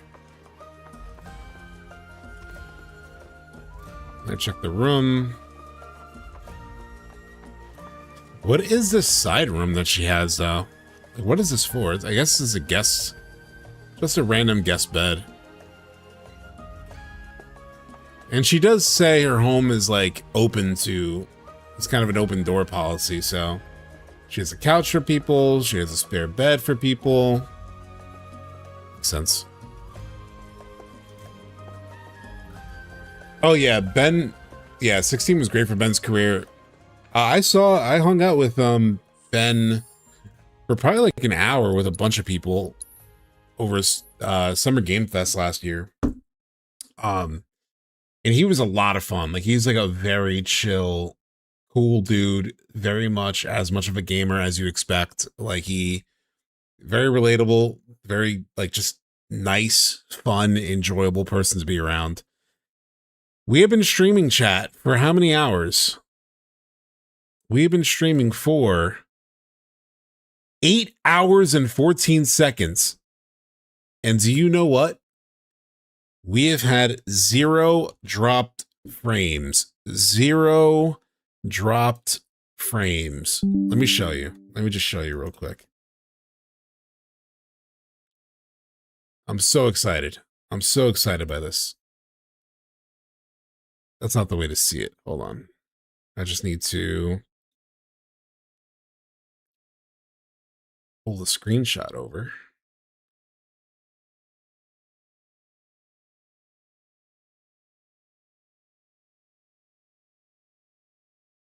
Hold on, give me a second. I see it's a load in my computer. Look at this. Look at this. So all these, so 0 drop frames. Oh, hold on, you can't really see that well. Let's move this over. We'll screen this. Look at this. 1.7 million frames sent. 0 drop frames. This OBS switch has been better than I could ever imagine. We had 0 Fs today and we streamed like a crazy person. So really exciting. Really exciting. So let's get ready to go to the end. Let's see on Twitch. Is there anybody on that I would raid into? There's quite a few people on.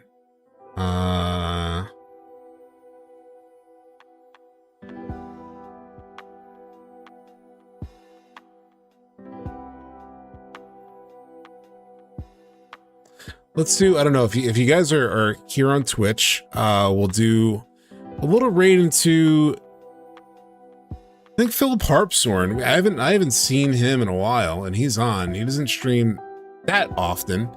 He's playing Resident Evil Requiem. Let's show him a little love. Obviously, he's a big FF7 fan. So if you're on Twitch, definitely get in there and do a wave. You know the drill. We know the waves that we have. Let me just load them up. I also need to add emojis or emotes on both. I need to add emotes on both YouTube and I actually have more slots for more emotes. I have more slots on Twitch. So we can use that. So that'll be the raid message. So we'll start the raid. So we'll be back. This is obviously incorrect. We'll be back. Actually, we'll be back on Thursday. What day is that? March 5th. We'll be back on Thursday, March 5th.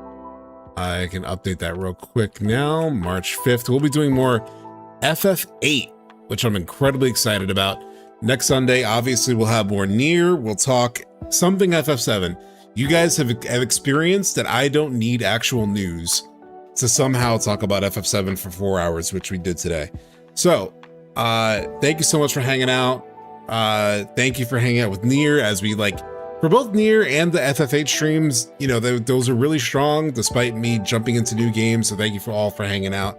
And I will see you next time.